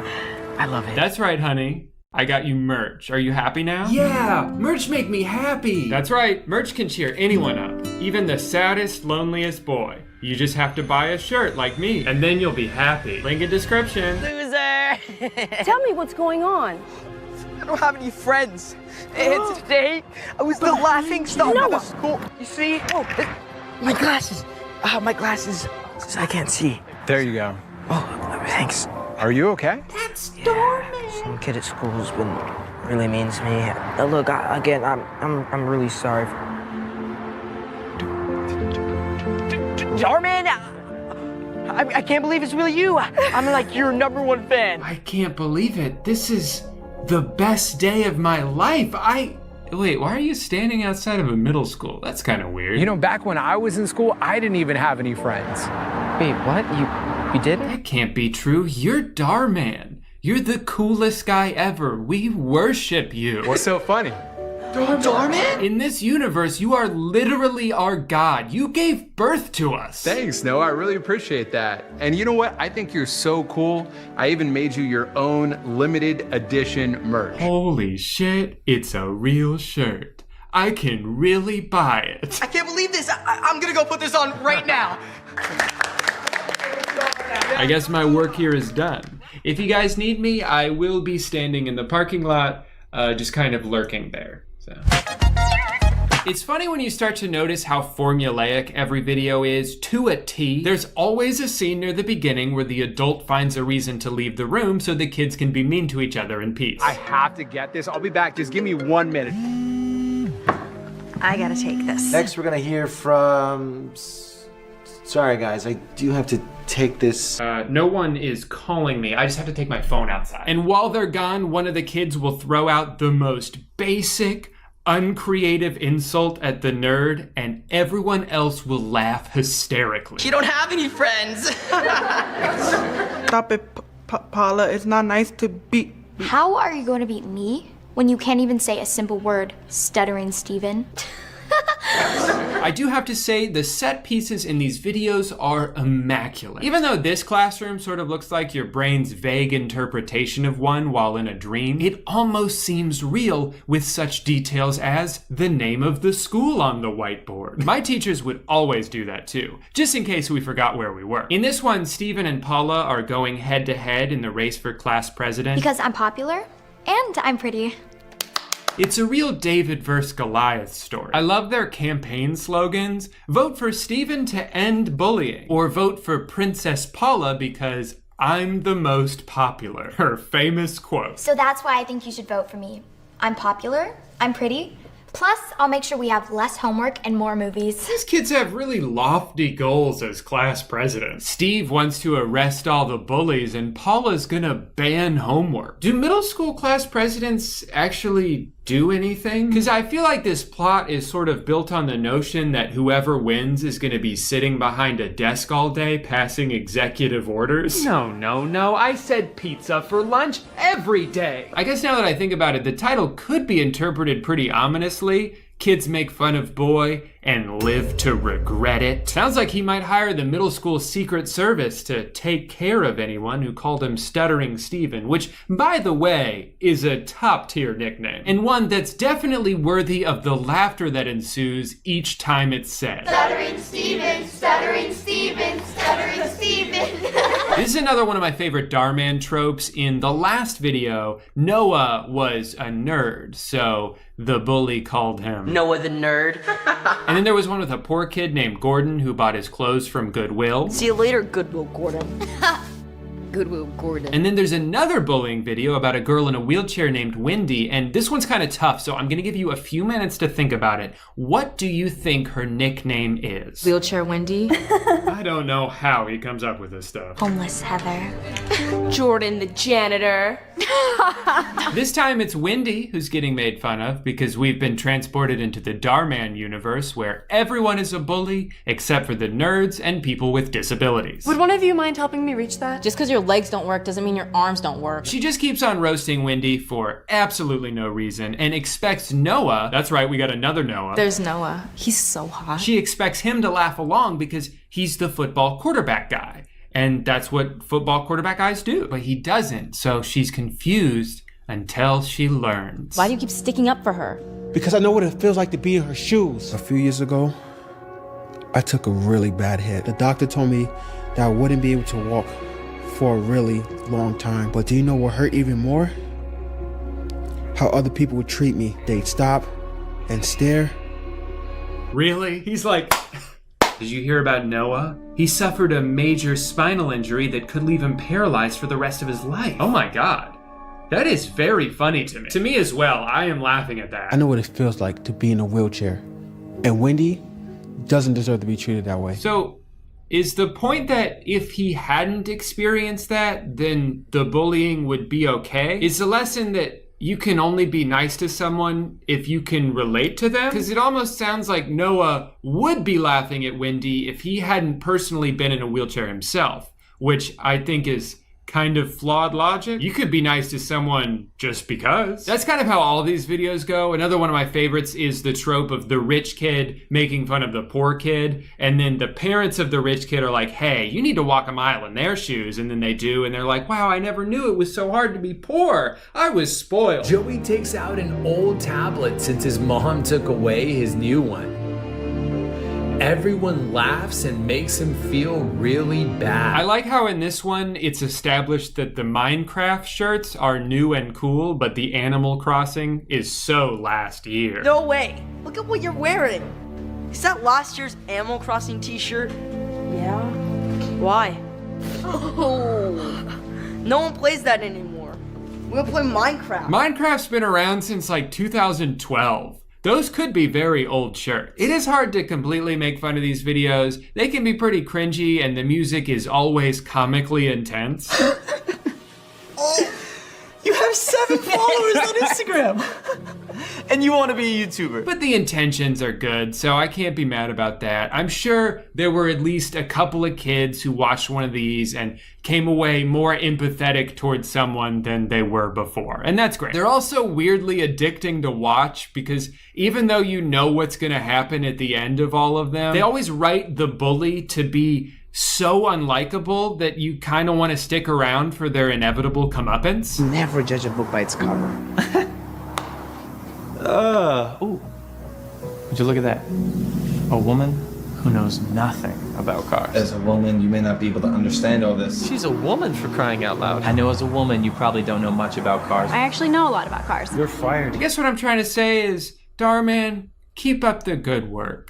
YouTube just wouldn't be the same without you. And also, please cast me in one of your videos. I could pretend to be a cook. I could knock over an egg. Just give me a shot. Small disclaimer, I do live in Florida. You're gonna have to fly out to me. I will not come to you. That's non-negotiable. Those are my terms. Needless to say, this has been a very inspiring afternoon. I think I'm finally feeling like myself again.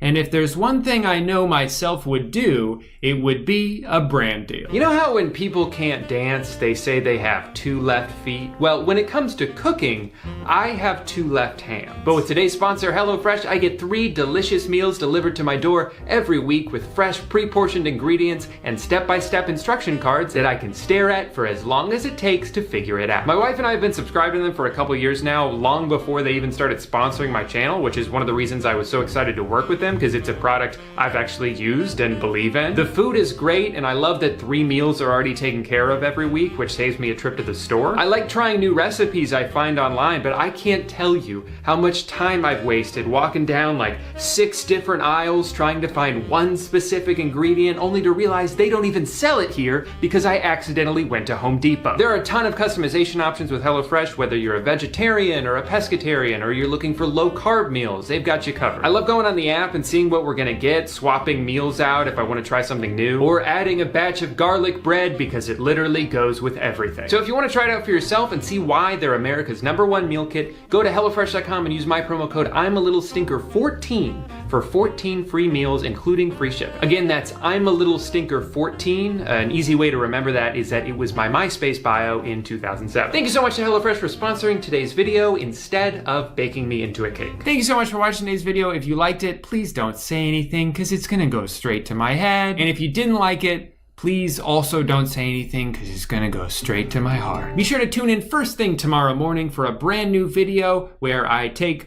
all of my other videos and put a laugh track over them. Bye. New merch, new merch, new merch, new merch. Hey guy, welcome back to the abandoned dungeon I converted into an office. So today's video is about my #1 favorite Instagram page right now. It's called Remember Old Time. And in spite of the name, it's not ironic at all. It's just a page made for 60-year-olds to be reminded of old time. Now, before we start, I'm not just here to knock on boomers for engaging with nostalgia bait when literally every generation does the same thing. Hey, remember SpongeBob? Remember World War II? Remember yesterday? I just want to share what I found on here because it is the execution that makes it so hilarious. For starters, they have multiple times posted a meme that has been cropped so badly you can't even understand what it says. There's a Twitter page that does this as a joke called Cropped Boomer Memes, and it's great. But I think I like this one better because it's not on purpose. Cropping this image to the point that "if you" is barely legible is a flawless shitpost, and they don't even realize it. Wait, what? Yes, I do. So true. I agree. Am I missing something here? You know, maybe I was wrong. Maybe this is a complete sentence. It's a picture of a Tonka truck, and they're just saying when Tonka trucks work. Maybe I'm being too harsh on these guys. All right, but let's move on to the actual memes. Now, if there's one thing Ellen DeGeneres taught me about boomers, it's how much pride they have in knowing how to do tasks that have become obsolete. One person said, "I'm gonna teach my grandchildren how to use a rotary phone?" Why? They're not gonna have one. I'm begging you, on behalf of children everywhere, please, just teach them how to do their taxes. It's the only thing they want to know. Don't buy them a watch. Their phone has the time on it. You don't need to gatekeep technology that doesn't exist anymore. I'm not gonna teach my grandchildren how to download LimeWire. Also, the other part of that meme was using a TV with no remote. You taught your kids not to use the remote? Oh my god, and cursive. These people are obsessed with cursive. Should kids still be taught cursive? Sure, whatever. But not so they can read documents like the Constitution and stuff. Do you think no one has ever, typed out the Constitution online? You could probably listen to it if you wanted. Do you think the only way to read it is by having the original document in your hand, which I assume is kept at Nicolas Cage's house? I refuse to argue with anyone born after 1995. Y'all can't even write in cursive. Someone said, y'all can't even switch the TV to HDMI 2. But besides cursive and being able to tell time on a regular clock, the other thing they take a lot of pride in is how well-mannered they are. Who still says excuse me or pardon me when walking in front of someone? I always do. That's the way I was taught growing up. It's called manners, something that no longer exists. People who were raised right. Like me. I do. I was raised that way. I was raised with manners. Great. You guys are so polite. Thank you for telling me how polite you are. Which is also something they hate? I hate when people try to praise themselves for doing a good deed. We understand you helped an old lady cross the street, but does everyone need to thank you for it? Are there any females left that'll say thank you when someone holds the door open for you? Can't you just be a silent hero? You cancel out your good deed by bragging, which is something I would never do. Call me old-fashioned, but I miss clean shows like Andy Griffith. It's called a joke. We used to tell them before people became offended by everything. I might be old, but I miss wholesome shows like this. To all of you offended, you wouldn't have made it through an episode of me without having a meltdown. Call me moral, but I miss clean shows. To the good old days when we could make fun of each other without everyone getting their panties in a bunch. Oh my god, which is it? You can't have both. You can't say, oh, these damn liberals get offended by everything now. They wouldn't have lasted 5 minutes back in my day, when shows were wholesome and everyone was nice to each other. What I've learned from this page is that boomers love to have their cake and eat it too. They'll refer to anyone under the age of 30 as being a part of the me generation, because of all the selfies. Not that they do that, They don't have 7,000 Instagram posts or take 4 selfies a day that all look the same. That's just the teen. To be fair, I am technically taking hundreds of selfies every minute as we speak, but that's not the point. I just love the hypocrisy of it. Young people today are so narcissistic. Not like us, who are better at everything. We had the best music, the best cars, the best soda, and the most happiness. And now, because we're better than you, we're gonna hoard all of the money, all of the land, and you'll never be able to buy a house, you selfish millennial. If you had a pair of these, you old. One of the things I realized is a lot of these people don't necessarily miss a specific time period so much as they miss being the age they were then. You can still sit outside or eat a hot dog sandwich. Those aren't exclusive to one decade. Back in the day, would this have been you? Yeah, I used to sit in the dirt. Used to eat the dirt too. Did not taste good.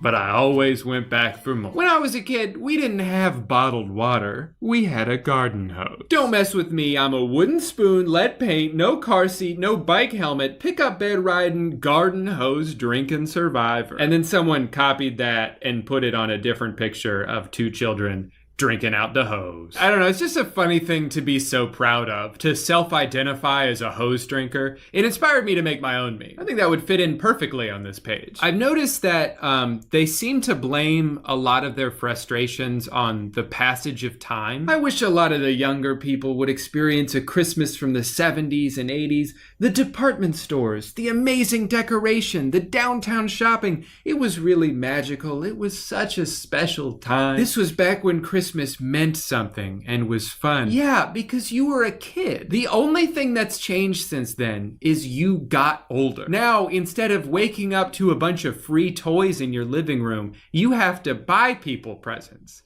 And it's stressful. You can still enjoy it if you want, but it sounds like you'd prefer not to. When I was a kid, this is how Christmas trees look. Who remembers old-fashioned Christmas trees like this one? Who remembers trees like this? Nothing and no one is stopping you from decorating your trees in exactly the same way. Oh, Christmas used to be so magical before the government banned tinsel. Also, the thing you miss about Christmas in the 70s was the department stores. You can still go to the mall in December. Guess what? It's packed. The spirit of Christmas is still alive in Dillard's. You know, I'm starting to realize that I think the thing they actually miss is just a time when there were less people. I guess I can't blame them for that. Now, if for whatever reason you do make the mistake of following this page, one of the first things you'll notice is how relentlessly they post. They are so dedicated to quantity that half the memes at this point are just, hey, remember this?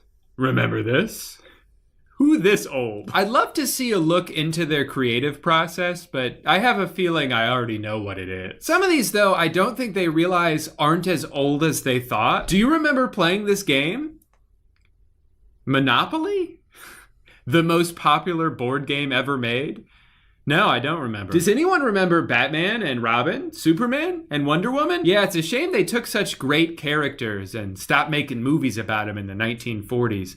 Just dusty old relics of the past. Who remembers grilled cheese sandwiches and tomato soup as a kid? We still eat this. How does it taste? Still love it. How does it taste? Please. Someone please tell me how this tastes. You know, I love that even though it seems like they're making all these memes themselves because of the consistent font throughout, they're all so perfectly low res. It's like they run them through a VCR before exporting. Did your house look like this too?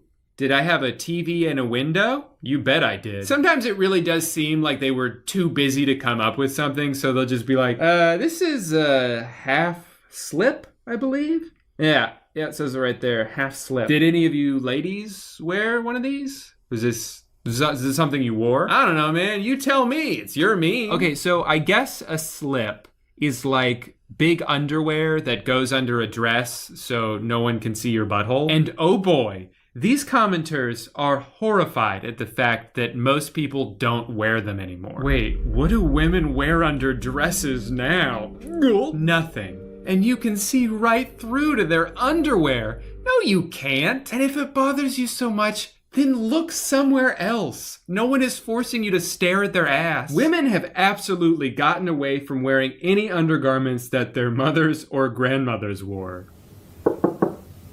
Hey, Grandma. Can I borrow your underwear? Not much from what I've seen. Advertising their wares. Nowadays, they don't even wear panties. Let the breeze flow through and ventilate the monkey. The great irony here, though, is that while a lot of these people are whining about how women go outside without covering every inch of their body, this page is often flooded with comments from what appear to be sex bots. And then the same men who complain about the way women dress will fall hook, line, and sinker for a profile picture of a butt. Society is falling apart. No one even wears pantyhose anymore. Ooh, a butt. But it wouldn't be an Instagram page if it wasn't filled with horny middle-aged men trying to hit on every woman they see. This was Google when I was a kid. Yeah. Hello, how are you doing today? Inbox me. Nice picture. You have a lovely smile. Would be glad if we can be friends. Greetings, how you doing? Hope you don't mind. Just want to be a friend to you. Ooh, this old. Okay, but without a doubt, their favorite post of all time because they've posted it like 7 times already, is this one. In the 50s, no Botox, no ripped jeans, no silicone, just grace and elegance. Holy shit. The top comment on here is, those were the good days when ladies respected themselves. Ugh, I miss when women had self-respect. Back when they wore everything their husbands told them to and would have been shot dead if they put on jeans. Not like today's girls who wear t-shirts sometimes. Someone said no filters.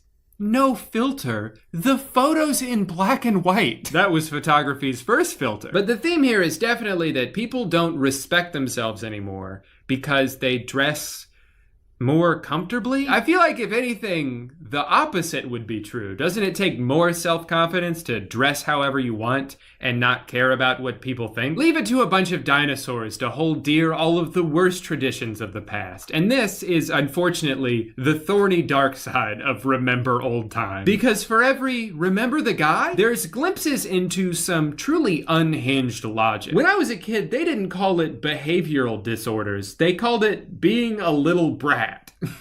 Okay, I'm so lucky I got to grow up in a time before empathy was invented. Our parents would just smack the shit out of us until we were so scared of them we never talked again. Got smacked a lot, and proud of it. This is obviously a tricky subject because there are a lot of parents who don't seem to discipline their children and do raise them to just be spoiled and entitled, and that's a problem in its own right. My parents raised me to believe that I could do anything I put my mind to, and look at me now. A YouTuber. But some of these commenters are a little too excited to chime in here. And back then, we got spankings for being a little brat. There were no CPS workers to come to your house. Oh my God, are you anti-child protective services? Like, yeah, you should be able to discipline your child, but also, you do have to draw a line somewhere. And for all these people who are like, nah, what happens at home stays at home, is terrifying to hear. But really, you just have to love the dichotomy of a group of people going, my mama raised me right. We were taught about a little thing called manners, which unfortunately aren't too common these days. Dad, can I play Xbox? Oh my God, shut the fuck up. I always hold the door open for people. And I like to say excuse me and thank you.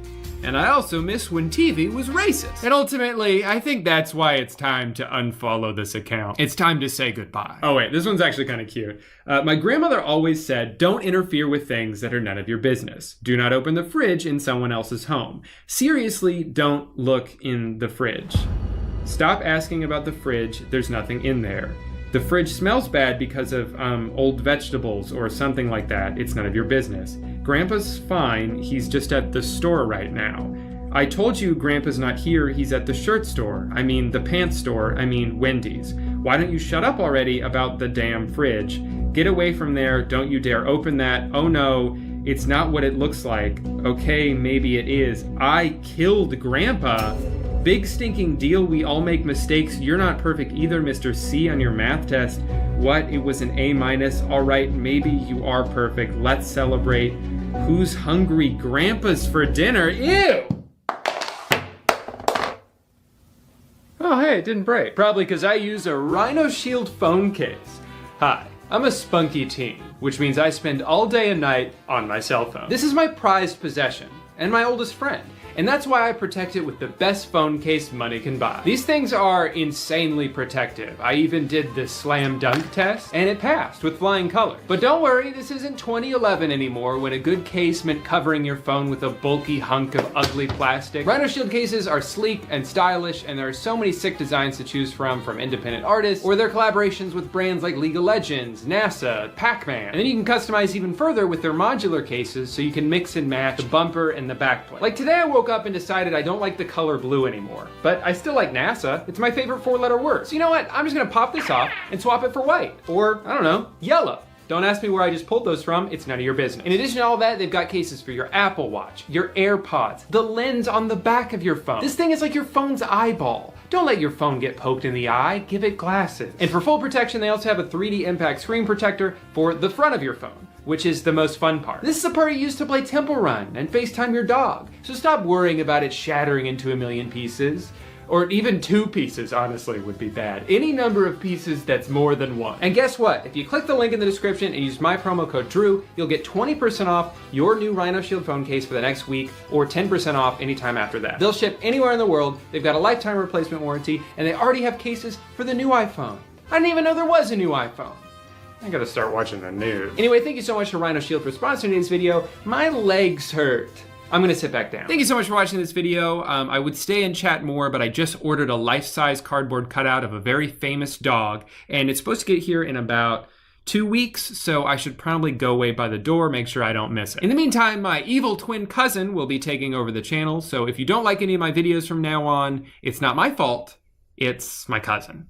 So, blame him. Anyway, gotta go set up a toilet on my front porch, so see you next time. If you grew up in the mid-2000s like I did, then you probably remember the absolute chokehold that Guitar Hero and Rock Band once had on our society. I don't know if it was just because this box became the default Christmas present for most children in 2007, but Guitar Hero 3 was the first video game to ever pass $1 billion in sales, roughly the equivalent of 500 wireless controllers. But that means that in the span of less than 3 years, Guitar Hero went from not existing at all to becoming one of the most financially successful video game series ever made. In 2008, both Guitar Hero World Tour and Rock Band 2 came out. These games added other instruments into the mix, like a microphone that turned your living room into a karaoke bar, and drums that turned your downstairs neighbors into people considering arson. Together, these games sold over 6 million copies, and with endless possibilities for expansion, it seemed like these two franchises would be staples of the video game industry for years, if not decades to come. So what the hell happened? I guess in a perfect world, you would have just had to buy one game that you could continue to expand your library of songs on through reasonably priced DLC. Unfortunately, that is not the world that we were living in. Instead, Activision and EA chose to release full-priced games, not even once a year, every couple of months. Games that cost $60 American and sometimes only featured songs from one band. All of these games came out within 2 years of each other. It was like they were determined to oversaturate their own market as quickly as possible, and most fans just couldn't keep up. Look, I was 15 in 2009. I didn't have $300 to spend every year so I could pretend to play the guitar. I had $3 to spend every year, and I used it to buy iced tea from 7-Eleven. These companies were led by people who expected to keep making $1 billion every time they put out a game, not considering the fact that most of those sales numbers came from the overpriced instruments that you only needed to buy once. We just wanted more songs, man. I don't need a different fake guitar. But despite now being dead and buried for the better part of a decade, there's been a little bit of a nostalgia-driven resurgence for Guitar Hero lately. There's a pretty dedicated online community that plays their own modded version of the game. The controllers are still just as expensive as they ever were, although that's more of a supply and demand issue. And when I went to a barcade a couple months ago for my friend's birthday, it was one of the only games that you had to wait in line for. That's right, Guitar Hero fever is back, baby, and you might want to call a doctor because I'm showing symptoms. I've got night sweats, heartburn. Sometimes when I get up too fast, I get kind of dizzy. So yeah, maybe the night of my aforementioned friend's aforementioned birthday party, I did go home and drunkenly buy Guitar Hero 3, a guitar for the Wii, and an adapter for PC. But as you've seen from the title, that's not my end goal here. I have a theory that if I spend enough time playing this guitar, I'll get better at this guitar. How? I don't know. I haven't made the video yet. Get off my ass. I've been playing the guitar for a little over 10 years now, which sounds impressive, as long as you don't ask me to play an E minor chord. I don't know what that means. Or a pentatonic scale. I don't know what that means. Or to point to a guitar. Is it this one? No, that's a lamp. Starting out, there were a lot of things I skipped that I probably shouldn't have. I didn't take lessons, I didn't learn scales, I certainly didn't learn music theory. What, do I look like a nerd to you? Don't answer that. I would just look up tabs for songs that I wanted to learn and then just keep practicing until I could play them. Tabs are great because they're like sheet music for idiots. Like, I have no idea what this note is, much much less where to find it on the guitar. But if you just tell me which string to play and where to put my finger, it's pretty hard to mess that up. Most of the songs I learned starting out were just like simple arpeggios. Really, you can do a lot on the guitar just by playing 3 strings at a time and barely moving your hands.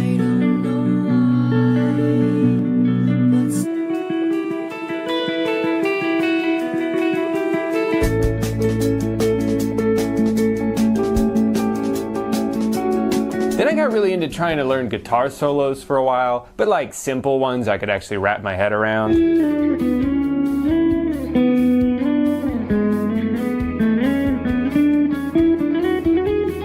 I can never really do that part. What's cool about learning a guitar solo though is that they tend to use like every note that works in whatever key the song is in. So once you memorize that, you kind of know where all the notes are that work with the song, and then you can just play whatever you want.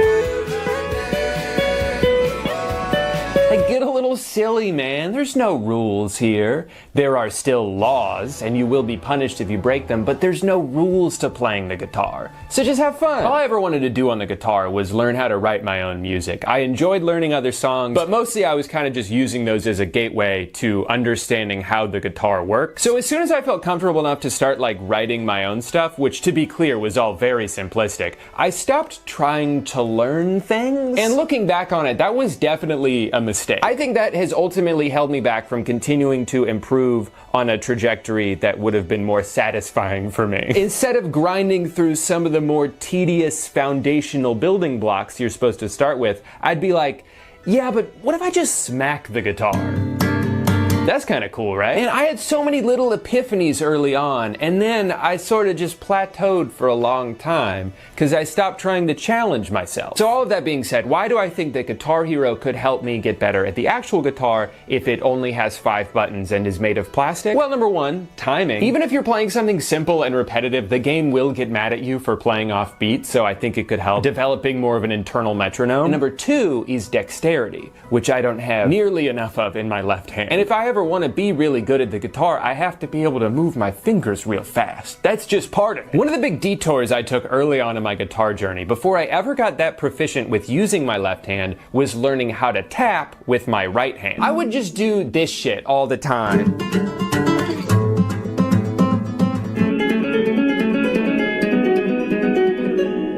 Yeah, I don't know, man. I'm not playing music. I'm just blowing off steam. Now, if I'm being honest, one of the main reasons I even learned how to do this in the first place was because I thought it would look cool. The most important factor when learning how to play an instrument. But I also realized that because I'm right-handed, it allowed me to do more with the hand that I'm actually good at doing stuff with, and take some of the onus off my left hand, which is for the most part stupid and useless.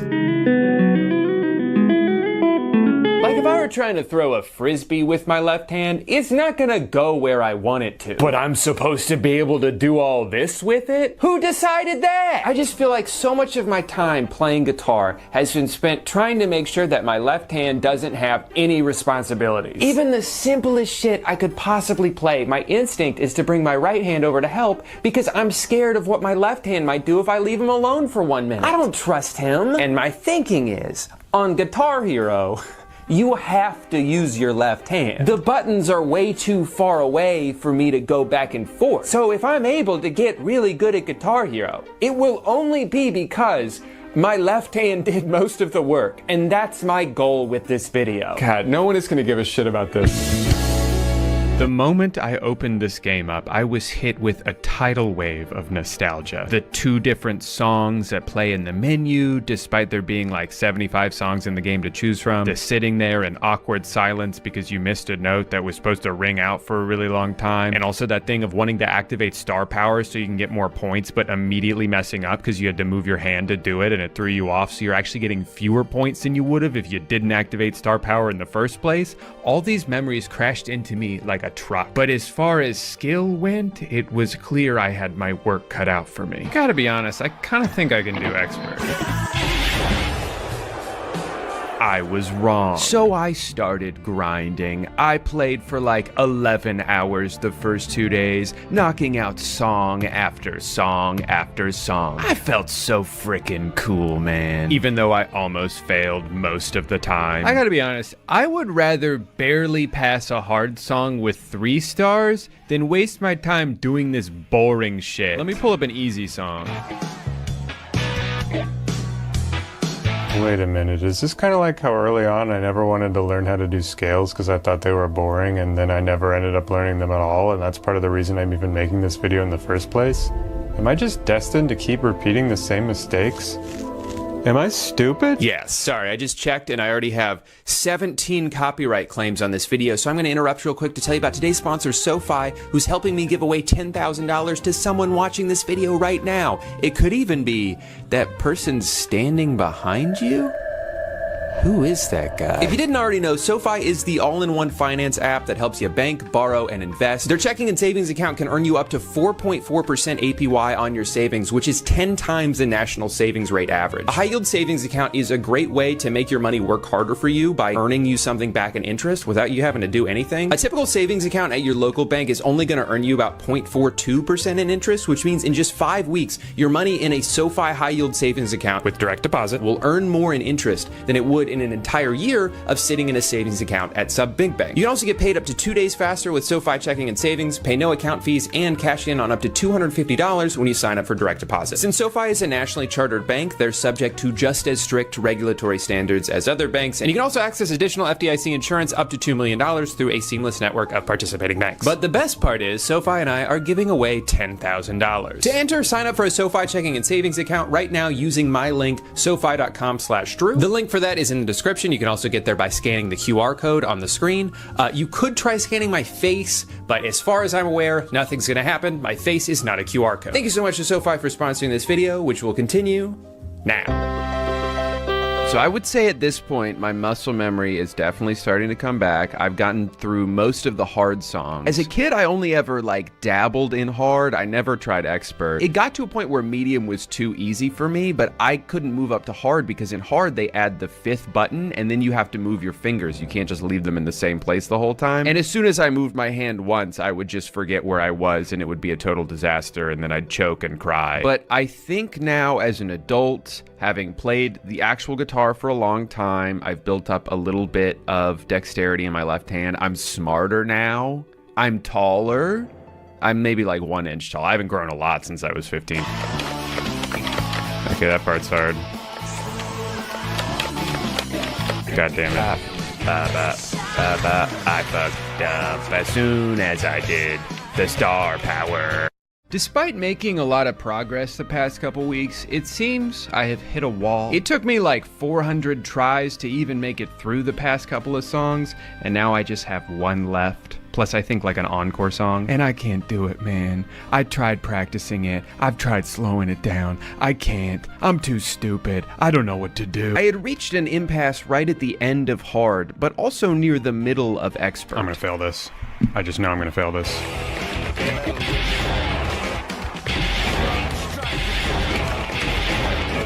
Dude, I don't think this is making me better at guitar. I'm hitting the notes! It's not me. It's the game. Here, I want the game.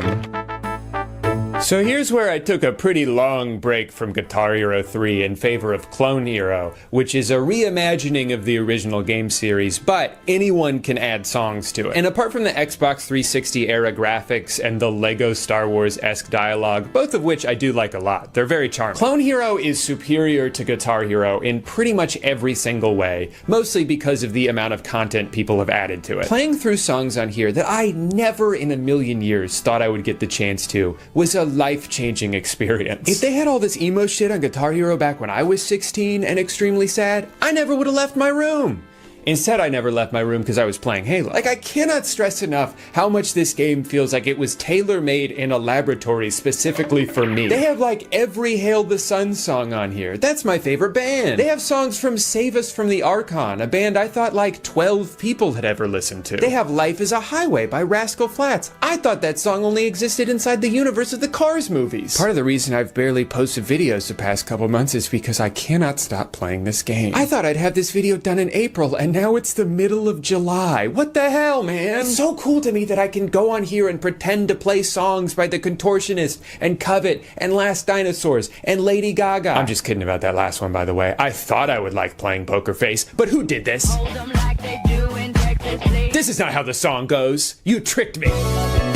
It had been about 2 months of playing Clone Hero every single day, and I was feeling pretty good about my progress. I'd get new personal bests almost every time I played a song. I got pretty consistent with hitting these big sweeps, as long as the notes are in order, otherwise my brain shuts down trying to figure it out. But even though I was getting a lot better, something kept eating at me. It was like I had forgotten the whole point of making this video in the first place. Oh, I still need to finish Guitar Hero. And you guys aren't gonna believe what happened next. I finally beat the song. This shit was the bane of my existence a month and a half ago, and now I just breeze through it on my first try? What the hell? I didn't know you could get better at stuff. I've grown, guys. This is growth. I guess it wasn't the game this whole time. It was me. Maybe I should stop blaming others for my shortcomings and just try to focus on being the best version of myself I can. I'm gonna fucking kill someone. Okay, so maybe I still can't do that song, but that's fine. I'm clearly better at the game now. I just can't do that one thing. And it doesn't bother me that I can pass all these other songs, except for the one that I have left to finish the game. That doesn't make me mad or piss me off or whatever it is you're thinking right now. I couldn't care less. I think the guy who wrote this song should be in jail. No, you're right. I could care less. Which is to say that I care a lot about how it's been 2 months and I still can't do this. At least I get to listen to this shit over and over again. Maybe I should just give up. All right, new tactic.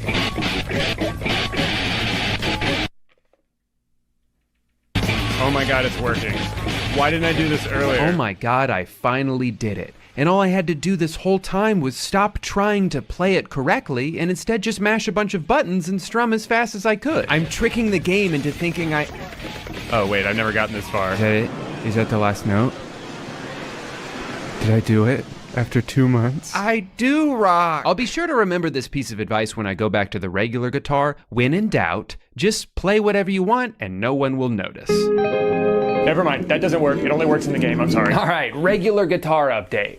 I don't really know how to track my progress on here. With Guitar Hero, they give you a score every time, but this guy doesn't tell me shit. I think playing the game at least is putting me in more of a headspace to want to practice every day. Like, it's a constant reminder that, like, it's fun to play music, which I forget sometimes, and then I don't touch my guitar for 2 months. I wrote a new song, so that's probably something. The other night I was playing around and I found some chords that I liked, and then I recorded that. And then the next day, I just kind of played it over and over again until I found a melody I liked, and then I put the two parts together and uploaded it on Instagram. And now that it's documented somewhere, I can safely forget how to play it. In fact, I already have. I feel like maybe there's a little bit more fluidity in my left hand now, but it also kind of comes and goes. I would say my biggest takeaway so far is that if nothing else, Clone Hero is a really fun way to warm up your hands before moving on to practicing the actual guitar. There's so many finger exercises and little warm-ups out there, but I'm here to say, don't bother with any of that. Just do this for 20 minutes. It's so much more fun.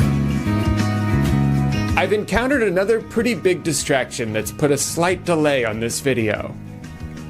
I learned how to make songs on Clone Hero, and now I can't stop doing it. It's such a slow and tedious process, and it's probably the most fun I've ever had doing anything. I first decided I wanted to do one because this band called Sea in the Sky just released a new EP, and it's great. I love this band. I think they're super underrated. You should check them out. Anyway, they've got this short little instrumental song in the middle of the EP, and I thought this is the perfect first song for me to chart, to learn how to use this software. So I spent several hours doing that, and I think it turned out pretty good. I had to tweak it a bunch because I had no idea what I was doing the first time, but I'm pretty happy with how it came out. So then I tried doing another song from the EP, and this one was going great too, until I got to the guitar solo at the end.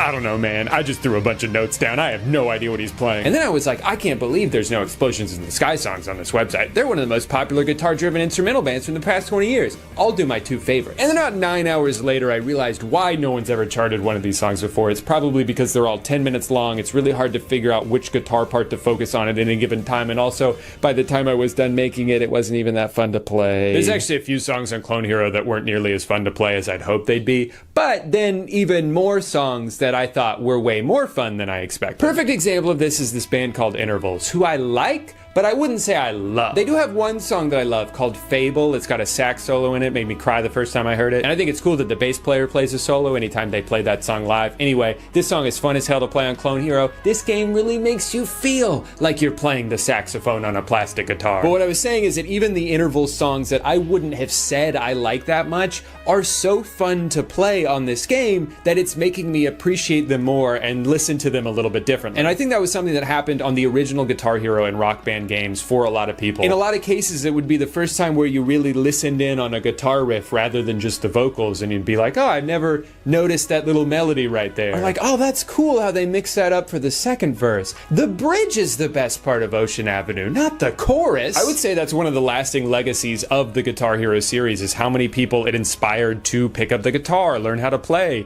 to just appreciate music a little bit differently. So I salute you, Guitar Hero series, for inspiring a whole bunch of young people to learn how to play the guitar and start a band that goes on to make absolutely no money because the music industry is in shambles.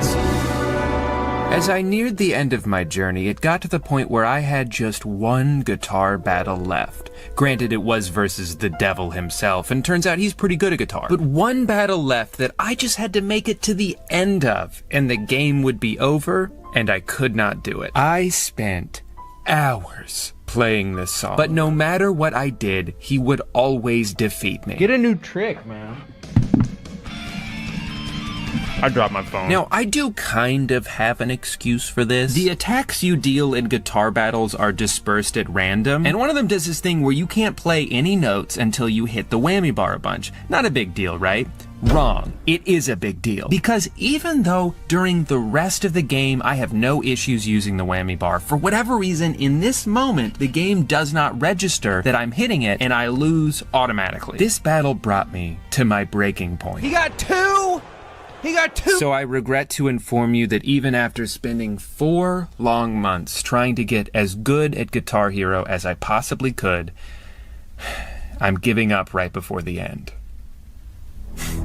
Is what I would say if I was a quitter, so I marched back. No, I'm sorry to even get your hopes up. I wrote that into the script hoping it might motivate me to finish the job. It did not. But then I thought, what if I set the bar a little lower? I'm gonna try to get a perfect score on this song, so at least that I can do something that is impressive to anybody out there at all.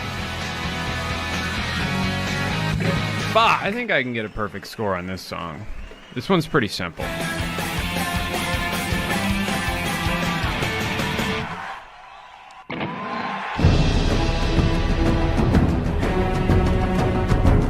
Look, the stars look different.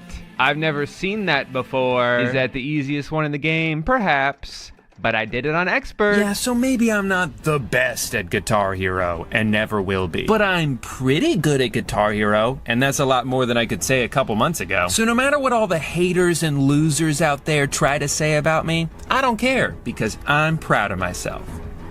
Unfortunately, I did lock myself in my closet.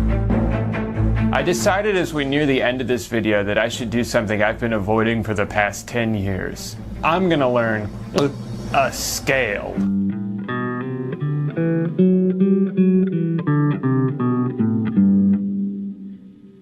I did it. The only other thing I wanted to do at this point to prove to myself that I've improved is write one last song about my journey. Something that I felt would musically represent the highs and lows that I experienced over the course of the Guitar Hero 3 solo campaign. The bittersweet feeling that came with getting so close to the end, but still being unable to defeat the devil because he cheated. I'm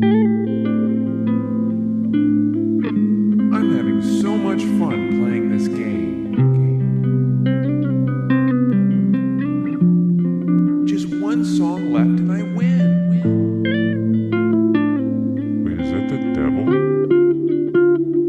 When did the devil learn guitar? Suck my ass, devil. Wait, hold on.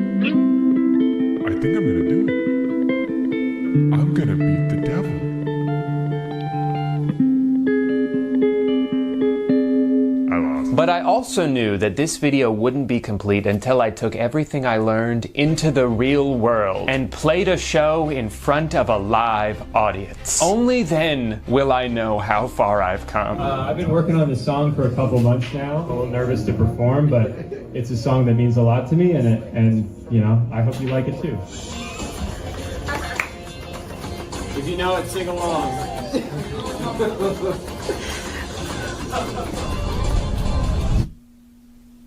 So last night I went to an open mic in Castleberry, Florida. I signed up, paced around nervously until it was my turn, and then I went up and played my heart out.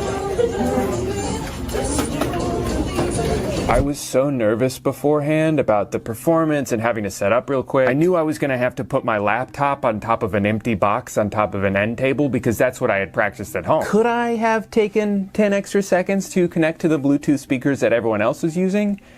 Yeah. But you know, this way it was more intimate. You really had to be up close to enjoy it. I gotta be honest, I spent the past few weeks thinking about every possible outcome for this, and this was probably the best one. Everyone was so excited, they were clapping and singing along. I mean, it is a universally beloved song. I was a little worried they'd get mad at me because there were like actual musicians there performing real songs that they wrote, and then I just went up to do a bit for a YouTube video, but they were really nice about it. Huge shout out to Suva Kava Cafe. Everyone there is awesome. I really could not have asked for a more supportive environment in which to share my art. And I think I'll end by saying this. If I can stand in front of a room of 29 confused strangers and pretend to play Life is a Highway by Rascal Flatts in its entirety, then you can do anything. Thanks for watching, guy. Hey, guy. So this past week has kind of sucked. I got the flu for Christmas. It came a few days early, so I got to enjoy it for a while. The flu's always kind of confusing to me because it doesn't sound that bad. I mean, Michael Jordan once played a whole basketball game with the flu. But when I was sick, I couldn't stand up for 3 days. Did we have the same flu? But hey, I guess that's just the difference between a superhuman world-class athlete and me, an adult toddler. Anyway, I had a lot of time this past week to think and reflect on things, and one thing I couldn't stop thinking about was this article I had read before I got sick about Yellow Card. Now, like less than a month ago, I admitted to the world that Yellow Card used to be my favorite band, and no one was surprised. However, I was surprised to find out that they are suing Juice WRLD, who tragically passed away this month, and they're suing him. Now, in fairness to Yellow Card, they sued him before he died. And then when he died, they paused the lawsuit for a little bit, for like a couple days, and they thought about it. And then they were like, let's keep suing him. And so they did. Basically, Yellow Card alleges that in Juice WRLD's very famous song, Lucid Dreams, he uses a melody of theirs from a song that they released in 2006. Now, here's the thing. I am a self-admitted fan of Yellow Card. I spent a lot of my life listening to their music, especially their first couple albums. That was back in the early 2000s when I didn't have like an MP3 player, I had a CD player. So I only had like 3 or 4 CDs I would listen to over and over again. So their original music, their first 2 albums especially, I listen to all the time. I know these songs very well. They're very deeply ingrained into my brain. And when I heard Lucid Dreams, I didn't hear the song that they're suing him for allegedly ripping off. Accidents out on the highway to somewhere. You left me falling and landing inside my grave. Now, personally, I don't see anything super egregious here. It's obviously a very similar melody, but it's also extremely simple to the point where it's like, I don't think you can say that he couldn't have come up with this melody without hearing the Yellow Card song first. And that's actually probably going to be one of the trickiest aspects of the lawsuit for the band, is finding a way to prove that Juice WRLD did hear this song first and then blatantly ripped it off. As one of the articles covering the story put it, it'll be difficult to prove that Juice WRLD, who was 8 years old when the song came out in 2006, knew about it beforehand. I think the thing that I don't understand the most about these lawsuits is that, to me, there doesn't seem to be any loss involved. Like, no one was bumping Yellow Card's 2006 album like, oh yeah, this shit slaps, I will buy this album. oh wait, is someone playing Juice WRLD over there? I will buy that song instead. Like, there's nothing like that here. It's just greed. It's just a scenario where I think a couple lawyers approached the band saying, hey, you guys might have a case here based on the precedent set by other similar lawsuits. And they were like, okay, we'll do it. But then he died. And it should have ended there. They should have dropped it, and they didn't. And that's why this is so fascinating. I think the thing that's most interesting to me about this lawsuit, other than the fact that this is a band that I've supported for most of my life, is that they're so desperate for money that they're willing to alter their legacy forever, to make villains out of themselves just for a small payday. There are dozens of examples of songs or riffs being similar to other songs where the artists who have been ripped off could have pursued a lawsuit but didn't. They've even spoken out against the idea of a lawsuit, which is really interesting to hear when you think about how much money they could have potentially earned in court. Def Leppard didn't care that One Direction used the same chord progression as them in one of their songs because they said that chord progression was just one of the building blocks of blues music. So they didn't pursue a lawsuit. You could argue Tom Petty was ripped off by the Red Hot Chili Peppers, but he said that he didn't see any malintention there, so he didn't pursue a lawsuit. He actually said there are too many lawsuits and he didn't want to add on to it. Breakbot, whose song Baby I'm Yours is almost identical to a Bruno Mars song that was released 3 years after it, basically came out and admitted he felt like he was ripped off, but it didn't matter. He was cool with it. Basically saying that every musician is influenced by another musician, even himself. Every song has elements of other songs in it, and that's just how music works. And that is how music works. That's how all of art works. Every artist ever was inspired by other artists who came before them, and that influence is always going to be there. Whether it's music or comedy or finger painting, every artist is just a combination of all of the artists that they've been influenced by. And to expect that every song that ever comes out has absolutely zero ties to any previous songs that came before it is just unrealistic. I think a lot of songwriters relate to this. This happens every time I try to play the guitar. A few weeks ago, I was writing something and it sounded like this.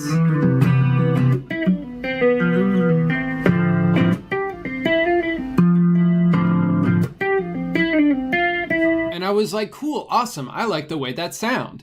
And then a few days later, I was listening to Hail the Sun, and I realized that the riff I wrote is extremely similar to a riff in one of their songs.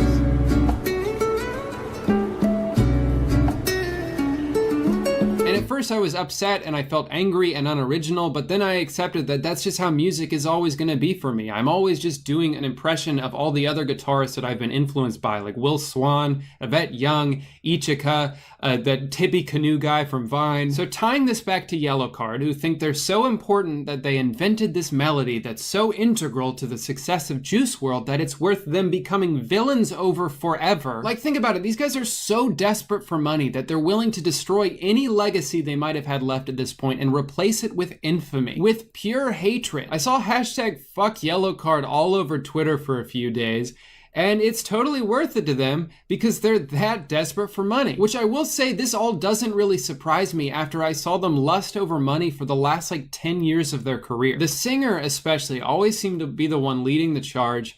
Despite the fact that they had a loyal following, still listening to their music and going to their shows and buying their albums, he was like, nah, we gotta get on the radio. He was so certain that he could turn Yellowcard into Coldplay that they started putting these stupid radio songs onto their album, these dog shit transparent attempts at pop music, and it didn't work. They still didn't get on the radio. So then in 2013, they kicked out their drummer, who was the only thing setting them apart from just being another average punk band, and they signed with Razor and Tie Records. You know who Razor and Tie is? They make Kids Bop. I'm not even joking. These guys were so tired of being a mildly successful niche rock band that they were like, let's sign with the fucking Kids Bop record label and make shitty pop music, and then we'll be famous again.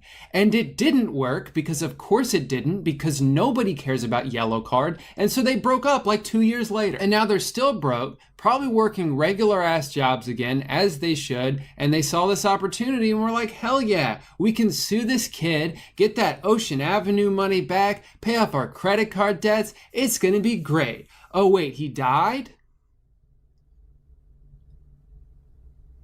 We could still sue him though, right? Yellowcard, you're fucking pathetic. I supported this band for years. I bought their CDs, I went to their shows, I brought my friends to their shows, I swore by them. I was like, no, they're good, you don't get it. The violin isn't just a gimmick. But you know what? I'm starting to think that maybe I was wrong, and I shouldn't have done that, and now I'm done. I don't care if they come back and do a reunion tour or make more music. I'm not supporting them anymore. I'm not supporting a band who's willing to sue the family of a dead kid just because they think they own a melody. Fuck Yellow Card. Anyway, y'all already know how we do it on this channel. When I get sick, I like to complain about things that no one else cares about. There's cream cheese on like 3 of her fingers. It is the end of the year, it's the holiday season, and I'd like to give back. I'd like to start doing this every year where in December, I pick the last video of the year and give away the AdSense to a couple different charities. So if you have any in mind, comment them down below. If this video gets demonetized or copyright claimed, I'll just be donating a portion of the brand deal instead. Speaking of which, today's video is sponsored by Audible. Everyone loves books, but reading is time consuming and hard and requires your full attention. So get Audible instead and start listening to the largest selection of audiobooks anywhere, anytime, while doing anything. As long as it's not a crime. I don't endorse doing crimes, even if you're listening to a cool book while you do it. See, books are good because you can read stories and learn about stuff, but audiobooks are even better because you could just have some guy tell you about those things while you do other things that are more fun, like play video games or learn Taekwondo. Talk about a slam dunk.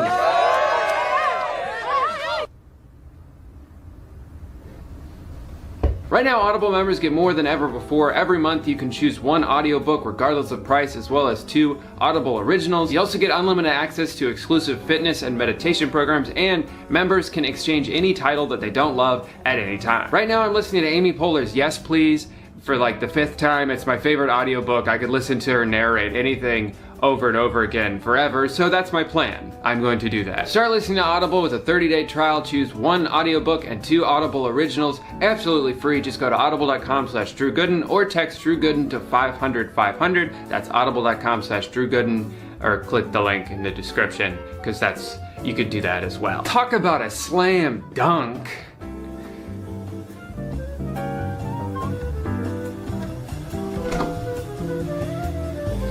Thank you to Audible for sponsoring today's video. Guys, thank you so much for watching it and supporting me. This year especially, this has been probably the most fun year of my entire life. I got to go on tour with my good friends. We got to do a bunch of shows, and I got to make some of the best videos, in my opinion, that I've made on this channel. And I have a lot more to come next year. So thank you for all the support. And everyone have a wonderful 2020, a happy new year. Please don't get sick. Wash your hands, take your vitamins. Happy New Year, everyone. And to all, a happy new year. See you tomorrow. Hey guy, I'm pissed. I have been trying to make this video for like 4 months now, and today I am finally giving up.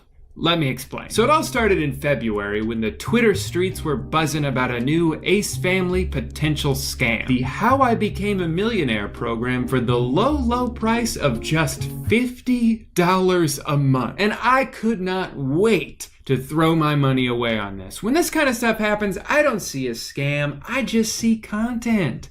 Daddy made you your favorite, open wide. Now, contrary to popular belief, I don't hate the Ace family. One might assume that because of the scathing video I made about them, but I don't have any beef with like their 1-year-old son. The kids haven't done anything bad. It's just this guy I can't stand. Anytime something goes wrong with Mr. and Mrs. Ace, it seems like he is at the forefront of it. Here he is in the introductory video, following all the standard steps involved when promoting a social media course. Number 1, make us feel bad about ourselves and then dangle in front of us the possibility of all our dreams coming true. I was living here about 5 years ago with Catherine, and at the time I was going through depression. Now this is my home, my dream home, through the power of social media. Yep, I used to live in a dinky, stinky small house like you, but now I have a big, stupid mansion with just one easy trick. Doctors hate. Number 2, toss out some vague buzzwords that show off the valuable information you can only learn here. In this program, I'll be teaching 4 courses. The first course is how to grow your social media platforms. Let me just... The second course is how to make money from social media. But that's... The third course is how to start a business. And you could... And the last course is how to grow your business. Okay, yes, technically, you could just Google all of that. for free, but I'd rather hear it from Austin. And finally, end on a little cliffhanger that makes us yearn to be a part of that exclusive club. I don't know what else to say. I guess the next time I'll see you guys, we'll be inside the program. Wait, come back. I want to be in the program. Is it inside your house? Can I come in? So needless to say, I was pumped. Credit card at the ready, Amex on speed dial for when they inevitably assumed this was a fraudulent charge. I was even gonna buy the silver and gold memberships just so I could compare the two. Because yes, with the silver you do get the basic curriculum and 48 videos a year, one every week. No, that's right. But then you'd be missing out on all the exclusive extras, like bring in other celebrities to hear from, or go on live with everyone. With everyone? I'm picturing a Zoom call with like 700 people all talking over each other. They'll even pick a few people for weekly FaceTime calls. Yeah, I'm sure they kept up with that. Pick a few people to promote. I like how not specific that is. Is it on your YouTube channel, your Facebook? Are you gonna write my username on your arm like one of those hot tub streamers? Pick a few people to verify. Ooh. I'm sure they're not gonna like email Twitter and have them give you a blue check mark on there. I'm pretty sure they're just gonna verify my HIBM profile, so everyone knows that I'm the official ace lover for life. What I really love about those last three is that none of them are even guaranteed, but they're still listing them as benefits. That would be like if I said, hey fans, if you mail me a check for $100, I might have lunch with you. I have no obligation to do it, because I didn't actually promise that I would, but you should still send me that money just in case. So now you can see why I was so excited to sign up for this. However, I couldn't, because I guess I missed the enrollment window. So I had to wait another month and a half. I still don't understand what this business model is. It seems like the whole thing is a money grab, but then they're like really selective about who they grab money from. Anyway, I forgot about it for a little bit. A couple months go by, I go to check it and realize, God damn it, I missed it again. It was such a short window, they didn't advertise it at all the second time, and then the timer just reset. The whole thing is so weird, but I was determined not to let this opportunity slip by again, so I checked back every week. I made sure that we were on track. I marked my calendars. I set an alarm. Nothing was gonna stop me from being there the second that timer hit 0, which, by the way, was on Father's Day. Sorry, Dad, I can't have dinner with you this year. I need to sit at my computer so I can sign up for a scam. I made sure that I would be there. I sat and watched as that countdown hit 0, finger hovering over the mouse, and wouldn't you know it, nothing happened. I couldn't join, the text didn't change, it still told me I needed to follow the timer, which was now gone. How am I gonna become a millionaire now? And that's when it hit me. I just got scammed out of getting scammed. I was practically on my knees begging for it, and instead of taking my money, all they did was waste my time. And you know, they say time is money, so technically they wasted both. Now, the fact that I couldn't join doesn't mean that the course itself is not a scam. I mean, I would argue that if their website isn't being updated to bring in new members, it probably doesn't bode well for the members they already do have. The Instagram is totally inactive. They've had exactly 6 posts on there every time I've checked. And that follower number has only been going down, so they're not accepting anyone new. So it's probably safe to assume that they're not keeping up with the $600 a year program that they made. Since I couldn't join the program, the only recent updates I could find were in a video by a YouTuber named Sloan, and he actually had screenshots from some of his subscribers who did sign up for the program. Lots of not so surprising details here, like the information is not even remotely valuable, the videos seem rushed, none of the live streams were ever done on time, which messed up people's schedules because they would make their plans around it. But it gets worse. Not a single active user on here has ever had a FaceTime call. Yeah, I'm sure they kept up with that. Apparently they're given worksheets to fill out while watching the videos,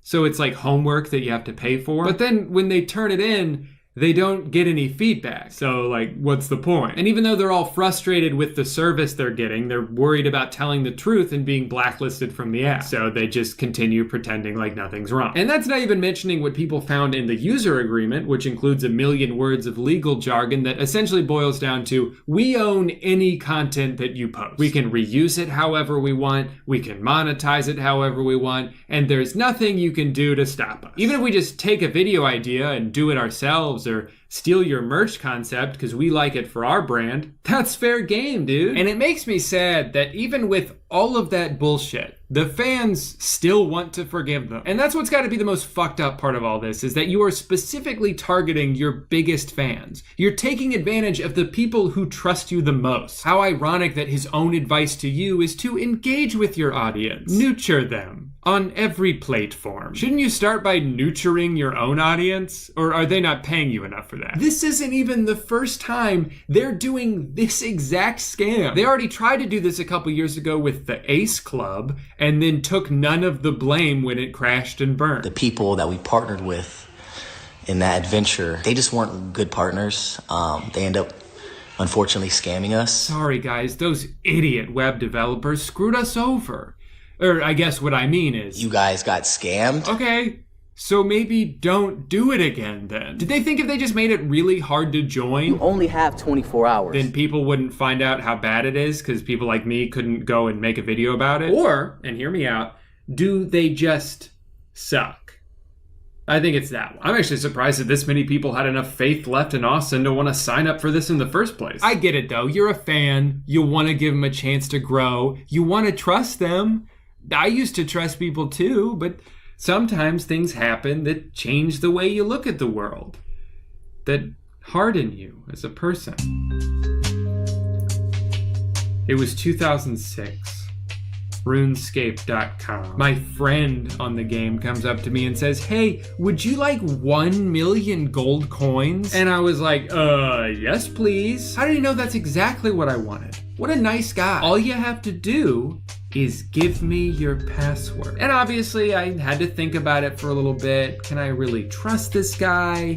Maybe he's trying to take advantage of me. Here you go. Great. Now, in order for this to work, you just have to log out and log back in, and the money will be in your bank. Yeah, of course, that makes sense. Be right back. So I log out, alarm bell's still not going off. Give it a couple minutes, try to log back in, and I can't because someone else is on the account. And now it's starting to hit me that maybe this offer of $1 million in exchange for nothing was a little too good to be true. So I keep trying to log back in over and over and over again, and the more time that passes, the more freaked out I start to get. And finally, after about 5 minutes of crying and pissing all over myself, I was able to log back in, and I had been wiped clean. All of my coins and armor and everything I had worked so hard for in the game was gone. I was devastated. But I learned a valuable lesson that day, that you can't just go around trusting random people. I had a pretty sheltered childhood, so this was kind of a shock to me. So I swore to myself that this would never happen again, that I would never fall for another scam, and I was doing pretty damn good. Until I bought this fucking thing. Yeah, I'm talking about my moon pot again. The lumpy sack of beads that pretends to be 25% off even though it's always this price. What, this time it's for Father's Day? My dad would disown me if I bought him this thing. Plus, I'm already on thin ice because I had to cancel our dinner plan. They have the audacity to describe it as the anti-anxiety chair. Wow, I can just feel my anxiety melting away. Guess I don't need my therapist anymore. Unlike traditional beanbags, Moonpod belongs in the trash. And you know, I had moved on from this. I was ready to get on with my life. And then they sent me an email asking me to review it. So I did. I shared my honest thoughts. I went ahead and submitted it, even got a little confetti. But then I couldn't help but notice that my review wasn't on the website. Interesting. Seems like you have hundreds of positive reviews, but only 5 negative ones? Nope, those are all positive too. Well, maybe I just need to try submitting another review.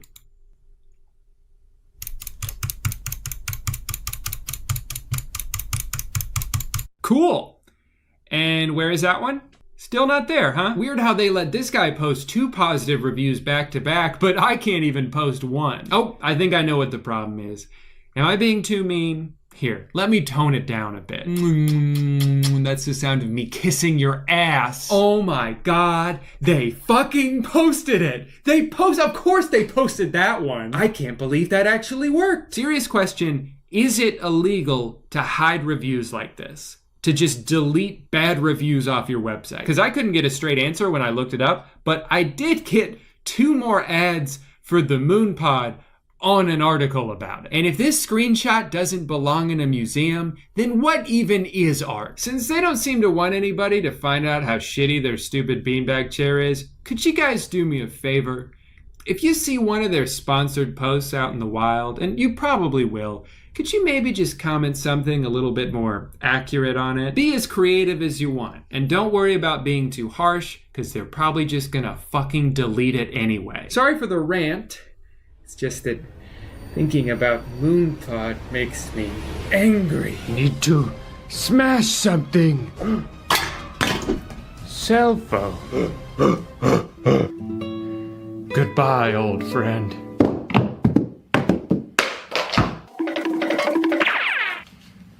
It didn't even break? Hi. Life can be pretty frustrating sometimes, but you shouldn't demolish your phone just because you're mad. And with the Rhino Shield phone case, it's gonna be pretty damn hard to. Sponsored by Rhino Shield. For real though, this is literally the toughest phone case I've ever used, and it's also not a giant bulky mess like some of the other super protective ones, which is nice because you still want your phone to look cool while you're launching it towards the floor. These things are super customizable. They have collections with the NBA, for example, which is great if you're a Magic fan like me, or a Lakers fan like everybody else. But they also have collaborations with NASA, League of Legends, not to mention hundreds of cool original designs as well. If there's a certain backplate you really like, you can then customize the color of the side protector, so you have a ton of options to choose from. You can even design your own and then customize a case for your AirPods to match. That way, people know they're yours. For the ultimate protection, you can do what I did and combine one of their cases with their 3D Impact screen protector, and now you're ready to take on the world and drop your phone all over it. Click the link in the description to check them out for yourself, and for the next week you can use promo code DREW for 20% off your order. After that you can still use it for 10% off. And there's no shame in that.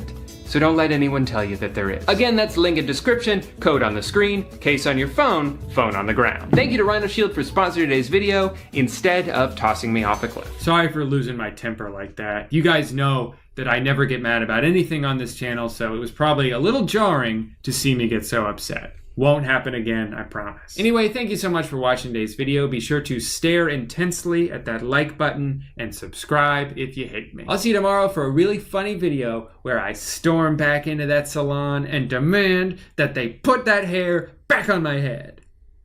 Bye. Now this is my home. Hello everybody and welcome back to my Neopets fan fiction. Wait, hold on.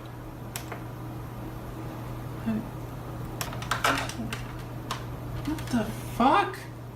Has there been a better monitor behind this one the whole time? Hello everybody and welcome back to YouTube.com, a website made by fish for fish. If you've seen any of my videos, then you've pretty much already seen this one. The difference is in this video, the words I say are gonna be a little bit different. Are you gonna do this video for me? That's what I thought. It's a shoe, and it says, "What are that?" If I've said it once, I've said it a million times. I have the attention span of a 9-year-old, and all of that filming yesterday was just too much for me to take. So I took a little break, and here I am today with a fresh start at 3:54 p.m. It's a beautiful, cloudy day outside, making for some fantastic lighting. Anyway, stick around because I'm going to show you guys how to become famous on Instagram. For me, this all started about a week ago. Someone on my Instagram DMs told me to check out the So Innocent Parent page that has 3.5 million followers. And at first, I was confused. I was like, why? What's so special about them? Their account's private, so I have to request to follow, and I don't really want to follow if I don't have to. I followed up on it though. I requested to follow them. A couple hours go by and they accepted me. I was looking at their page, and for the most part it's like 2/3 of their posts are screenshots from their Twitter. The joke of their Twitter is that it's usually from like a dad's point of view, where it's like, my kids are doing this thing that's obviously sexual, but I'm innocent and dumb, and so I don't realize that it's sexual. But they're like so ooh, there's like they're like too much. Like, my daughter always tells her boyfriend how wet she got. Why doesn't she just invite him to the beach when she goes? It's so cringy. My daughter goes to the bathroom with her BF when they're out in public. They're in there for hours. I hope she's not constipated. My son's girlfriend said she liked his meat. I didn't know my son wanted to become a chef. Yeah, so this page is really funny, but like I said, that's 2/3 of their posts. The other third is just memes, is just general memes. Like this, when your parents pick you up early from a sleepover and the dog is mad. Okay, I'm starting to understand why they have such a juvenile sense of humor. Here's a meme. When you only been alive for a month, but you already fed up with the world, and it's a little baby, he's upset. I'm mad at the world, but I'm a baby. And then the caption says, me. So I get it now. The reason these are so bad is because a 1-month-old child is the one posting these. But good for him for having such strong business sensibilities. He's making bank on this, but we'll get to that later. So I looked through the page and, you know, I saw stuff like this and I was like, yeah, this is stupid, but it's not really worth making a whole video about. They're just dumb memes. But really what's interesting about this page, and this is something I didn't notice until I was following them for a couple days, but they do these shout outs for all these other meme pages. And the reason you don't see them when you scroll through is because they're only up for like an hour or two. So the thing that these pages all have in common is that they're private. You have to request to follow them. Now, at first glance, at least for me, this seems counterintuitive, right? If your goal as a meme page is to get as many followers as you can, which is the only goal for these people, get a lot of followers, make money from it, then why would you create like an extra step needed for people to follow you?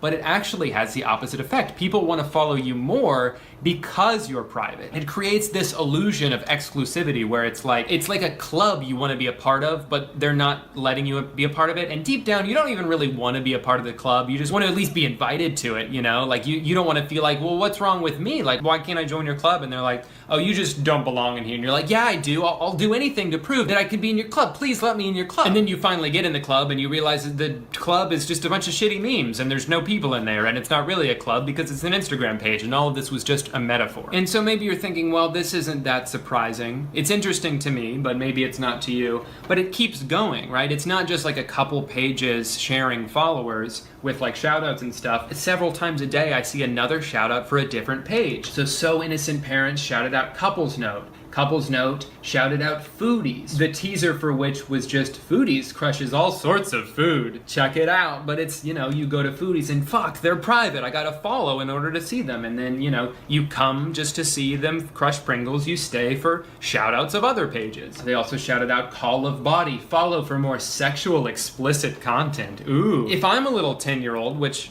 I am, then I'm intrigued by that. I want to follow them. You know, I'll look both ways to make sure my mom's not standing over my shoulder, but I want to follow to see more sexual explicit content. So then you go to Call of Body and you got a request. And I notice here they're followed by So Innocent Parent and Couples Note. So to me, that means they're all owned by the same person. So then Call of Body, this new page I followed, shouted out Yearbook Tweet. OMG Yearbook Tweet post the most hilarious senior quotes. Hurry, because they're only accepting the next 500 requests. They're not accepting all requests. Their goal isn't to amass as many followers as possible. It's only to amass 500 more. Like, they have 740,000, but they're only accepting the next 500. So you better hurry up and follow. Don't even think about it. Don't stop to think about it. Don't hesitate. And look at that. They're followed by Call of Body and So Innocent Parent. Then So Innocent Parent shouted out Vine failures. Follow Vine failures to see more. Click on Vine failures. Oh, what do you know? They're private. Gotta follow. Then Couples Note shouts out at Clips.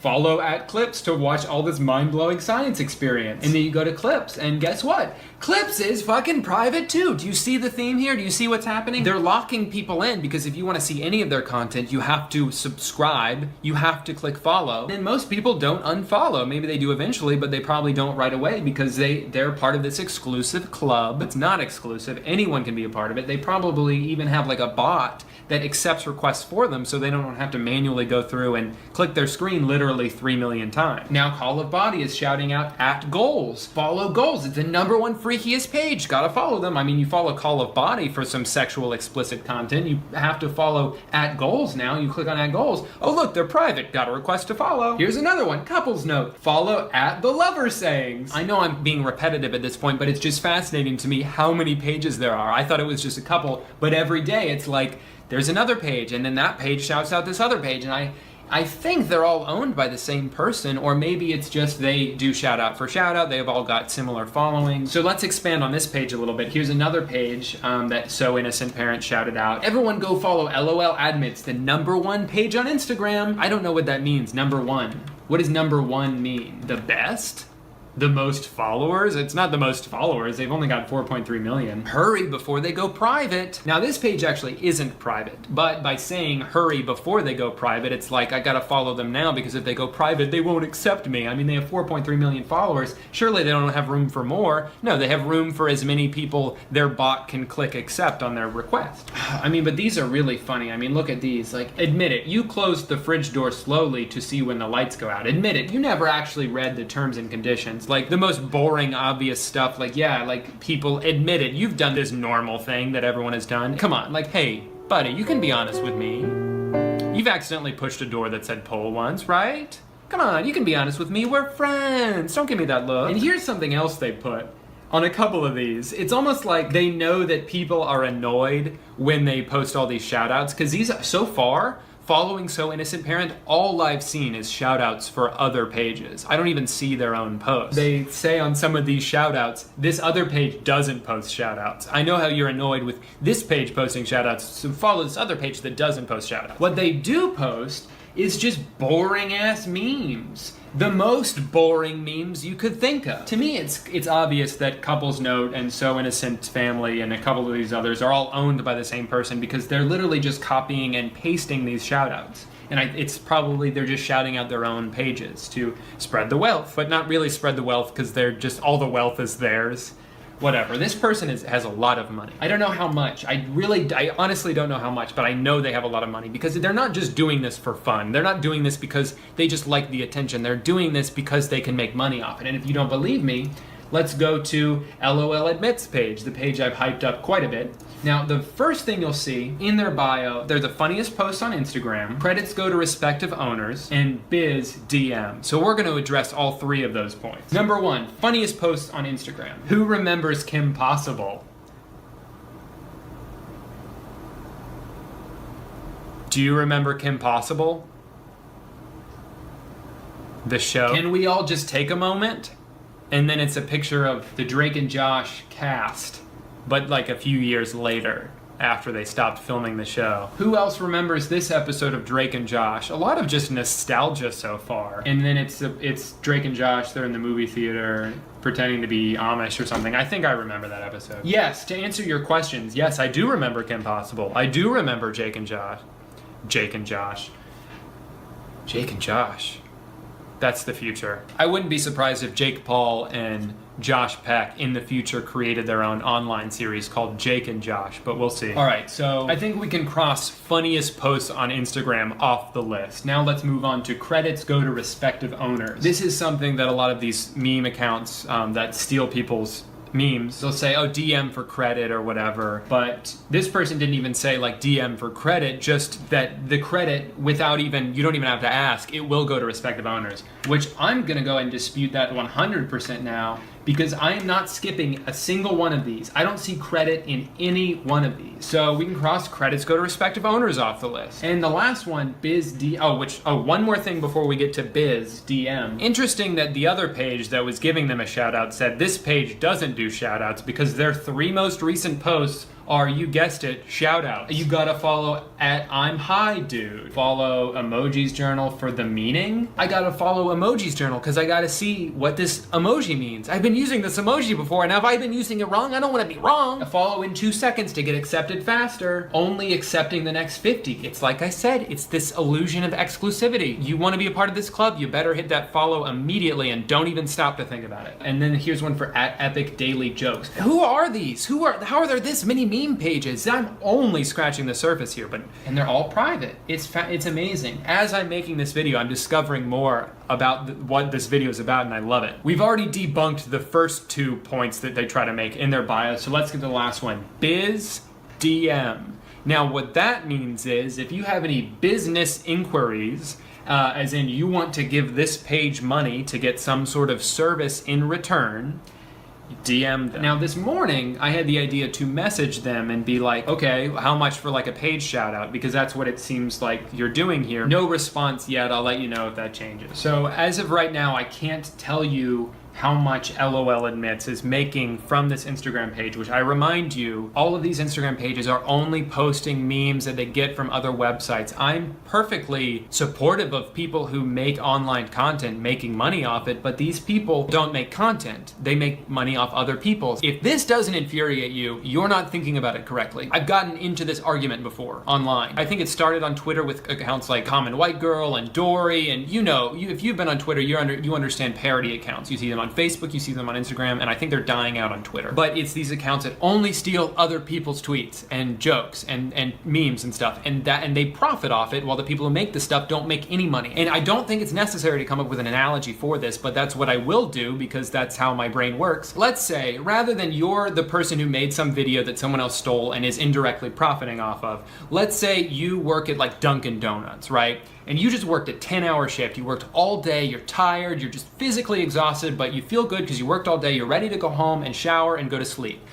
You make $8 an hour, so 10 hours, $8 an hour, that's $80. I feel good, that's gonna go towards my paycheck, which I'll get this week. You're feeling good, right? And you're about to clock out, and you're saying goodbye to your manager, and then some guy walks in, and he's like, actually, hold on, if I may interrupt, I was the one who worked all day. And you're like, that doesn't make any sense, right? And the manager's like, I don't know, let's hear him out. And you're like, what, are you kidding me? And the guy's like, come on, you can trust me, right? And you're like, no, I just met you, why would I trust you? And the manager's like, I don't know, he seems pretty trustworthy. And then the guy's like, well, if I didn't work all day, then how come I'm wearing your uniform? And then you look down and you're just wearing normal clothes now and he's wearing your uniform. And you're like, how did you do that? When did you switch our uniforms? And the manager interrupts and he's like, I don't know, he's got a point. He is the one wearing the uniform and you're just wearing normal clothes. You shouldn't be behind the counter. You're not even wearing a uniform. And you're like, but I worked here. I worked all day with you. You saw me work. And the guy in the uniform that he stole from you is like, I mean, come on, who do you trust? Some guy who's illegally behind the counter, or some guy who's wearing the uniform, right? I've got the name tag, it's your name, but the manager doesn't care anymore because for some reason he's siding with this guy, and the manager's like,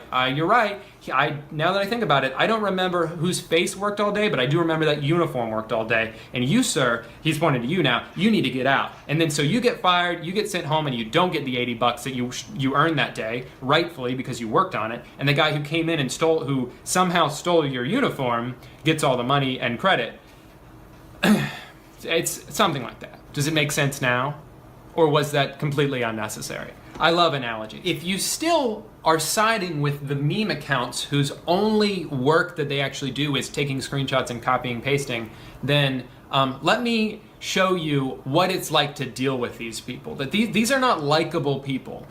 For the most part, these are shady people. Like if your intention in life is to steal other people's stuff and make money off it, you're probably not a very good person. And that's been proven with the couple of interactions I've had with people like this. So I need to move the camera because I didn't take screenshots, but I have these DMs from like a year ago since LOL Admits I didn't want to reply. I would like for you guys to be able to enjoy my beautiful paint art without me having to turn the brightness down so much.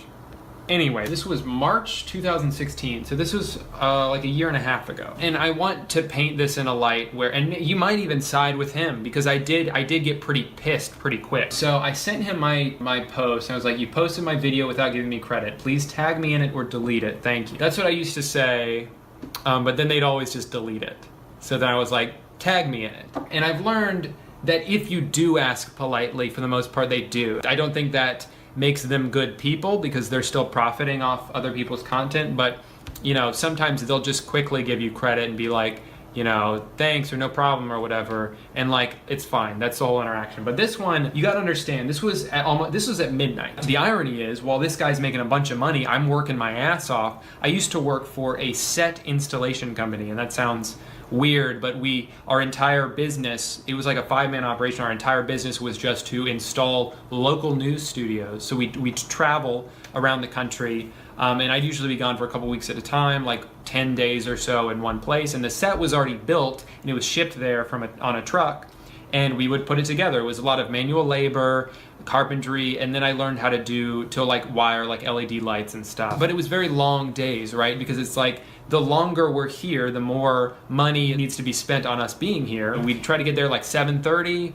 and we wouldn't leave until like 8 or 9 p.m. sometimes. I think the last day we left at like 2 a.m. And not only that, we were staying at the MGM Grand of all places, which is like the biggest hotel in the world, or one of the biggest hotels in the world. And our room was literally as far away as it could have been. It was like a mile walk to get from our room through the lobby, through the parking garage, to our car, to drive to the studio, work like 12 hours, and we'd come back and we'd have to do it all again, and you'd be walking past all these drunk people in the casino just having a great time, and you're just so tired and miserable. So, I mean, it sounds like fun, right? Vegas, 2 weeks in Vegas sounds fun, except we didn't get to have any fun. We were there for work. So if you can put yourself in my position, I'm someone who's like trying to make vines whenever I can. I'm trying to get like a comedy career going so I don't have to keep doing this, but I'm so exhausted at the end of the day. This was at the end of probably a 12-hour day, and I get back to my hotel room, and someone had tagged me in this, and they're like, hey, they took your video, and so I messaged the guy just like, can you please give me credit? Thanks, just please give me credit, you posted my video. And he said, which video? I sent him the video, and he said, done. And then so I go to the video, and it says credit, Drew is Gooden. He writes out my name. Now, some people would be okay with that. I was like, come on, seriously, you know how the fucking internet works. You just put an at. I know this is from my Vine, but just put at before my name so people can click on it and go to my page. That's not too much to ask. You already wrote out the rest. This is just one more letter you need to write, one more character. Like, even if someone liked that, they're not gonna take the time to type out my name, but if my name's there, and it's a clickable link, maybe they'll click on it, right? I mean, he had no problem tagging himself. He used to be at Feelings, now he's at Yodeling Bitch, whatever. So I'm already pissed at this point. It's like, see, like, you're just doing this to piss me off. You stole my shit, you steal people's shit all the time, and you're making money off this. And I'll show you exactly how much money he said he was making in a second, but so I'm pissed already. So then he like threatened to like leave it as it was, like, oh, I'm gonna get rid, it's like, fine, get rid of my useless credit, whatever. I said, it's weird. You have the ego of someone who actually has talent, but if you did, you would be making your own content instead of posting others.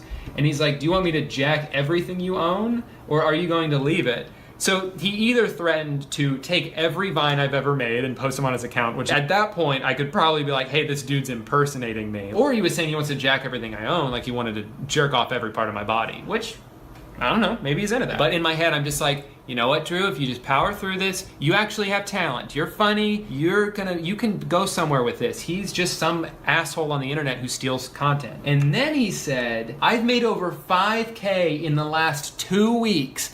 $5,000 from this account alone. And then he tried to say he's doing me a favor by spreading around my work. Keep in mind, this has what, 37,000 views? This had 10 million loops on Vine. You're not doing me a favor. So he admitted to making $5,000 in 2 weeks off other people's content. So I was like, wow, fuck you, dude. Either he's lying about that to try to make it seem like he's this badass that makes all this money, or if it's true, holy shit, dude, you're a piece of garbage. You're making a shit ton of money. I mean, if you're making 5K every 2 weeks, that's $10,000 a month. That's over $100,000 a year. Copying and pasting videos and tweets and pictures. That's insane to me. And this is a guy that, keep in mind, he has like 100,000 followers. I don't know, I don't remember how much he had then. These pages with a couple million followers, if that's on a scale, if they could probably make 5K with one post.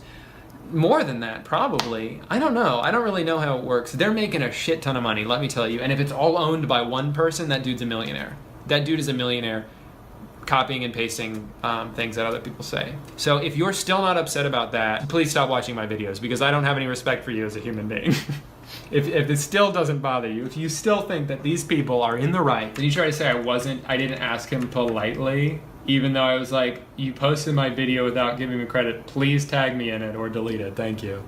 Like, if that's not polite, then I don't know what is. Maybe I should offer to jerk off every part of his body. Maybe to him, that's what politeness is. I tell you what, guys, I am fired up right now. I know this has been a long video, and I don't need to apologize that it's still going, because it's like, if you're then just stop watching the video if you don't want to watch anymore. What they always say to do, like when you're anxious or you have a lot of like anger built up, is just like watch something funny, you know, just have a couple laughs. Have some lighthearted laughs. So let's go to LOL Admits. I don't know if you've heard, it's the #1 page on Instagram, the best page on Instagram. So let's go to the best page on Instagram and have ourselves a few laughs. You're trash. Me, bag of trash. That's pretty good. Who remembers playing this game in school? Do you remember playing Heads Up 7-Up? Is that what it was called? I always cheated.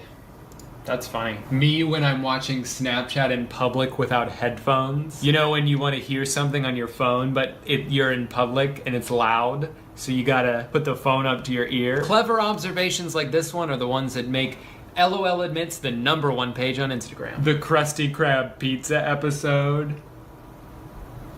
It's like, it's just a picture from the episode. That's all it is. The conclusion I've come to is all of these memes on the self-proclaimed #1 page on Instagram are nostalgia-driven. They're not jokes. They're just like, you remember that thing that happened? And you're like, yeah, I remember that thing that happened. I'm a human being. You're too young if you don't remember this movie. I rest my case. If I had a gavel, I'd bang it now. What a fun video this wasn't. I kind of lost steam because I got so fired up about the whole stealing content thing. Some people might have found this video boring, and that's fine. But like, this is just something I get fired up about things like this, and I just want to talk about it for 20 minutes, and guess what? I did. That's exactly what I did. Thank you so much to all my little stinkers out there for watching this video. Thank you to the many people who commented saying that that should be the name of my fan base, the little stinkers, and I really like that. So I think it's gonna stick. So thank you all, little stinkers, for following me and sitting through my rants. I hadn't done a rant in a while, so even if this video wasn't that funny, you know, the demand was there apparently to see this kind of video where I just yell at you guys essentially. But you know what? We made it through together, and I feel good. I feel better because of it. One last thing, I know you guys are gonna dislike the video just because of this. I know this seems like a money grab. I've only made like 5 videos, and yet here I am. Get over it. You know, I have rent to pay, I have bills to pay, and I'm not gonna turn down opportunities when they come up. So that being said, this video is sponsored by buttholes.com, the world's first and best website for all things butthole related. I've got a couple ideas for other rant videos I can make, but I don't know if they're worth my time right now. If you don't hear from me for a while, it's because I'm working on something big, or at least just more time consuming, and I won't give out too many hints, but it is maybe another one in the series of 5 days with videos that isn't technically a series yet because there's only the one video, but it is something I'd like to be a series. But maybe that's what's coming next. Who knows? We'll see. We'll see if I follow through with that. But yeah, that's it. I always ramble at the end of these. Like, I could just say, thanks for watching, like and subscribe.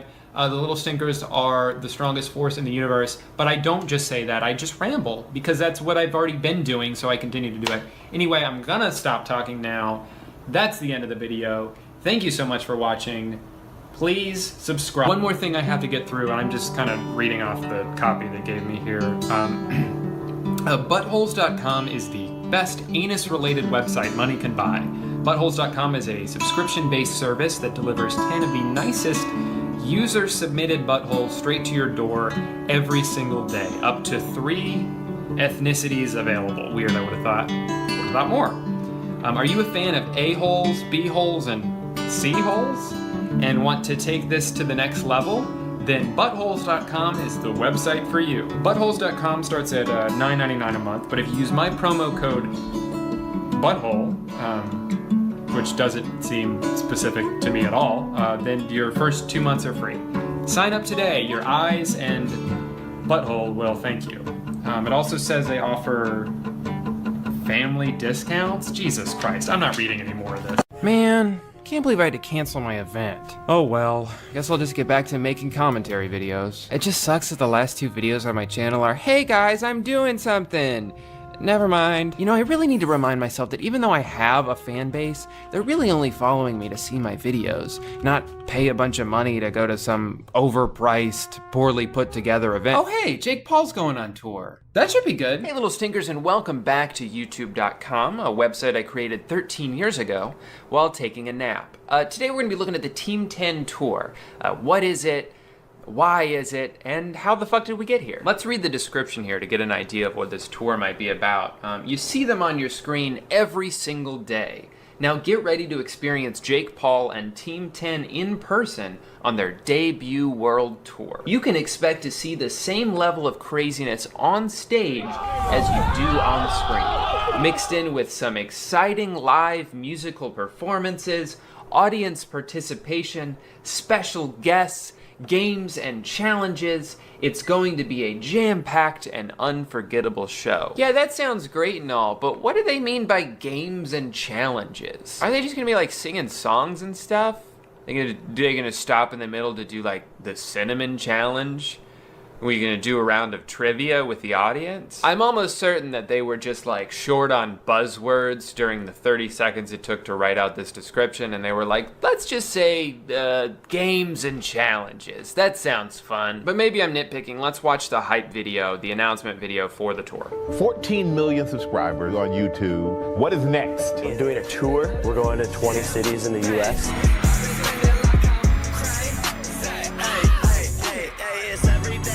This show is like super next level. Like I am trying to make it a legit musical where we're acting, dancing, singing, twerking, laughing, the whole 9 yards. Guys, I'm super excited to meet you guys. I am literally so excited to meet all of my ghosts. Maybe I'm behind on Team 10 lore, but I have no idea why she just did a goat sound. Also, why the random shot of her and Jake making out? Is that what they're gonna do at the show? Tour's gonna be insane. I cannot wait. If you don't buy the tour tickets. I guess their plan with this video was to just make a series of loud noises, hoping that that would be enough to convince their fans to buy tickets. Speaking of tickets, let's see how much they are. The first ticket advertised, the first one you see when you click on this venue. VIP 1, Jake Paul Gold VIP experience. $1,000. $1,000. That's more than my rent. Let's see what comes with that. 1 general admission ticket, priority viewing of the show. That to me sounds vague. That doesn't sound like anything. Pre-show hangout with Jake Paul and other members of Team 10. Autographs from Jake Paul and other members of Team 10. 1 personalized video. 1 meet and greet with Jake Paul. 1 selfie photo with Jake Paul. 1 Jake Paul backpack. 1 Jake Paul Team 10 jersey. Exclusive Jake Paul pin set. 1 signed and numbered lithograph. 1 exclusive holographic commemorative laminate, and an invitation to crowd-free merchandise shopping. I love that that's thrown into the $1,000 tier.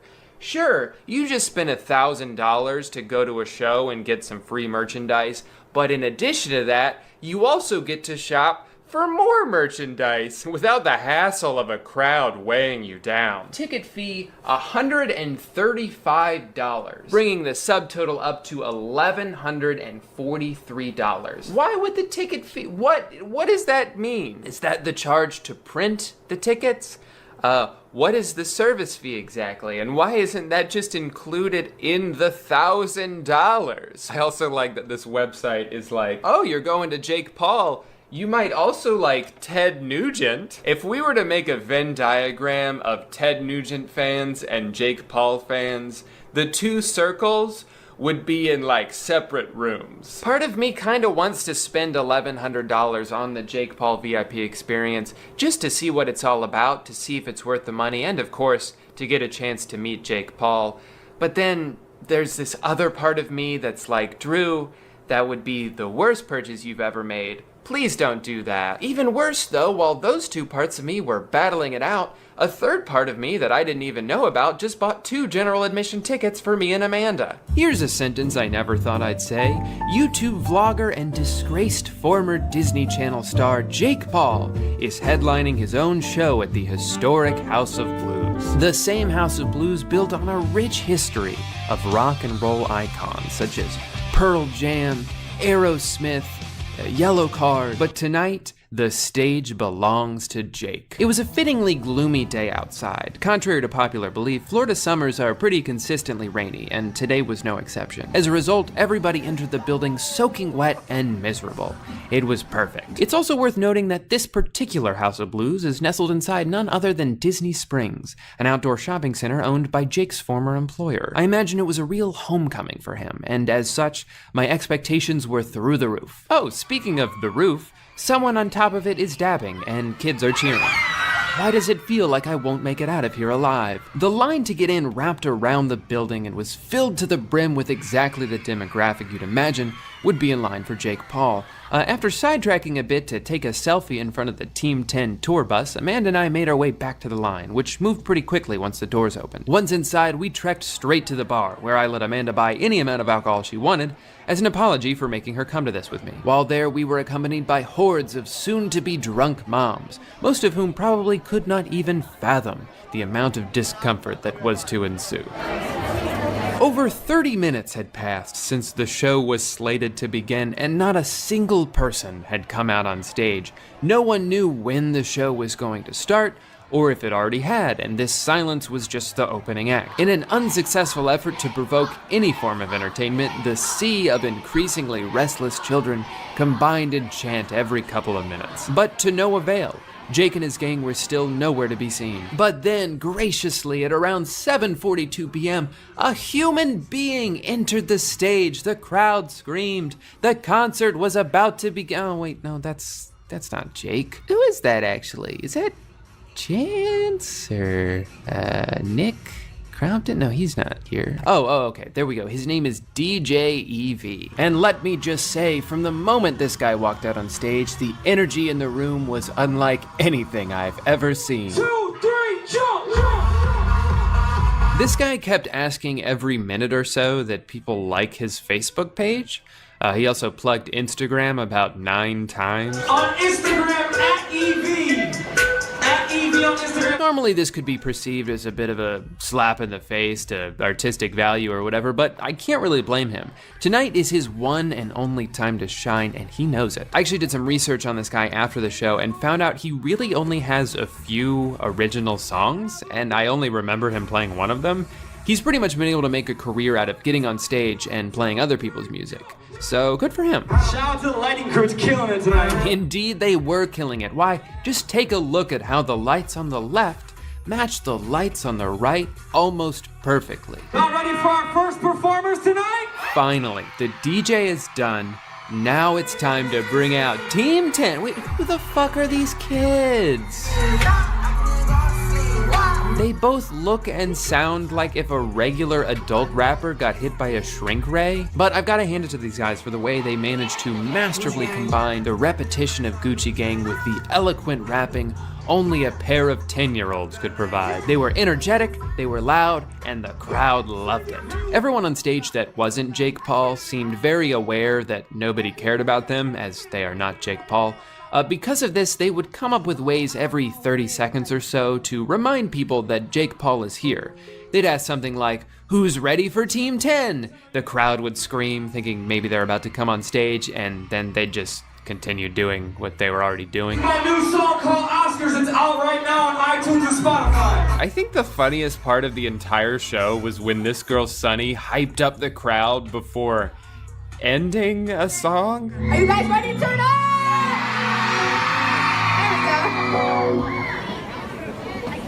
Nice. It was at this point that I realized how much I underestimated the talent in this performance. Look at this girl, for example. She's able to sing words while mouthing different words.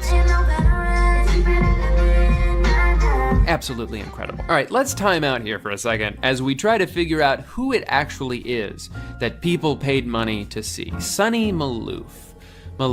There's a chance that name might ring a bell for you, and if it does, it's probably because you heard of this news story from a couple years back. This private water park belongs to Texas' most famous dentist, Dr. Richard Maloof. A dentist named Richard Maloof made headlines when he bought a $20 million home next to his $20 million home and attached them to create one $50 million super home. This man is Sonny's dad, and the $50 million house that he owns is where she grew up. The only reason I even bring that up is to answer a question that I had, which is, how do people like this, who have, no offense Sonny, but absolutely no talent, make it into a group as popular as Team 10?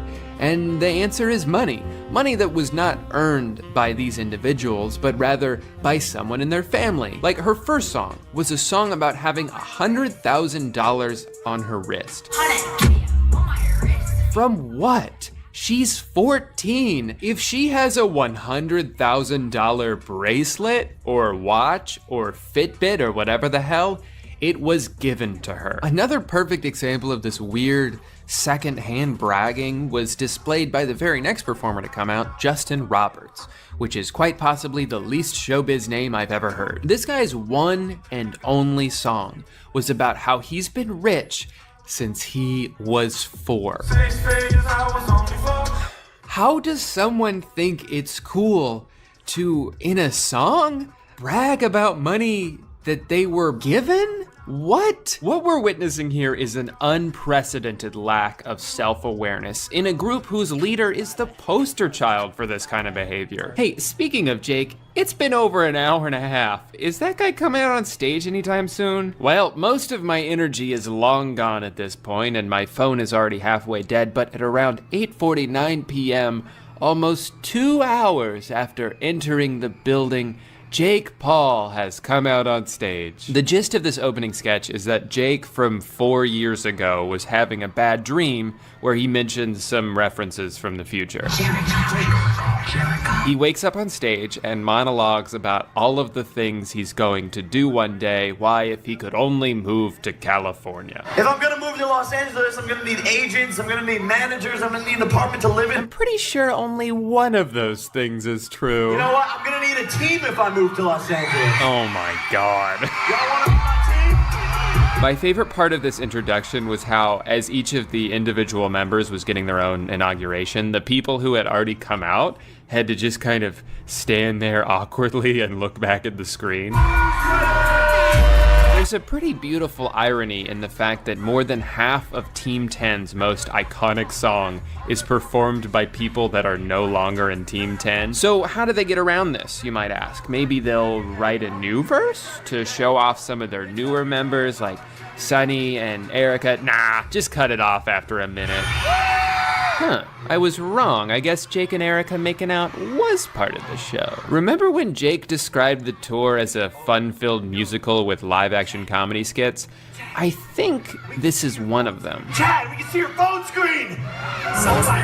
Uh-oh, Chad, buddy, we can see your screen, you silly goose. Wait, how do you keep getting the same girls to come back after you've already swiped left on them? Well, it turns out this whole sketch was made just to transition into their next song called Malibu, because the song is called Malibu and she's from Malibu, as indicated by the bold text under her name that wasn't under anybody else's. Yeah! Well, these guys are already a song and a half in. Good idea to go ahead and take a break. So they go backstage and eat KFC. There's this whole pre-recorded sketch where we're supposed to believe, I guess, that Jake and Anthony are backstage right now conceptualizing and creating a song that they released a year ago. And then naturally they came out and sang it. Okay, let's go! I was wondering when Logan was going to appear. This part was weird. Basically, Logan comes on fake FaceTime to get mad at Jake without ever saying what he did that made him mad. And then Jake was like, "But bro, I love you." And Logan was like, "Bro, I love you." And Amanda was like, "My beers have worn off, I'm leaving." I kind of wish I had done the same. Also, I know that like this FaceTime call isn't live. I know it's pre-recorded, but couldn't they have at least tried to make it seem live by recording Logan's part at night? Because these shows are at night. Like, why is it 10 p.m. in Orlando and 1 p.m. in Los Angeles? Oh well, at least the song is good. In an effort to pass the time, Jake did this thing where he just kind of asked the crowd to scream over and over again so we could prove Orlando is the most lit city. Not to brag or anything, but we did win. And this segment lasted over 3 minutes. Now guys, you wanna have a dance party? Dance party! Oh man, I really hope that means you guys are just gonna jump around on stage for a while you play other people's music. Yes, that's exactly what it meant. What a great way to spend over 10 minutes. All right, so at this point, I realized my phone was very close to dying, and if it did, I probably would have never been able to find Amanda after the show, so I stopped recording here, but I'm gonna borrow some footage I found from another YouTuber who uploaded this concert. This next segment was the worst part of the entire night. Cody and Noel already did a really good job of dismantling the song that this whole sketch is centered around, but the sketch itself, oh my God. No one cares about the Revolutionary War, but I do know about Instagram. You know when your dweeb-ass looking teacher sucks for trying to teach you boring shit instead of telling you about Instagram, so you get in his stupid little face and demand he teach you how to drive a car. Teach me something like how to drive a Lambo. Jake, you know there actually are teachers who will teach you how to drive. Like, you know that's a thing, right? But yeah, this idiot of a history teacher isn't telling you how to drive, so you should throw him out the window. That's a good idea. I'm glad you're showing this to kids all over the country. No! What is wrong with you? This song is a slap in the face to everybody. Please don't do that. But hey, you know what? I've gotta give him credit for this inspirational monologue he threw in next. It really changed my life. He talked about how important it is to smile every day and get good grades, and if you're feeling sad, don't be sad, just stop being sad. I think it really resonated with the young audience and made everyone feel good. So then he started singing a song about how he has way more money than you and his life is great and yours sucks. I got some bad habits, flexed up ball, flexed up ball is a habit. Wow, what a night so far. I wonder what they're gonna do next though, because I'm pretty sure they're out of songs. So I guess they could just play one of their songs over again. Yep, that's what they do.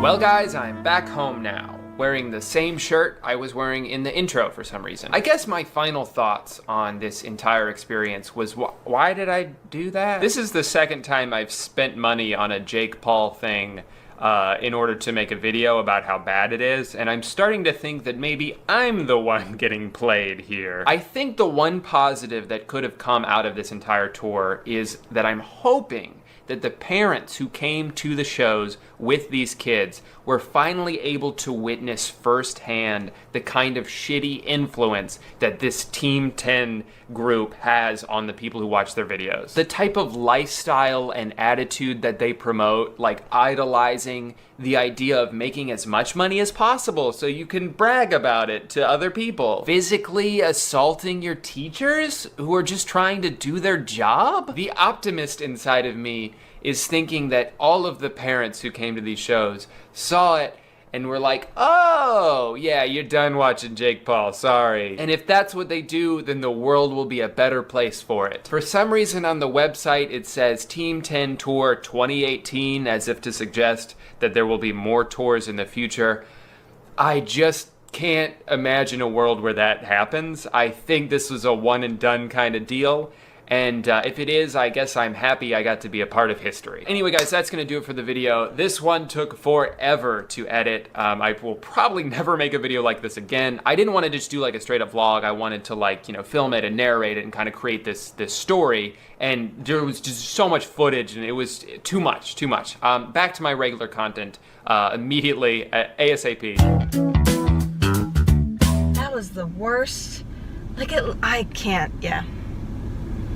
That was the worst thing I've ever seen in my entire life. All right, here's the deal, rookie, okay? I know you're new, but we gotta get a confession out of that guy, all right? Okay, now he may look innocent, but the dude's crazy, trust me. Word on the street is, he robbed a 7-Eleven, took all the money he stole to another 7-Eleven, gave them the money, and then robbed them and took that money back to the first 7-Eleven. Weird crime, but the dude's ruthless, okay? All we gotta do is get a confession out of him, and we're gonna employ a classic police strategy for this, okay?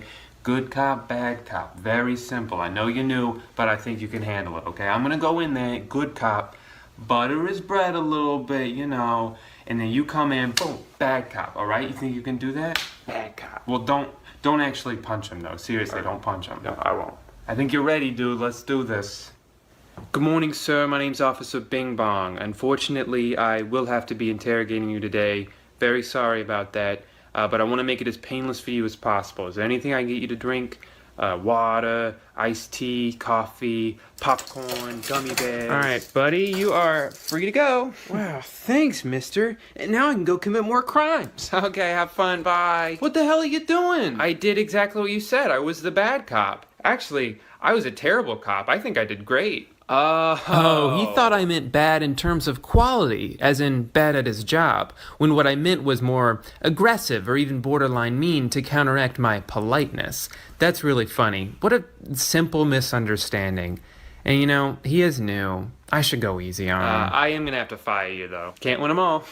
Hey guy, welcome back to the mid-2000s. Please comment down below if you're currently watching this video on your Zoom. So I want to take a little trip down memory lane today and reminisce about two of my favorite childhood movies, High School Musical and Camp Rock. These movies were very much a part of my formative years as a growing man-child, so I want to revisit them to see if they actually hold up or if they're hot garbage. Now, High School Musical is a classic. I know that there's a ton of YouTube videos of people talking about this already, so I'm not gonna sit here and explain the plot to you. If you don't know the plot of High School Musical, you probably haven't read the title yet.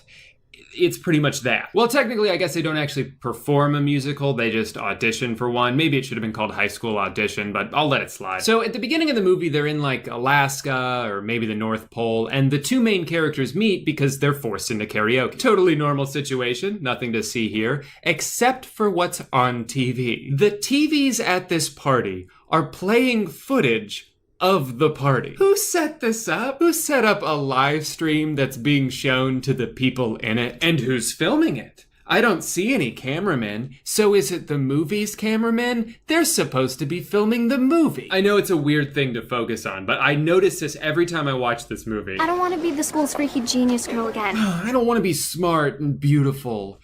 I want to be stupid and ugly. One of my favorite things in movies is watching the extras in the background of walking hallway shots, because someone will always look at the camera every time. There's a couple of these shots in this movie. What is the girl in orange doing here in the back? She sort of just walks into the corner and stops. So, look, the whole team's hitting the gym during free period. What do you want to have us run?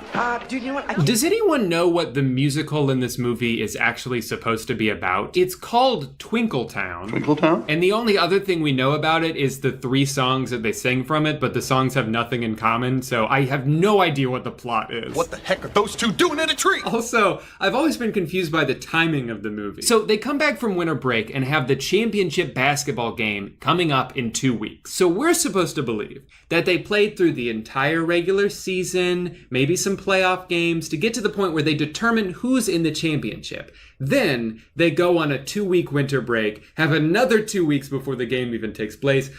Why such a long gap? I almost wonder if the championship game is the only basketball game they play all year, because it's a game between East High School and West High School. So they've got to be the only 2 high schools in the area, right? Maybe they just play one basketball game every year and the winner gets a trophy. Dad, I'm not There's going to be college scouts at our game next week, Troy. You know what a scholarship is worth these days? Wait, hold on. Scouts are gonna be at the game? Well, you gotta play your best then. You know how much college basketball teams are gonna be drooling over the prospects of a 5'8" white kid from Albuquerque. She's not a problem. She's just a girl. But you're not just a guy, Troy.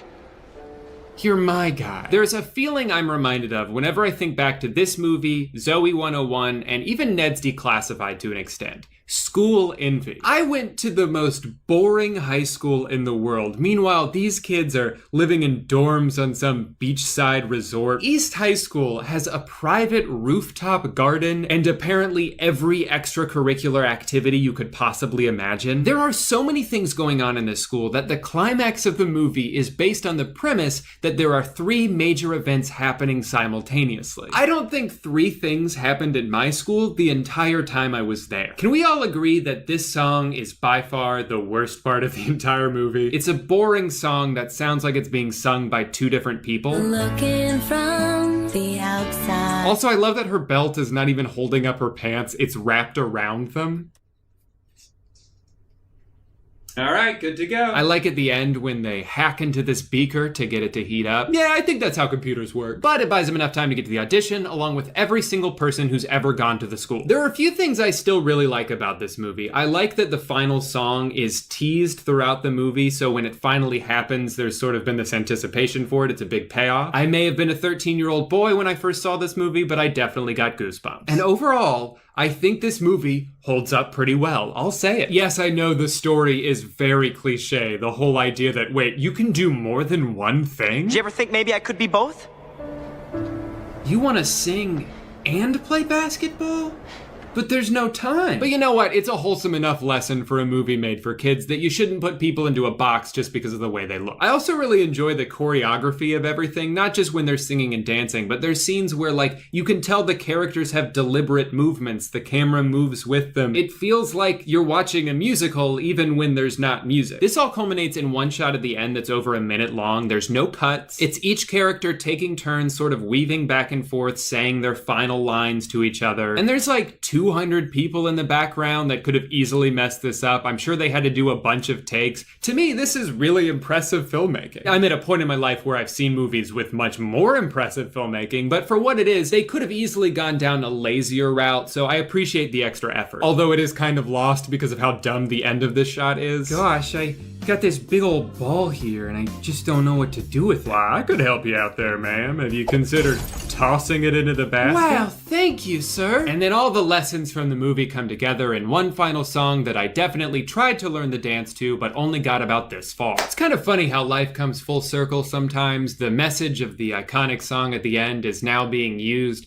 by every single brand in the world in their commercials. We here at Mustard know that things are pretty crazy right now, but you're not alone, and you can still give us your money. Now, on paper, Camp Rock and High School Musical seem like very similar movies, but there is one key difference that I noticed, which is that this movie is absolute garbage. That doesn't mean I didn't like it at the time, because I most certainly did. I really liked the Jonas Brothers. I liked one of the songs so much that I bought it on iTunes, even though I only had about $9 to my name. That's the song. You think? But the combination of overacting and weird writing choices make it pretty hard to enjoy this movie as an adult. Check me out.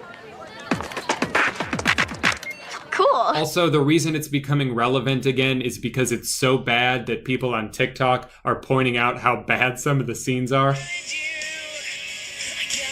He went.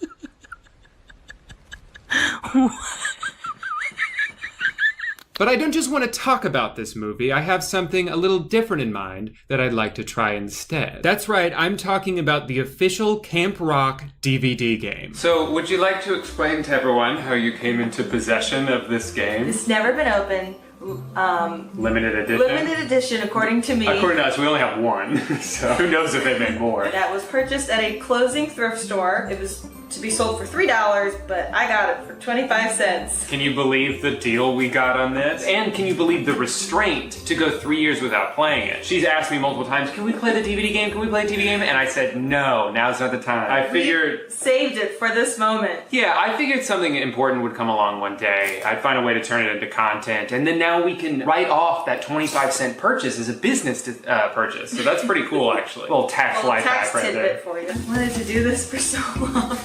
So was this used and they put new shrink wrap over it? Because this box is very beat up. I've never pulled shrink wrap off of something that's been this dilapidated before. You're ready to take the stage and steal some hearts, pick up the remote and play Camp Rock DVD game. Camp Rock DVD game! We got a holographic game board. Wow, this is worth at least 20 to 25 cents. When the movie came out, I was in 8th grade, and me and my two best friends were so excited that we put every photo that we had of the Jonas Brothers around us just to watch the movie. Who was your favorite Jonas Brother?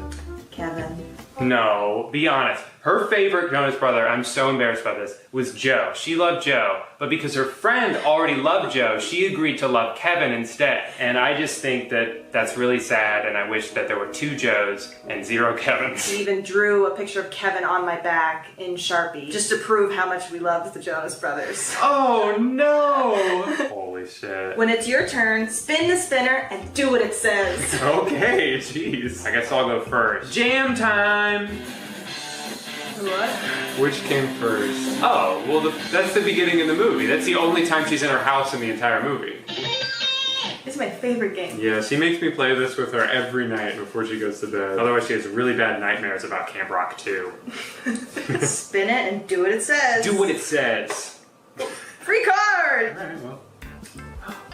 I wanted Sultry Joe. Look closely.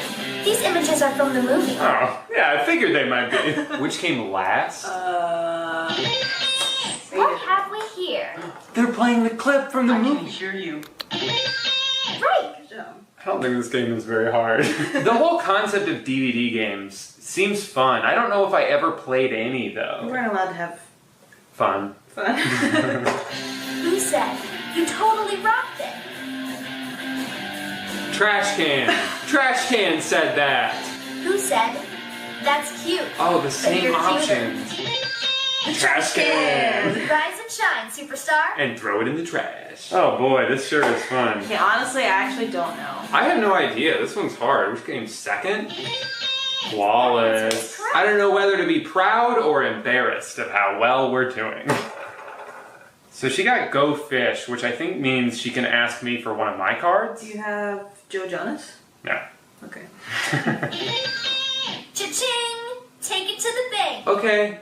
Hi, I played this Camp Rock DVD game and it told me to Say no more. They give you a voucher. Wow, $1,000. Player's pick. I picked Go Fish, which means I get to ask you for the mom card that you just picked up. You got a crush on this girl? I'm back at the bank now. I'd like to redeem my 2 mom cards and 1 wild card. This guy's got 2 mom cards, golden voice card. Give him a guitar pick. Yeah, they're in the vault. Alright, you're gonna get a lot of people like you coming in here. Pick one. I got a guitar pick. You haven't got any wrong. Is it even possible to get one wrong in this game? Yeah. Or are we just so smart? Wait, let's blatantly pick a wrong one and see what happens. Oh, funny you want to do that on my turn. Pick your card. Golden voice!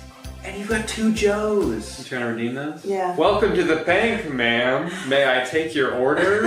I have 2 Joes and a golden voice. Wow, there was some lanky guy in here a few minutes ago with 2 moms and 1 golden voice. Do you know him? That's my son.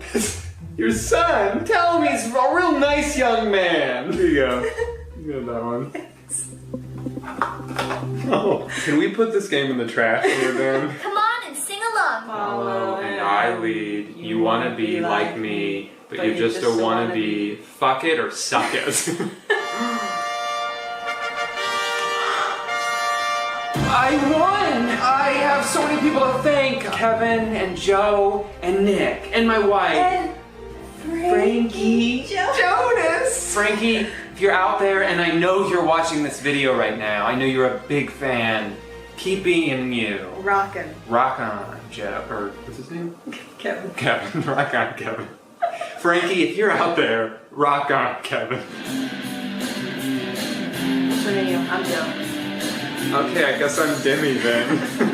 Didn't really give me a choice there. Are they just gonna play the whole movie but without sound? Yeah, it's really awesome. If anyone out there is looking to play the Camp Rock DVD game, good luck getting it. I don't know where you could buy this. You gotta just hope that a thrift store is on the verge of closing down, and they'll give it to you in exchange for 1 quarter. Well, before we go, do you have any words of wisdom you want to impart on any aspiring DVD game creators out there? I think the ship has sailed if you want to create a DVD game. Yeah, sorry, aspiring DVD game creators. It's too late. Like, make an app instead. Yeah, make an app. All right, babe, play us out.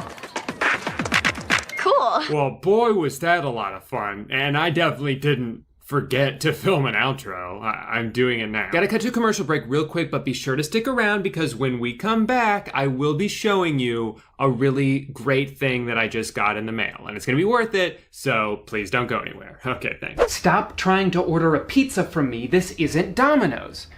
Hi, I just want to be left alone. I want to browse the internet anonymously. I want hackers and my internet service provider to keep their crusty hands off my data. Is that too much to ask for? No, it's not. Another carrot? Shut up.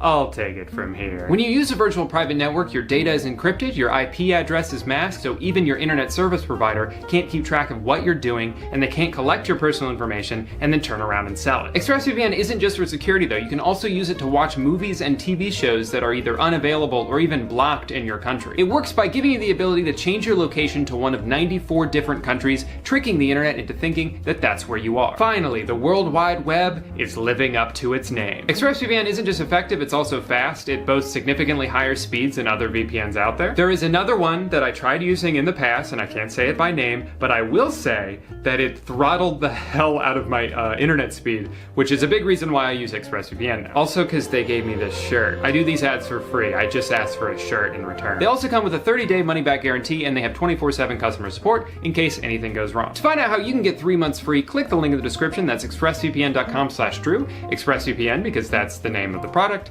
and Drew because that's the name of me. Take back your internet privacy today. And also watch a few episodes of Friends while you're at it. Thank you ExpressVPN for sponsoring this video. It's this pillow. That's what I got in the mail. If you want to see what's on the other side of the pillow, please drop a like button now. It's the same. Thank you so much for watching today, Guy. Remember to subscribe if you want to see more videos of me catching a fish with my bare hands and then feeding it whole to my cat. All right, bye. 5, 4, 3, 2, 1.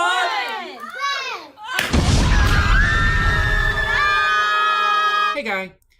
Gender reveal parties are the world's stupidest tradition. What probably just started as an innocent excuse to throw a pregnancy party with your friends has transformed into this never-ending competition to try to find the most destructive and dangerous way to announce that your child is gonna have a penis. Now, I'm not normally one to shit on people's innocuous hobbies, unless it's pretending to do magic or listening to Kids Bop or cutting a bagel weird. Okay, maybe I do that. But in general, if you're doing something and it's not harming anyone, I'm not gonna take up too much issue with that. And for the most part, I think gender reveal parties tend to be pretty harmless. Maybe you just eat a pink cake with your family, or you all huddle around your dog waiting to see what color his shit is because you fed him some food coloring, and then everyone cheers when he finally poops, and he's confused, but he likes the attention. I'm sure there are plenty of ways to celebrate your fetus child that don't involve the destruction of property. The problem is, like a lot of things that end up on social media, gender reveal parties have turned into this quest to one-up everyone. Whenever an idiotic stunt goes viral, most people probably look at it like, wow, that was dumb that they did that. But some people look at it as an opportunity. They got 1 million views for making a piñata explode. I'm gonna set my grandparents on fire. If the smoke is pink, we're having a girl. Don't get me wrong, I love my family, but the only thing more important to me than their well-being is the possibility of becoming a Twitter moment for 4 hours. Now, I'm sure you've already heard about what I'm referencing, but it just makes me so angry that I had to come on here and talk about it. There is a wildfire in California, not was, because so far they've only been able to contain like 7% of it, that's burned about 10,000 acres and forced people to evacuate their homes, all because someone set off a pyrotechnic device at a gender reveal party in the middle of the woods. Because everyone knows the best place to set off fireworks is next to a bunch of trees. According to a surveillance video, the family could be seen afterwards scrambling and grabbing water bottles, which, believe it or not, was not enough to put it out. I am continually shocked by people who underestimate how quickly a fire can start and immediately become out of control. Especially in California, during a heat wave, the air is as dry as it can be, you're surrounded by foliage. What did you think would happen? I'm sure the family will try to plead that this was an accident, but I don't know if this even counts as one. I am upset that people are stupid. As idiotic and as preventable as this wasn't even the first time a giant fire was caused by a gender reveal reveal party. A couple years ago, an off-duty Border Patrol agent shot a target he made that said boy girl on it, and because it was filled with an explosive illegal substance and placed right next to the world's most flammable plant, things went a little south. It took over 2 weeks to extinguish the fire and cost the city about $8 million in damages, but the good news is, it's a boy. I was curious what ended up happening to this guy, so I did a little bit more digging. Turns out he got off really easy. He didn't get arrested and was only fined $200,000, which is a lot of money, of course, but a pretty insignificant fraction of the damage that he caused. Like almost nothing in the grand scheme of things. Now, I don't feel bad for this guy at all, but apparently someone did because they started a GoFundMe for him. Help Border Patrol Agent Dad. He said it was the worst day of his life. Oh man, I hadn't even considered that. Order in the court. All right, I'll give the defendant one last chance to plead his case before I sentence him to 100 years in prison. Oh, well, one thing I forgot to say was, I'm really sorry. I didn't mean to steal the school bus and run over all those people. I was just having a bad day. I can't stay mad at you. All right, I'll give you 45 minutes of house arrest and this coupon to Bath and Body Works. Court dismissed. I don't know if you guys have noticed this or not, but there's actually a lot of fires going on already. It's just kind of one of those things that happens now where every summer the entire west coast of America has a different color sky than the rest of it. You know what we don't need right now? More fires. What was it that bear used to always say? Only you care about the gender of your baby, please put down the explosive device. It's just so infuriating to me, all of this unnecessary destruction of wildlife, so much damage that is caused by the selfish actions of one person. Now, you might be thinking, well, at least no one died, right? Well, you wouldn't even be right about that. Last year, someone actually did die at a gender reveal party because they didn't realize how powerful the bomb they made would be. Marion County Sheriff Jason Sandholt describes the device designed to explode colored powder into a puff of smoke revealing the gender of the baby. You were right. It's a girl. Hey, so Grandma's funeral is this weekend? A horrible accident, something that's really just terrible. Who can expect such a terrible loss to happen when somebody's trying to celebrate and welcome a life? You know, it's a real tragedy what happened. They did everything right, too. You detonate a homemade pipe bomb from not that far away. You don't expect no one's head to come flying off, but I guess crazier things have happened, right? Wait, this ain't going on TV, is it? So that means in 2019, at least one person was killed by a gender reveal party. I was doing some research. You know how many people were killed by dinosaurs in 2019? 0. And they're giant monsters! Gender reveal parties are statistically more dangerous than dinosaurs. Anyway, so this happened in Iowa, and it was pretty big news at the time, but apparently not big enough. Because the very next day, in a town 20 miles away, someone else almost died at a gender reveal party. What the fuck is going on? Now, if you're like me, you might be wondering, how are so many people getting access to explosives? What is there, like a website you can go to where you can just order one for yourself? Yes. There is. For the low price of just 99 American dollars, you too can order your very own Tannerite gender reveal boombox. It shouldn't be this easy. No wonder this keeps happening. You can't trust the average person with this kind of power. Most people can't even handle a party popper. How do you expect them to handle real explosives? Knowing this, I'm actually surprised more people haven't died at gender reveal parties. Apparently last year, shortly after these instances, a plane crashed at one after a pilot dropped 350 gallons of pink water. Miraculously, both people on board survived with very minimal injuries. I guess they're invincible. And I haven't even shown you guys the gator reveals yet. Oh, yeah. Can you guess what state this happened in? That's right. The one where I live. I think this last one really sums up the attitude that people have about these kinds of things. Gender reveal party in Boardman leads to a call to police. Officers were called to the Applebee's restaurant Monday night for a fight that broke out between staff and a large group of customers. A manager told officers a group of 20 people came to the restaurant with confetti poppers, and she asked them to go outside so they wouldn't disturb other guests. The manager says they left a mess behind And when she asked them to clean it up, a fight broke out and menus were thrown. The incident tonight remains under investigation. What do you mean I have to clean up all this blue confetti that I shot on private property? I'll kick your ass. I feel like this is so indicative of the problem that America's having right now, where people are just so self-absorbed that their celebration is more important than your convenience, or even worse, your safety. Sorry I burned down your house, Deborah. Can't you just be excited we found out about the genitals on my baby? Again, I'm not here to stand in the way of your weird little tradition. If you want to pop a balloon to see what color smoke comes out so you can start imposing a personality on your unborn child, then do it, I guess. But if you knowingly take part in something that has the potential to put other people in harm's way, and you still do it because it's kind of fun for you, you are selfish and you suck. I think I would attribute some, but not all of the blame to family vloggers who, when they're having their own gender reveal parties, probably feel this obligation as content creators to make it as extravagant as possible. For them, the gender reveal party is just one of the many pieces of content you get to milk out of every pregnancy. When most people find out they're pregnant, it's like, oh shit, we're gonna have to spend a lot more money. But when family vloggers find out they're pregnant, it's like, oh shit, we're about to make a lot more money. As an example, here is just one family's pregnancy content journey. Mom's pregnant. Mom still pregnant. Looking at the baby. Guessing the gender. Gender reveal. Gender reveal part 2.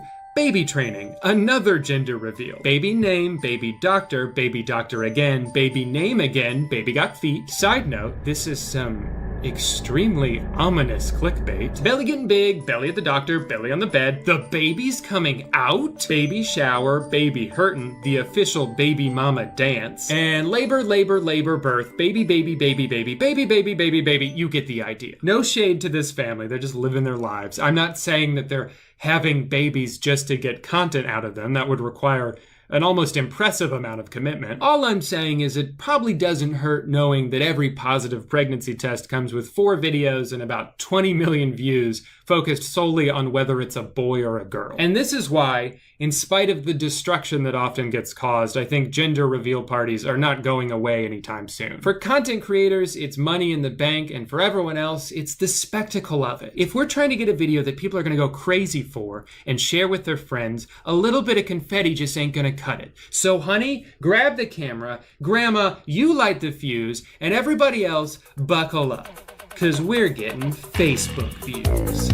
So I guess that's pretty much it. With everything going on in the world, I decided to donate the AdSense money from this video to that one guy's GoFundMe. I think he really needs our help. Just kidding, I'm gonna try to find some relief fund for the wildfires that are going on the West Coast. I'm not sure which one yet, but when I do, I'll put the description in the link. Put the description in the link! I'll put the link in the description, and if you have any recommendations, comment those down below. Although now that I think about it, this video probably won't be monetized because YouTube doesn't seem to like it when I talk about current events that have tragic aspects to them.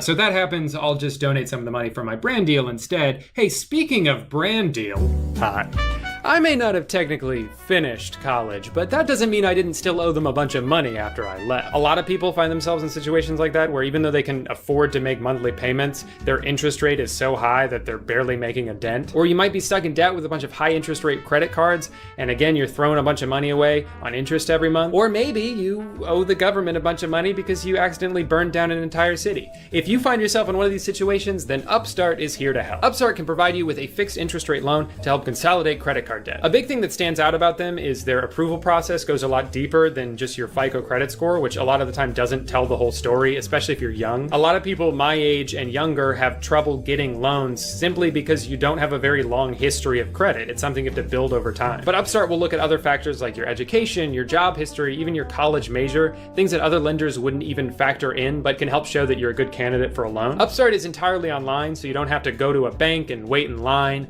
only for some guy in khakis to tell you that your credit sucks. The loans can range from $1,000 to $50,000, and even if you're just curious to see what kind of interest rate you could get, it only takes a few minutes to apply and it won't affect your credit score. Plus, if your loan gets approved, most people end up with the funds in their account the following business day. Over 400,000 people have used Upstart to consolidate their debt and help achieve their financial goals. Find out why Trustpilot has given them a 4.9 rating out of 5 and go to upstart.com/Drew to see how low your rate can be. How did he explode? Thank you so much for watching today's video, guy. I do want to say, if you're having a baby, that is absolutely something to celebrate. I'm very happy for you. Congrats on becoming a parent. That's a big deal. My whole life I've been looking forward to becoming a dad. Even when I was a kid, I'd be like, you know, I suck at everything, but you know what I would be good at? Being a dad. I can't wait for that day. And when it happens, you better believe I'm going to be just as excited as every single one of these people. But all I'm saying is, you know, maybe channel that excitement into something that isn't arson. That's all. Well, anyway, thanks for sticking around to the end of the video. You have a great attention span. I will see you back here first thing tomorrow morning for a brand new video where I teach you how to remove your fingerprints and put them on your toes. All right. Bye. Hey guy, welcome back to the present. My name is Drew, and it is currently the day that it is. So I've been working on another video for the past week or so, and I kind of hit a wall with that. I wanted to take a break and work on something a little bit lighter, and I think I found the perfect topic for such a video. You see, yesterday, as I often do, I fell down a bit of a rabbit hole on YouTube and found a bunch of weird instructional videos from like 60 years ago. Now, I wasn't alive yet in the 50s. My parents didn't invent me until about 40 years later, but I've read enough and seen enough about the 50s to know that shit was weird. College cost like $3, men wore suits all the time for some reason, and it seemed like there were a lot more rules. At least that's what some of these how-to videos would suggest. I don't know what the right word is for it, but I will say they seem to be a lot more blunt back then. Okay, I do know what the right word for it. It's sexist, but I'm not here to make a video about how like problematic people used to be 80 years ago. Obviously things have changed, society has changed a lot, and we do live in a society. I just think like so much time has passed, a lot of progress has been made, so at this point, hopefully we can look back on this and just laugh at its absurdity. That being said, this first video was created in 1948 and is called How to Attract a Man. So, ladies, listen up. Spring. When a young man's fancy lightly turns to thought. What's the matter? Exam week getting you down? What you need is to put down that notebook and take in some of the beauties of nature. See what I mean? Yeah, I see what you mean. Shit, dog. But wait a minute, young lady.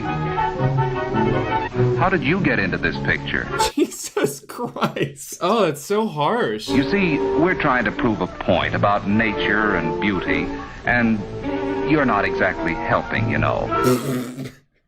Oh my God. Don't worry though, this has a happy ending. Right now, we're just showing you the before picture of a hideous monster, and then she gets transformed into a beautiful woman with just a few small tweaks, I might add. Look at that blouse.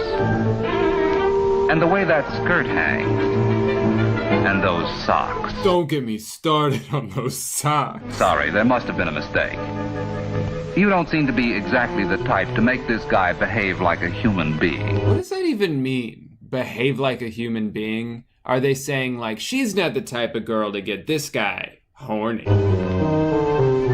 You have simply ruined my day. I shall read this book elsewhere. But wait a minute. Yeah? Come back. Okay. Let's start all over again. Oh, brother. Oh, brother? Yeah, I'll never forget the first time I saw Amanda, and I was just like, oh, brother. Oh, brother is right.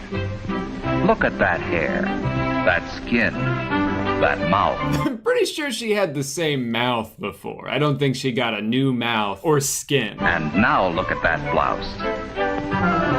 And now look at the skirt. And now look at her socks. Thanks a lot for helping us prove a point. What was the point, though, that you were proving? Ladies, if you're trying to get a boyfriend, don't forget you gotta have skin and a mouth. If you don't have skin or a mouth, you're not gonna get a boyfriend. If I didn't know any better, I'd say this narrator's kind of into that guy. You too know the value of a good appearance. You see that broad over there with the untucked blouse? Why, she ought to die.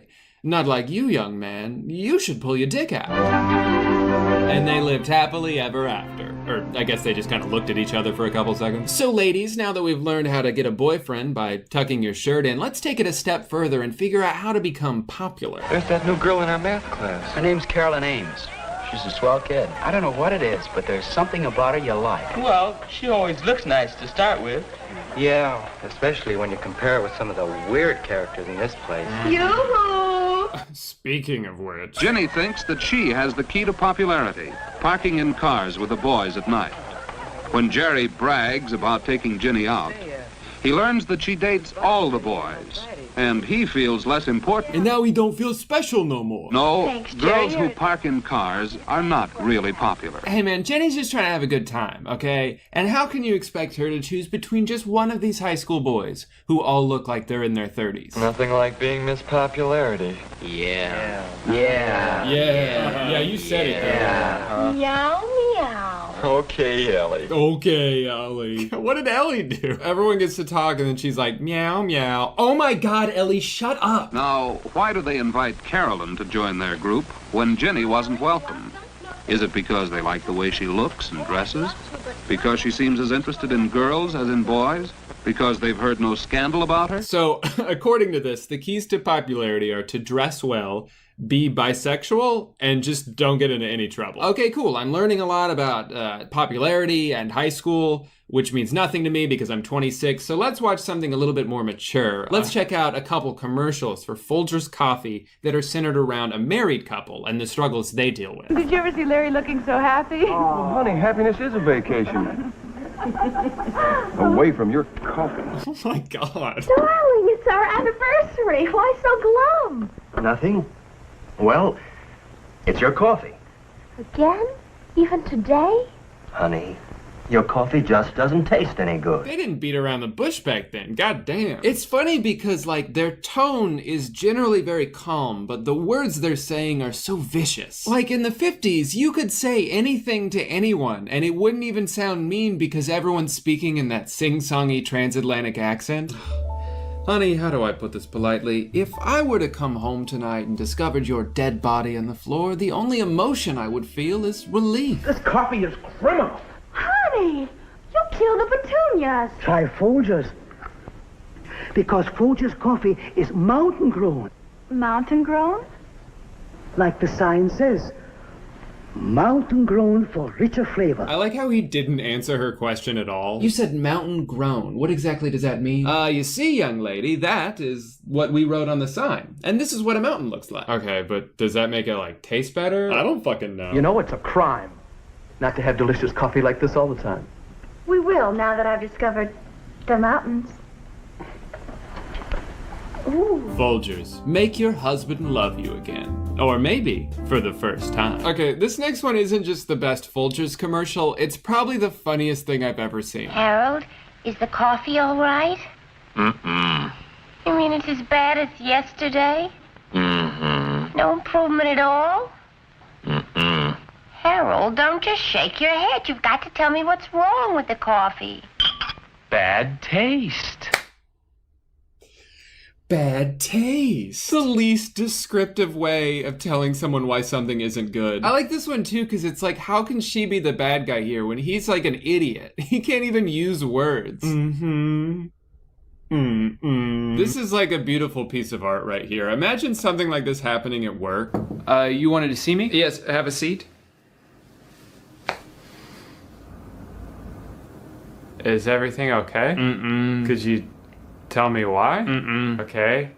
Are you firing me? Mm-hmm. Wait, seriously? What did I do? Bad job. Could you be more specific? Work bad. You're not saying anything. Not working, good job, bad work, job bad. Not good for me, bad job, have doing bad job. I don't know what it is specifically about coffee in the 60s, but there are so many insane coffee commercials. They took that shit seriously. Harvey, want anything special for your birthday? Just a decent cup of coffee. Good coffee was apparently like the cornerstone of a marriage. Nothing else mattered. It was just about the quality of your coffee. You're kidding. I'm serious. Honey, your coffee's undrinkable. It's pretty harsh. Well, so's your coffee. Well, see you later. Okay, but somehow that's not even the craziest one. You thought Folgers was weird? Check out Maxwell House. Good morning, dear. Good morning, sweetie birdie.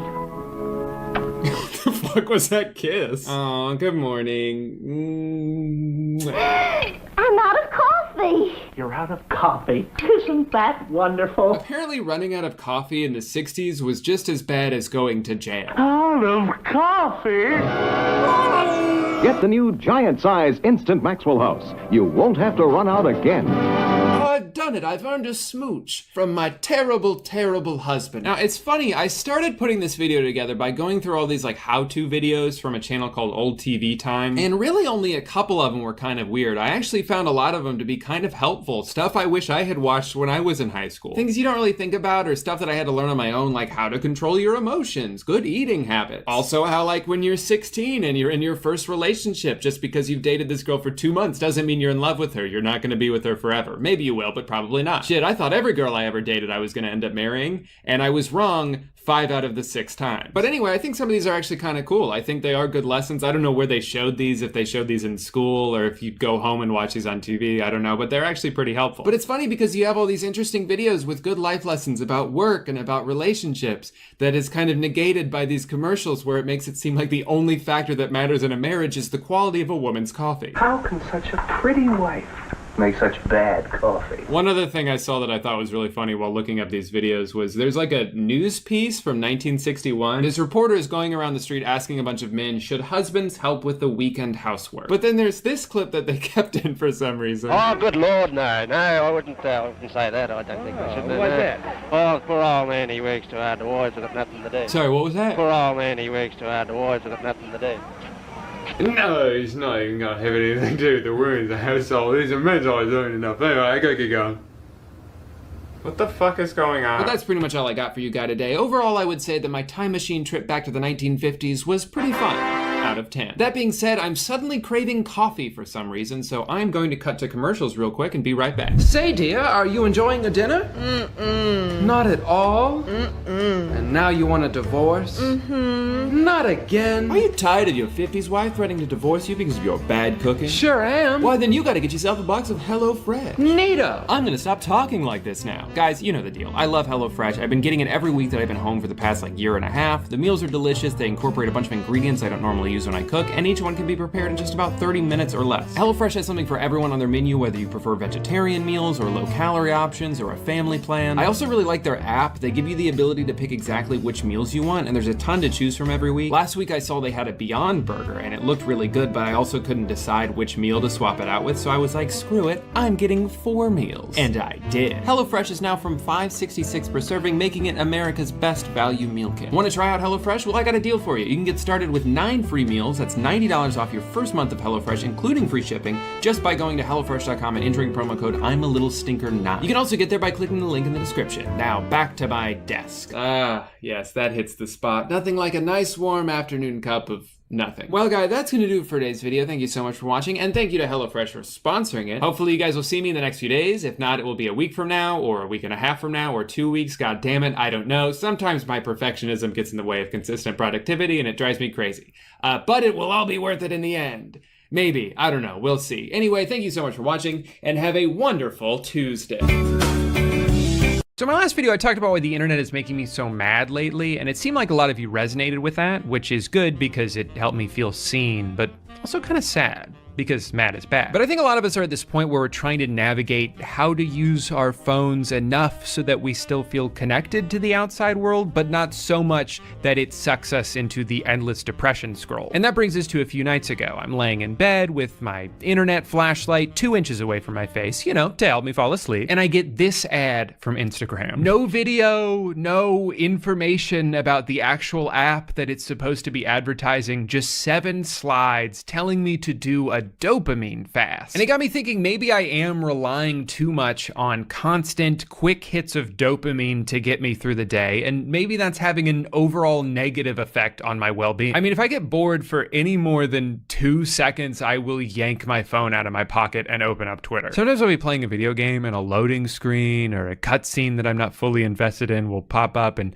I'll pull my phone out to start playing a different game. God forbid 10 seconds go by where I'm not being fully stimulated by something. And so I'm starting to wonder how much subconsciously checking my phone at all hours of the day is having an effect on me. Have I trained myself to never focus too much on any one thing because I'm always willfully getting distracted? Like, think about it. How can I train my brain to enjoy what I'm doing if in the back of my head I feel the need to always be doing something else? I don't know, these are just questions, but perhaps the very device causing all of these issues could also be what holds the solution. That's right, I'm talking wellness apps, baby. I've been getting ads for a stupid number of them recently, and I figured why not just keep downloading them until my brain is fixed. Important rule for this video though is that I will not be spending a single dollar. Every time I go down the targeted Instagram ad rabbit hole, I end up maxing out my credit card on a bunch of garbage that's just gonna collect dust in my closet till the day that I die. Anyway, it's important to establish the no spending money rule because I was very tempted when a few people tagged me in this on Twitter, and I have to talk about this before I get into the rest of the video. In the first week using Arrow, my phone time went down 25%. Mom, wife, business owner. Every time you walk past it, it's like, oh, you know, leave your phone here and go be present. Dad, husband, entrepreneur. Okay, so it's a box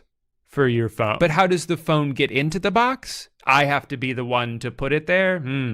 See, I would probably just choose not to. And therein lies the problem. See how we're kind of just right back at square one now? Like, I already have time restrictions set on all my social media apps, and the only thing that's changed is now I have to press 2 more buttons before I continue to use them, which I never don't do, by the way. Arrow is the first in-home digital well-being solution designed for families. Well, I guess anything can be the first thing if you come up with a specific enough category for it. Arrow combines a beautifully designed smart box that holds and charges your phone with a motivating and encouraging app that, together, make it easy and fun to be away from your phone, so you can focus on the things that really matter. Having sex with your wife. Wait, so before you put it in the box, you have to tell your phone why it's going in the box? Like it's gonna be mad if you don't have a good enough excuse? Now, I'm sure you're wondering, how much does this life-changing device cost? And you're in luck because you can join Arrow for as low as $18. Of course it's a membership. Of course,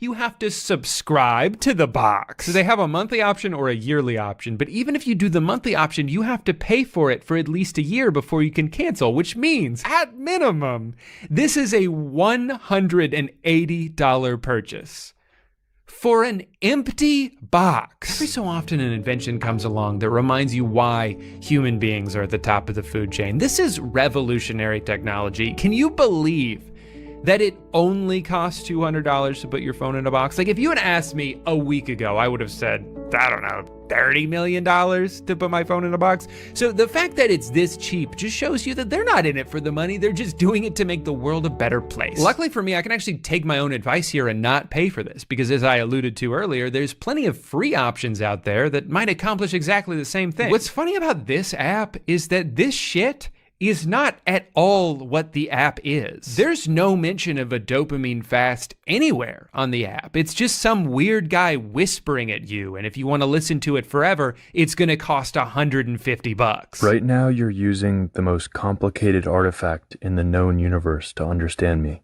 Your brain. No thanks. So once I realized that I had no interest in what the actual app is, I figured why not just do the dopamine fast from the app? So for the next week, I will be letting these 7 screenshots dictate my life and my choices, and I'll also check out some other wellness apps along the way. Let's get started.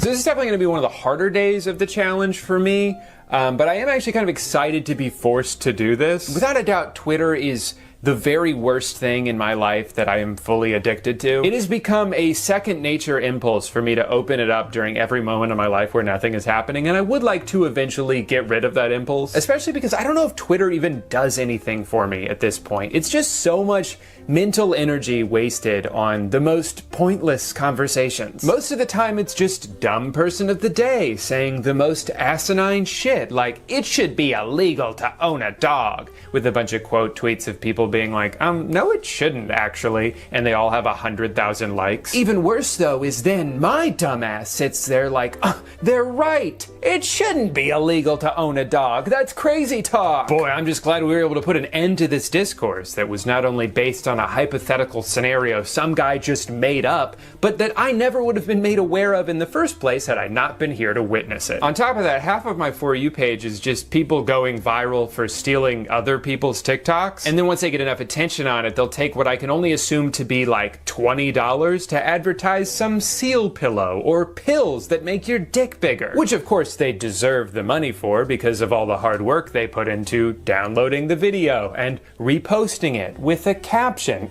I'm getting tired just thinking about all that work. Also, content aside, it just breaks all the time now. Here's a new one that I think you'll really love because it still blows my mind to think about. For the longest time, the copy link button was here. So I knew if I want to send a tweet to someone, I just click this button and then I can text it to them. But oh, wait, they moved the button. Okay, so now the bookmark button is where the copy link button used to be, so I accidentally saved the tweet when I was trying to send it to someone. Well, it seems kind of pointless that they would even switch that, but at least now that I know the buttons are moved, I can go ahead and open that back up and click the one on the left, which is somehow, again, the bookmark button. The buttons move now? Did Elon fire everybody? But that's the thing that blows my mind. I hate this stupid app, and I still choose to spend 2 hours a day on it. And not to get too existential about it or anything, but like, that's a lot of fucking time that I'm wasting doing nothing. I do fear that one day a lot of us in this generation are gonna look back on these precious years of our life and be like, oh my God,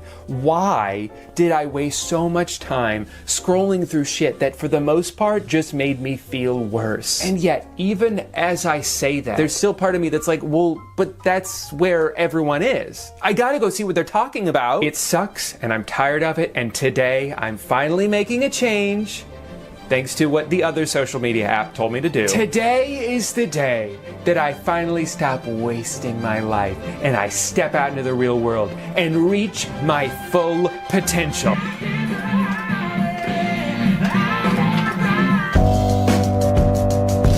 You know, I should probably do that more often. I was in a good mood pretty much all day. I still picked up my phone a lot out of habit, but I didn't stay on it very long because I wasn't getting sucked into a content vortex. I would say the worst part is just I had a little bit of FOMO, but a lot of that is just paranoia for me being a slightly notable internet person, and I'm scared of what people may be saying about me if I'm not there to see it. Like, what if I'm trending for some deepfake video of me beating up a child and I'm not there to defend myself, so people just assume it's real? Drew, your silence is deafening. Pretty challenging way to start, but I'm glad I did it.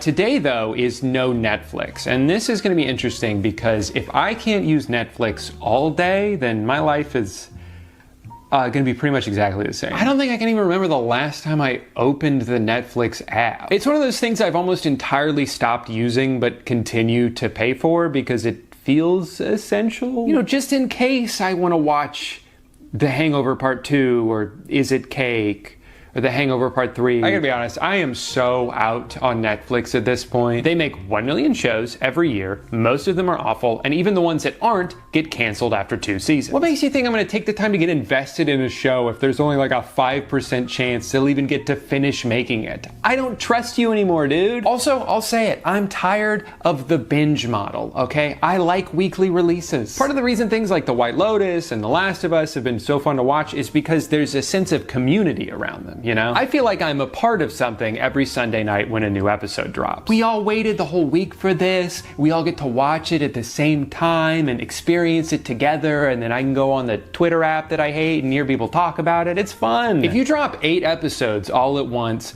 some people are gonna watch it all that night, other people are gonna watch it over the course of a couple weeks. The people who watch it quickly feel like they can't talk about it yet because they don't know if everyone's done. The people who go too slow get made fun of for being busy when they accidentally see spoilers online. It's just not right, okay? This isn't the way TV should be. And I realize this is sort of like a metaphor, you know, for how even though we want instant gratification all the time, sometimes being patient can actually result in a better experience. That episode can wait till next week, you know, give it time to digest, to build up some anticipation for the next one. In the same way that your phone can wait until the end of the night. Just be in the moment now, here. Spend time with your loved ones. Cherish every second you have. Hey, Dad, can we go play football? Oh my God, are you fucking blind? I'm filming YouTube right now. Sorry, Papa. Okay. You know, and I think the reason they call it the present is because it's a gift.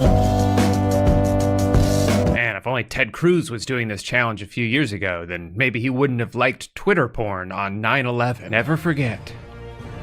That was a weird thing to do that day. I'm not exactly the target audience for this because I've been in a committed relationship for the past 8 years, so I haven't looked at or even thought about porn in exactly 8 years and 1 day. But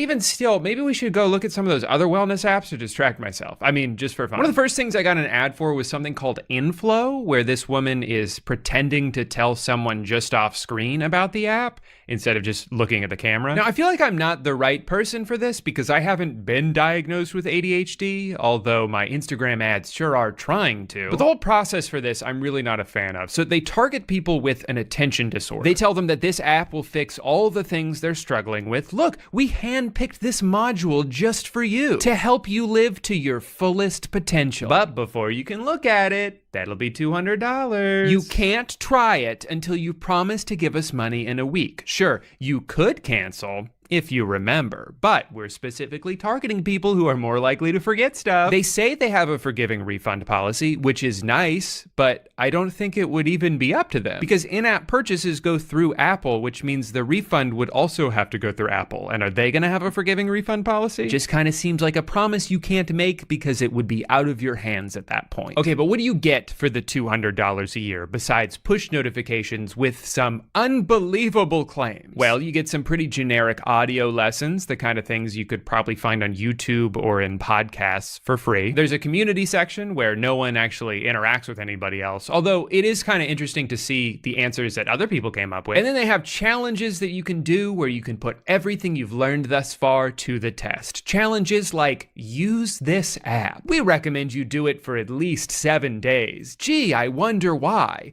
I can't think of a single reason why the minimum for this challenge would be 7 days. Will I continue to pay for this after my trial ends? No. Here's an app that's supposed to help you sleep better. This one seems all right. They show you how much sleep debt you have, so if you're feeling extra tired, it might mean that you just need to catch up on sleep. Although most of us are probably already aware of that without needing an app to tell us, hey, you look kind of tired.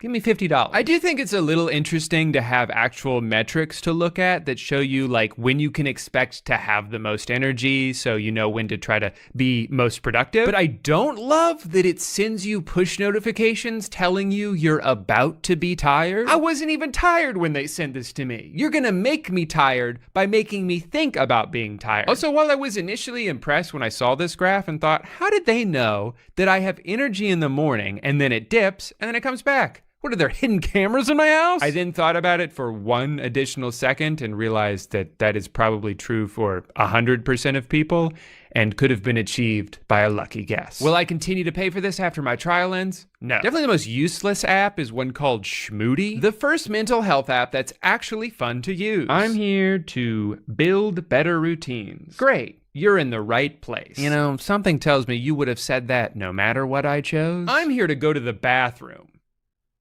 Great, you're in the right place. The first thing this app does when you finish signing up is say, hey, you want to give us money? That'll be $40. And you're like, no thanks. And they say, you drive a hard bargain. How about $20? And you're like, hey, can you please stop doing that? And then you go to make an action plan because that's like the main feature of the app, but realize for some reason you can only do up to 5 things at a time. So your entire action plan for the day will be like, drink some water, brush your teeth, take a shower. And I guess that's it. That's my day. This app tries way too hard to be like different and cool. They sent me a notification the other day that was like, attention, do not open Schmoody. Okay.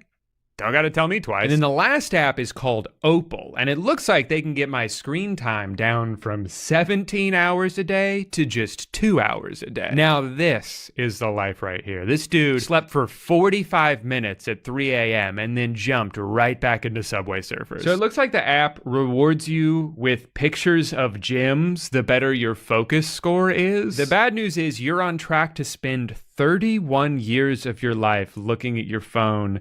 The good news is we can help you get 9 years back. Well, you've successfully scared me, so now's a good time to go ahead and ask me for money. Can I see what the app is first? Is that too much to ask? What happened to the good old days when you could start a free trial of something and when it ended, they'd just be like, hey, you can't use this until you pay. And if you don't want to pay, that's fine. Now you have to commit to a yearly subscription within 30 seconds of downloading an app. I would be willing to bet that more than half of the expected profit from apps like these comes from people who forget to cancel their membership before the trial ends. Anyway, this one is kind of like a digital version of the phone box from earlier, but without a physical item to use. You start by making different app groups, so the ones that I guess distract you the most. For me, I'll do Twitter and Instagram and GoFundMe.com. I spend so much time donating on there. Someone hold me back. Definitely the Home Depot app, the measurement app. Actually, I should probably go ahead and block all of the other wellness apps.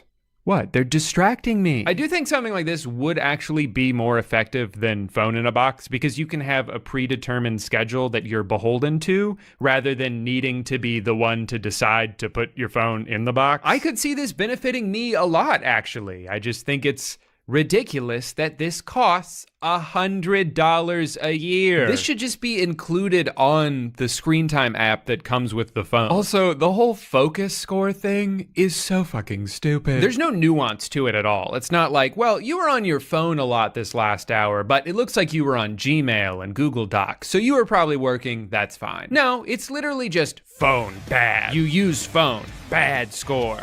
You not use phone, good score. Wow, thanks for the insight, man. I wish this app was more expensive. Not much going on besides that. They have a leaderboard section, which is a little confusing because they'll be like, great job, you were in the top 40% of least amount of screen time yesterday, but you were not in the top 10 of most time spent on this app. I'm sorry, do you want me to not use my phone or do you want me to look at you all day? I can't do both. So I looked for free alternatives and I found an app called Screens In, which is basically this, but with even more features. You can make it so instead of just blocking an app altogether, you're limited in how many times you can unlock it for the day. And you can even make it so you have to wait a little bit longer every time it unlocks. And this actually works really well for me because I would click to open Twitter and be like, oh wait, I only have a few more unlocks left for the day. Do I really want to waste one now?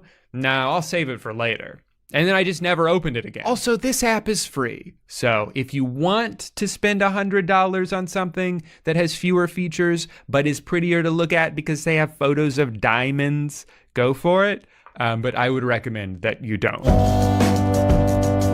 I feel like phone games get kind of a bad rap just because the ads are almost always misleading and there's like lawsuits over microtransactions and they're used in TikToks and are whittling away the attention span of children. Hey, don't look at the TV, look at me. But I think there's actually some real gems out there. And I'm not talking about the Opal gems from yesterday. Ever heard of Golf Odyssey? It's like the Dark Souls of 2D golf games. What's hard about it is you only get 2 chances on every hole, and if you lose on one of them, you have to start all of them all over again, so you basically have to be perfect for 20 straight holes in order to win.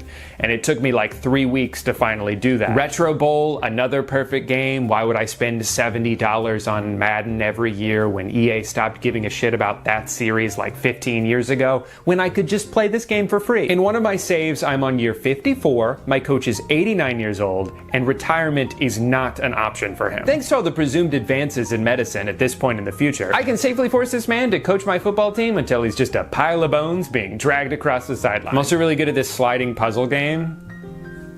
My high score is 12 seconds. I can go a full day without playing any of these games though. That's not the issue. The problem is some games you have to play every day or your streak ends. And for a lot of these games, the only reason I still play them is to continue my streak. You see, like a lot of people, I used to play Wordle every day and I never lost because that game is for babies. But then one day I went to bed early and forgot to play for that day. So my streak ended at like 120. And I was so devastated that I closed that Chrome tab and never opened it back up. But I didn't just do Wordle, okay? I also did Quirtle, and Purtle, and Turtle, and Cinna2Nerdle, and Framed, and Square Word. Not all of them rhyme. But the one that I still play now is called Mathler.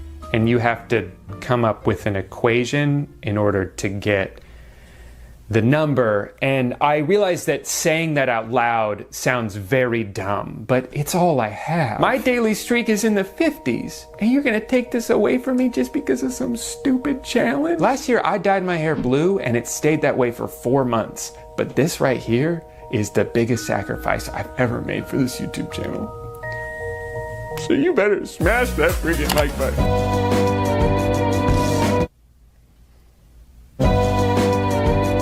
This is gonna be a lot harder than the Netflix one was, because I actually do go on YouTube every day. But I mean, have you ever seen some of the videos on here? They're so wacky. They got comedy videos, informative videos, food videos, videos about food that are comedic and informative. You can watch really cool demos for guitar pedals and be so blown away by how cool it sounds that you decide to spend $300 on the guitar pedal only to realize that you have no fucking clue how to use it. You can save recipes for meals you'll never make. You can watch 3-hour video essays about shows you'll never watch. It's the perfect website. Except for all the bad videos that make it a terrible website. I guess I can avoid it for one day. Let's see what's going on the rest of the internet. How do you even know how old mucus is?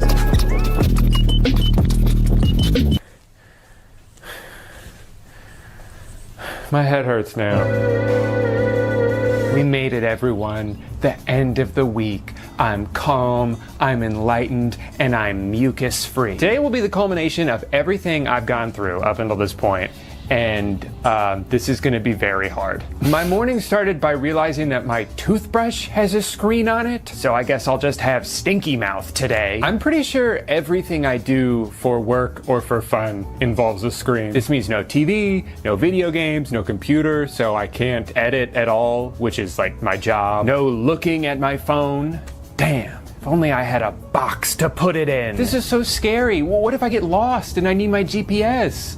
What if I get a time-sensitive text message or phone call? Or what if my wife accidentally steps into a hot air balloon at work and they didn't put any sandbags on it, so there's no way for it to come back down once it starts floating up, and she just keeps going higher and higher, and by the time the day is over and I can finally look at my phone again, she's already up in space. It's cold up there, and she didn't bring a jacket. I'm pretty hungry. Guess I could drive somewhere. Who put screens in my car? Fine, I'll eat my leftovers. Who put screens on my microwave? Kobe. Hey, I guess windows are kind of like TV, huh? They just only have the one channel.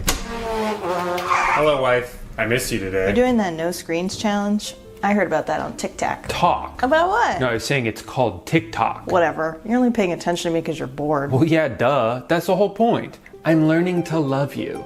Even though as a mere human, you could never provide as much entertainment or stimulation as my cell phone, which I do miss. I want to watch a movie. No! So as I spent my night watching the reflection of La La Land off my wife's glasses, a loophole that isn't against the rules as far as I'm concerned, because they didn't say you couldn't do it in the ad. If you weren't allowed to look at screens through reflective surfaces, they would have mentioned that somewhere in the rules. But as I watched the mirror image of one of my top 5 favorite Ryan Gosling musicals, I realized I don't think I need screens after all. My cat doesn't give a shit about screens, and she seems happier than I am most of the time. Hell, whenever I try to get her to look at my computer, it just stresses her out. You know, I could probably learn a thing or two from her. She's so wise. My ancestors didn't have screens, and they survived just fine. I mean, not as long as they could have, probably because of like the plague and stuff, but that's not something an Xbox would have prevented. Life is filled with so much potential for joy. You just gotta be willing to look up from your phone every once in a while to see it. There's beauty in everything around you. The ambient noises of nighttime outside your window. The cat grass you bought slowly dying behind your sink because you don't know how to take care of plants. I don't know, silverware is pretty shiny to look at. Oh, thank God. Wow, what a week. I feel like I've really matured, you know? Now, obviously this Instagram ad was an oversimplification of what would probably be a much longer term fix, but I don't think just cutting out one thing you enjoy every day is gonna suddenly rewire your brain. All it's gonna do is make you wanna do those things even more, so then the next day you'll just go twice as hard to make up for lost time. It's like if you've ever gone on a short-term diet, like, I don't know, the TB12 diet for exactly 1 month, where the entire goal is to just avoid certain foods, but without establishing viable alternatives. As soon as the diet's over, you're going to be so excited to eat all of the foods you missed out on for the past month that you'll almost immediately undo all the work you did. Because you didn't really learn anything new, you just avoided something for a few weeks. I guess what I'm trying to say is sometimes sheer willpower isn't enough. It's like there should be almost like a box that you put your phone into. Oh my God, I just thought of the best invention. I call it Phone Box, and it's a place to put your phone when you don't want to use it. And then once you're ready to give your phone a second chance, you just pull it right back out. Hey, wait a minute. This isn't my phone. This is a bunch of fresh ingredients mailed directly to my door. What gives? I'll tell you what gives. This video is sponsored by HelloFresh. You were in on it this whole time? That's right. No matter what I'm in the mood for, HelloFresh always has my back. I made some risotto the other day for the first time in a while. Oh my God. It is so good. The only downside of risotto is that it's a labor of love. You know, it's pretty time consuming. Luckily, HelloFresh understands that you don't always want to spend that much time in the kitchen, and if you want to get something done quickly instead, they've got plenty of other meals that you can opt for. This week alone, I made honey mustard chicken salad wraps, steak and potatoes, and falafel power bowls, and they each took less than 15 minutes to make. The other thing I tend to worry about the most in the kitchen is, what is this food gonna do to my body? And HelloFresh is here to help us make good, healthy choices. It's super easy to organize your search options to show you the healthiest meals, which are marked with tags to help you decide which one is the best for you that week. I swear by HelloFresh because they've helped me get more confident in the kitchen over the years and also introduced me to a bunch of different meals that I probably would have been too lazy to try otherwise. Spending an hour walking around Publix trying to find 17 different ingredients, half of which I'll probably never use again after this one meal? No thanks. Just send me exactly what I need in a refrigerated box and call it a day. Plus, with groceries only getting more and more expensive lately, there's never been a better time to try HelloFresh for yourself, especially because I have a new promo code. Go to HelloFresh.com and use my code I'mALittleStinker60 for 60% off your order, plus free shipping. Thank you so much to HelloFresh for sponsoring today's video. Now back to that weird little guy from earlier. Hey! I'm not little. Thank you for watching video. Hope you like, I like make. Sorry, YouTube has this new policy where you only get a limited number of words to say in every video, and as soon as you run out of them, they'll just cut you off in the middle.